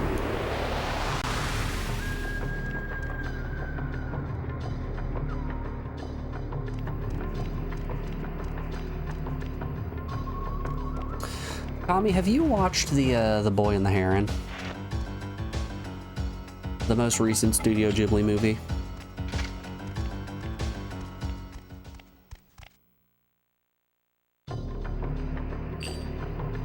Since Christmas, I've seen quite a bit of discourse on it, and let me tell you, I don't think it's a very good movie.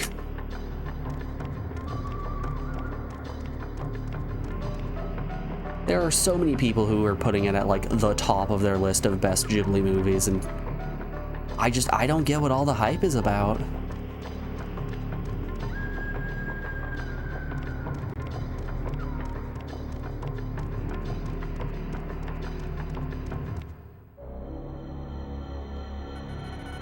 No, you haven't seen it. I don't really think you're missing out. It's an extremely symbolic and cerebral movie.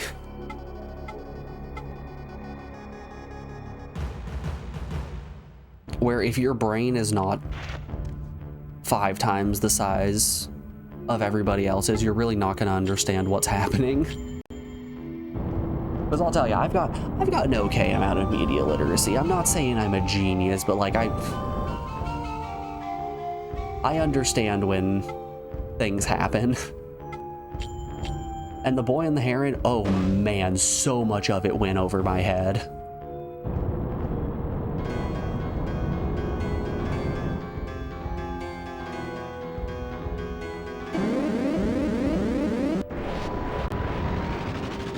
There's people who tell you that Ponyo is bad, so you can't account for taste.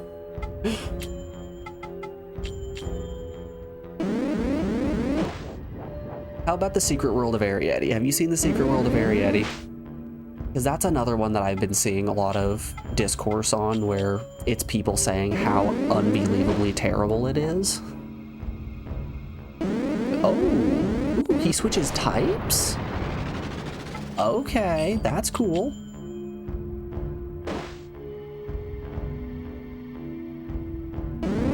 I'm sorry, he has how much health?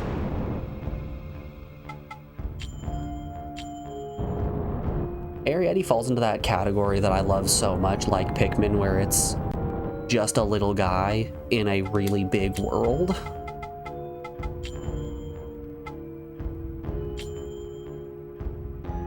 And I love it. The scope is great, the character design is phenomenal. What's not to love there?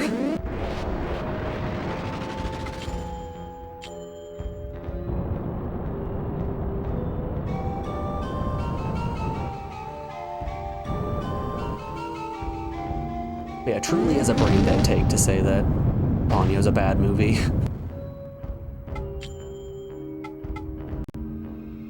Crit Claw, accuracy plus, it's gonna cost me all of my MP, let's go. I have accuracy plus! No! Mother of mercy. Cut me some slack. Oof.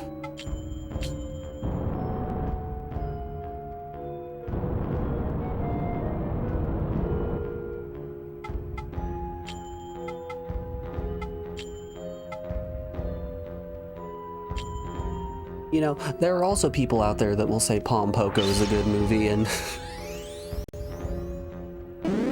man, if that isn't a huge L take. No, I love it for the story. I don't love it because I get to see raccoon testicles. Come on. I'm not owned.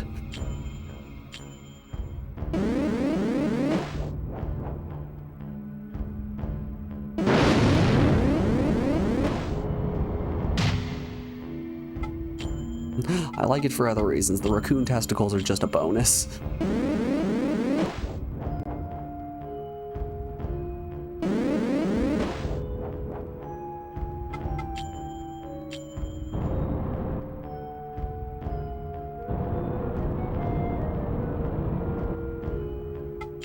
Nope, not summon, use.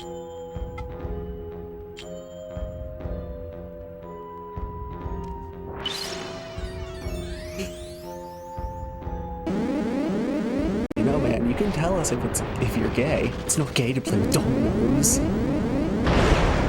Ooh, you got 2 hits.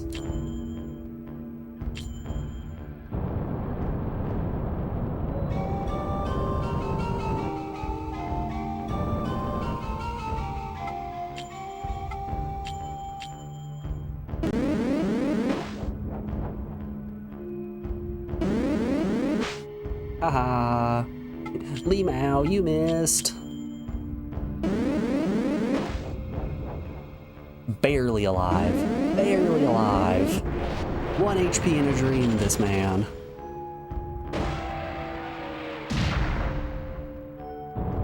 Alright, chosen one.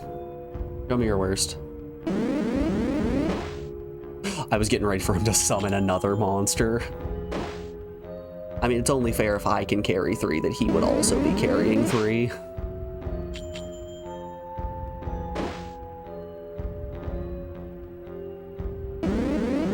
You know, this is kind of reminiscent of how the first encounter with Dream Man went.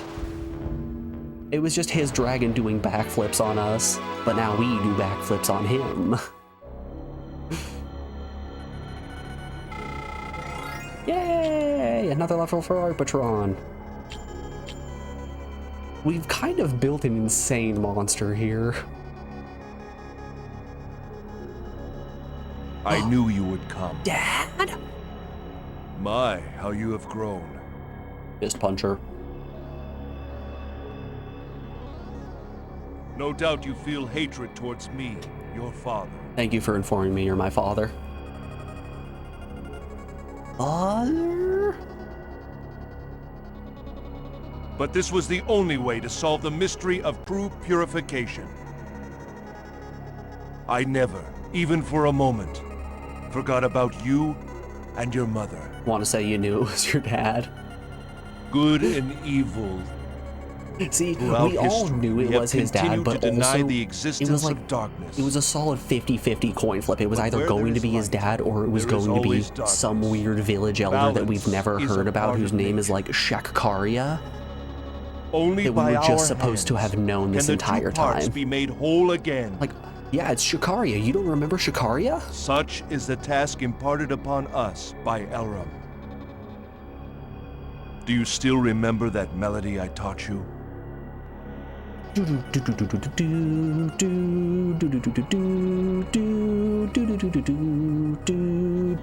is the time. Yeah, I remember it. We must play it together, my son. The symphony of light and darkness. The requiem of souls. You know, where's Louis? This is all I care about.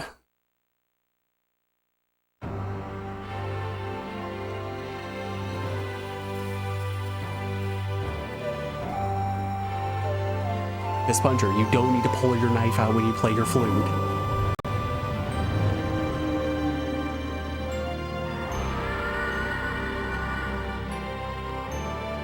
God, what is this PAL frame rate?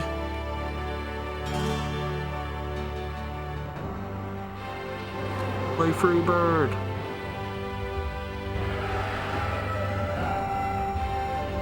And now they kiss.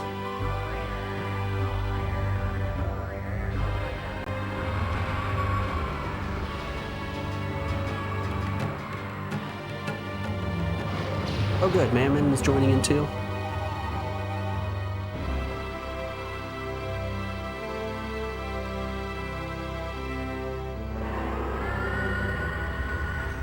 I was joking! Why are they kissing? I was joking! Don't kiss your dad's dragon! That's weird. Pocket wife!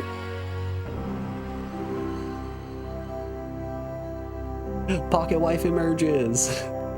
She's finally emerging from her chrysalid form.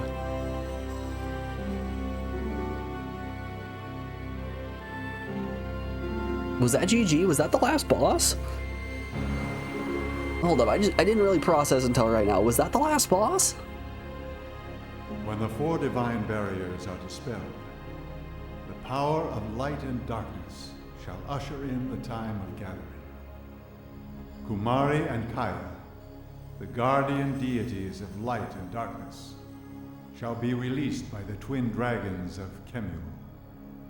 The chosen ones of light and darkness shall meet, and only then will the accursed ones be granted repose, and man shall obtain yet another fruit of knowledge. But it shall bear the seeds of responsibility. What are you saying? Mr. Elder.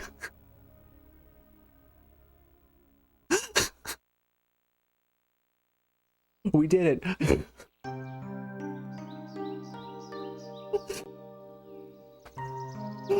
What the fuck?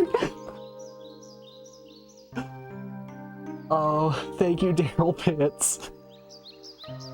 My boy DP. GG, thanks. Oh man.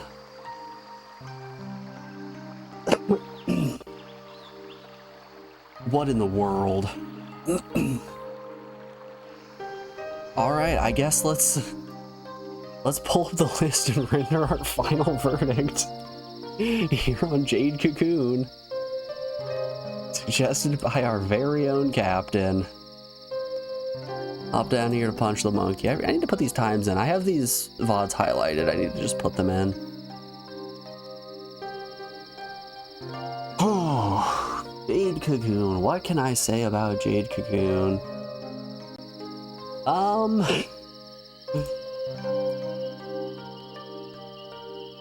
So, This game was fun. I enjoyed the gameplay aspects. I liked collecting the monsters. I liked doing the simplistic combat. It felt like fusions weren't necessarily a terrible thing. I didn't feel like I was being bogged down with like needing to pull up the spreadsheets and cross-reference what traits I'm getting to make sure that I maintain horn length, while also balancing my wings and my element. You didn't really have to worry about any of that. You just kind of fuse things together because you're like, oh yeah, this has attack. Attack goes good on attack. So gameplay wise, I really like the gameplay. I think gameplay is probably about an 8 out of 10. I wish there was a little bit more heft there, maybe in terms of difficulty, in not an unfair way. Graphics, the game looks pretty damn fine for a PS1 game, right? You don't really experience much lag at all. The game looks real good. I like the way that all the characters are designed. The environments were pretty. Probably about a 7. Music for this game, the music is where... I feel like the music is where a lot of PS1 games absolutely excel, and this game is no exception. The music in this game is top-notch. Every song never overstayed its welcome, even the repeating battle themes. They sounded nice. I liked them. Music, 9 out of 10. My one complaint would be that I wish there was more, like, heavy, gritty songs to, like, indicate to you, oh yeah, this is the final battle. This is what's gonna really drive it all home. Story. Let's do a little zoom in here and then pull her over. Can you guys... No, that's entirely blocked by me. What if we do a little scroll down? Yeah, you can see story now. I said this earlier in stream, but a lot of games, or just media properties in general, they will either like start on the rails and then slowly move off, or like start really far off the rails, but then tie it back to some kind of centralized theme to like keep it as a cohesive, enjoyable story. Jade Cocoon here throws you into a story headfirst, tosses you into the deep end without you knowing how to swim, and then they just start piling weights on top of you, expecting you to just sort of know. The story in this game makes zero sense, and it is off the rails from beat 1, and it never looks back. There is a story here, so I hesitate to give it a 0 out of 10 like I would with Saltwater Sport Fishing or Punch the Monkey Game Edition, just because those are arcadey titles, but I think a 2 out of 10 on the story is a solid rating there. Wow factor, I was kind of awestricken by this game. I understand why a lot of people put this on their list of best non-Final Fantasy PS1 JRPGs. I'm just gonna keep adding more adjectives to it every time. Just more qualifying statements to send it up the list. Wow factor, I'd say about a 7. Difficulty, the game was easy as shit. This game was piss easy from start to finish. Nothing here was particularly challenging outside of, oops, I accidentally missed 4 attacks in a row. Guess I'm dead. Probably about a 4 out of 10 just for that sake. With a final overarching score, I'm happy with giving this game a 7 out of 10. I think 7 out of 10 is a nice score for it. And yeah, I'm content with that. Oh, good golly. What's our next game in the queue? Our next game is Bass Fisherman Texas. Oh, Bass Fisherman Texas. Alrighty, y'all. I am super tired from oh, let me minimize that. Let's walk back over here. I am super tired. We stayed up real late last night to clock in the new year. I still streamed about my normal time. We've been going for not quite 5 hours, but over 4 hours. So I'm going to call stream here for the day. I'm going to send you guys on over to Shalee, who is currently doing some crafts after finishing up Five Nights at Freddy's. Go give Shalee some love, and I hope you guys have a wonderful rest of your day. I hope to see you again tomorrow for some bass fishing. Alrighty, y'all.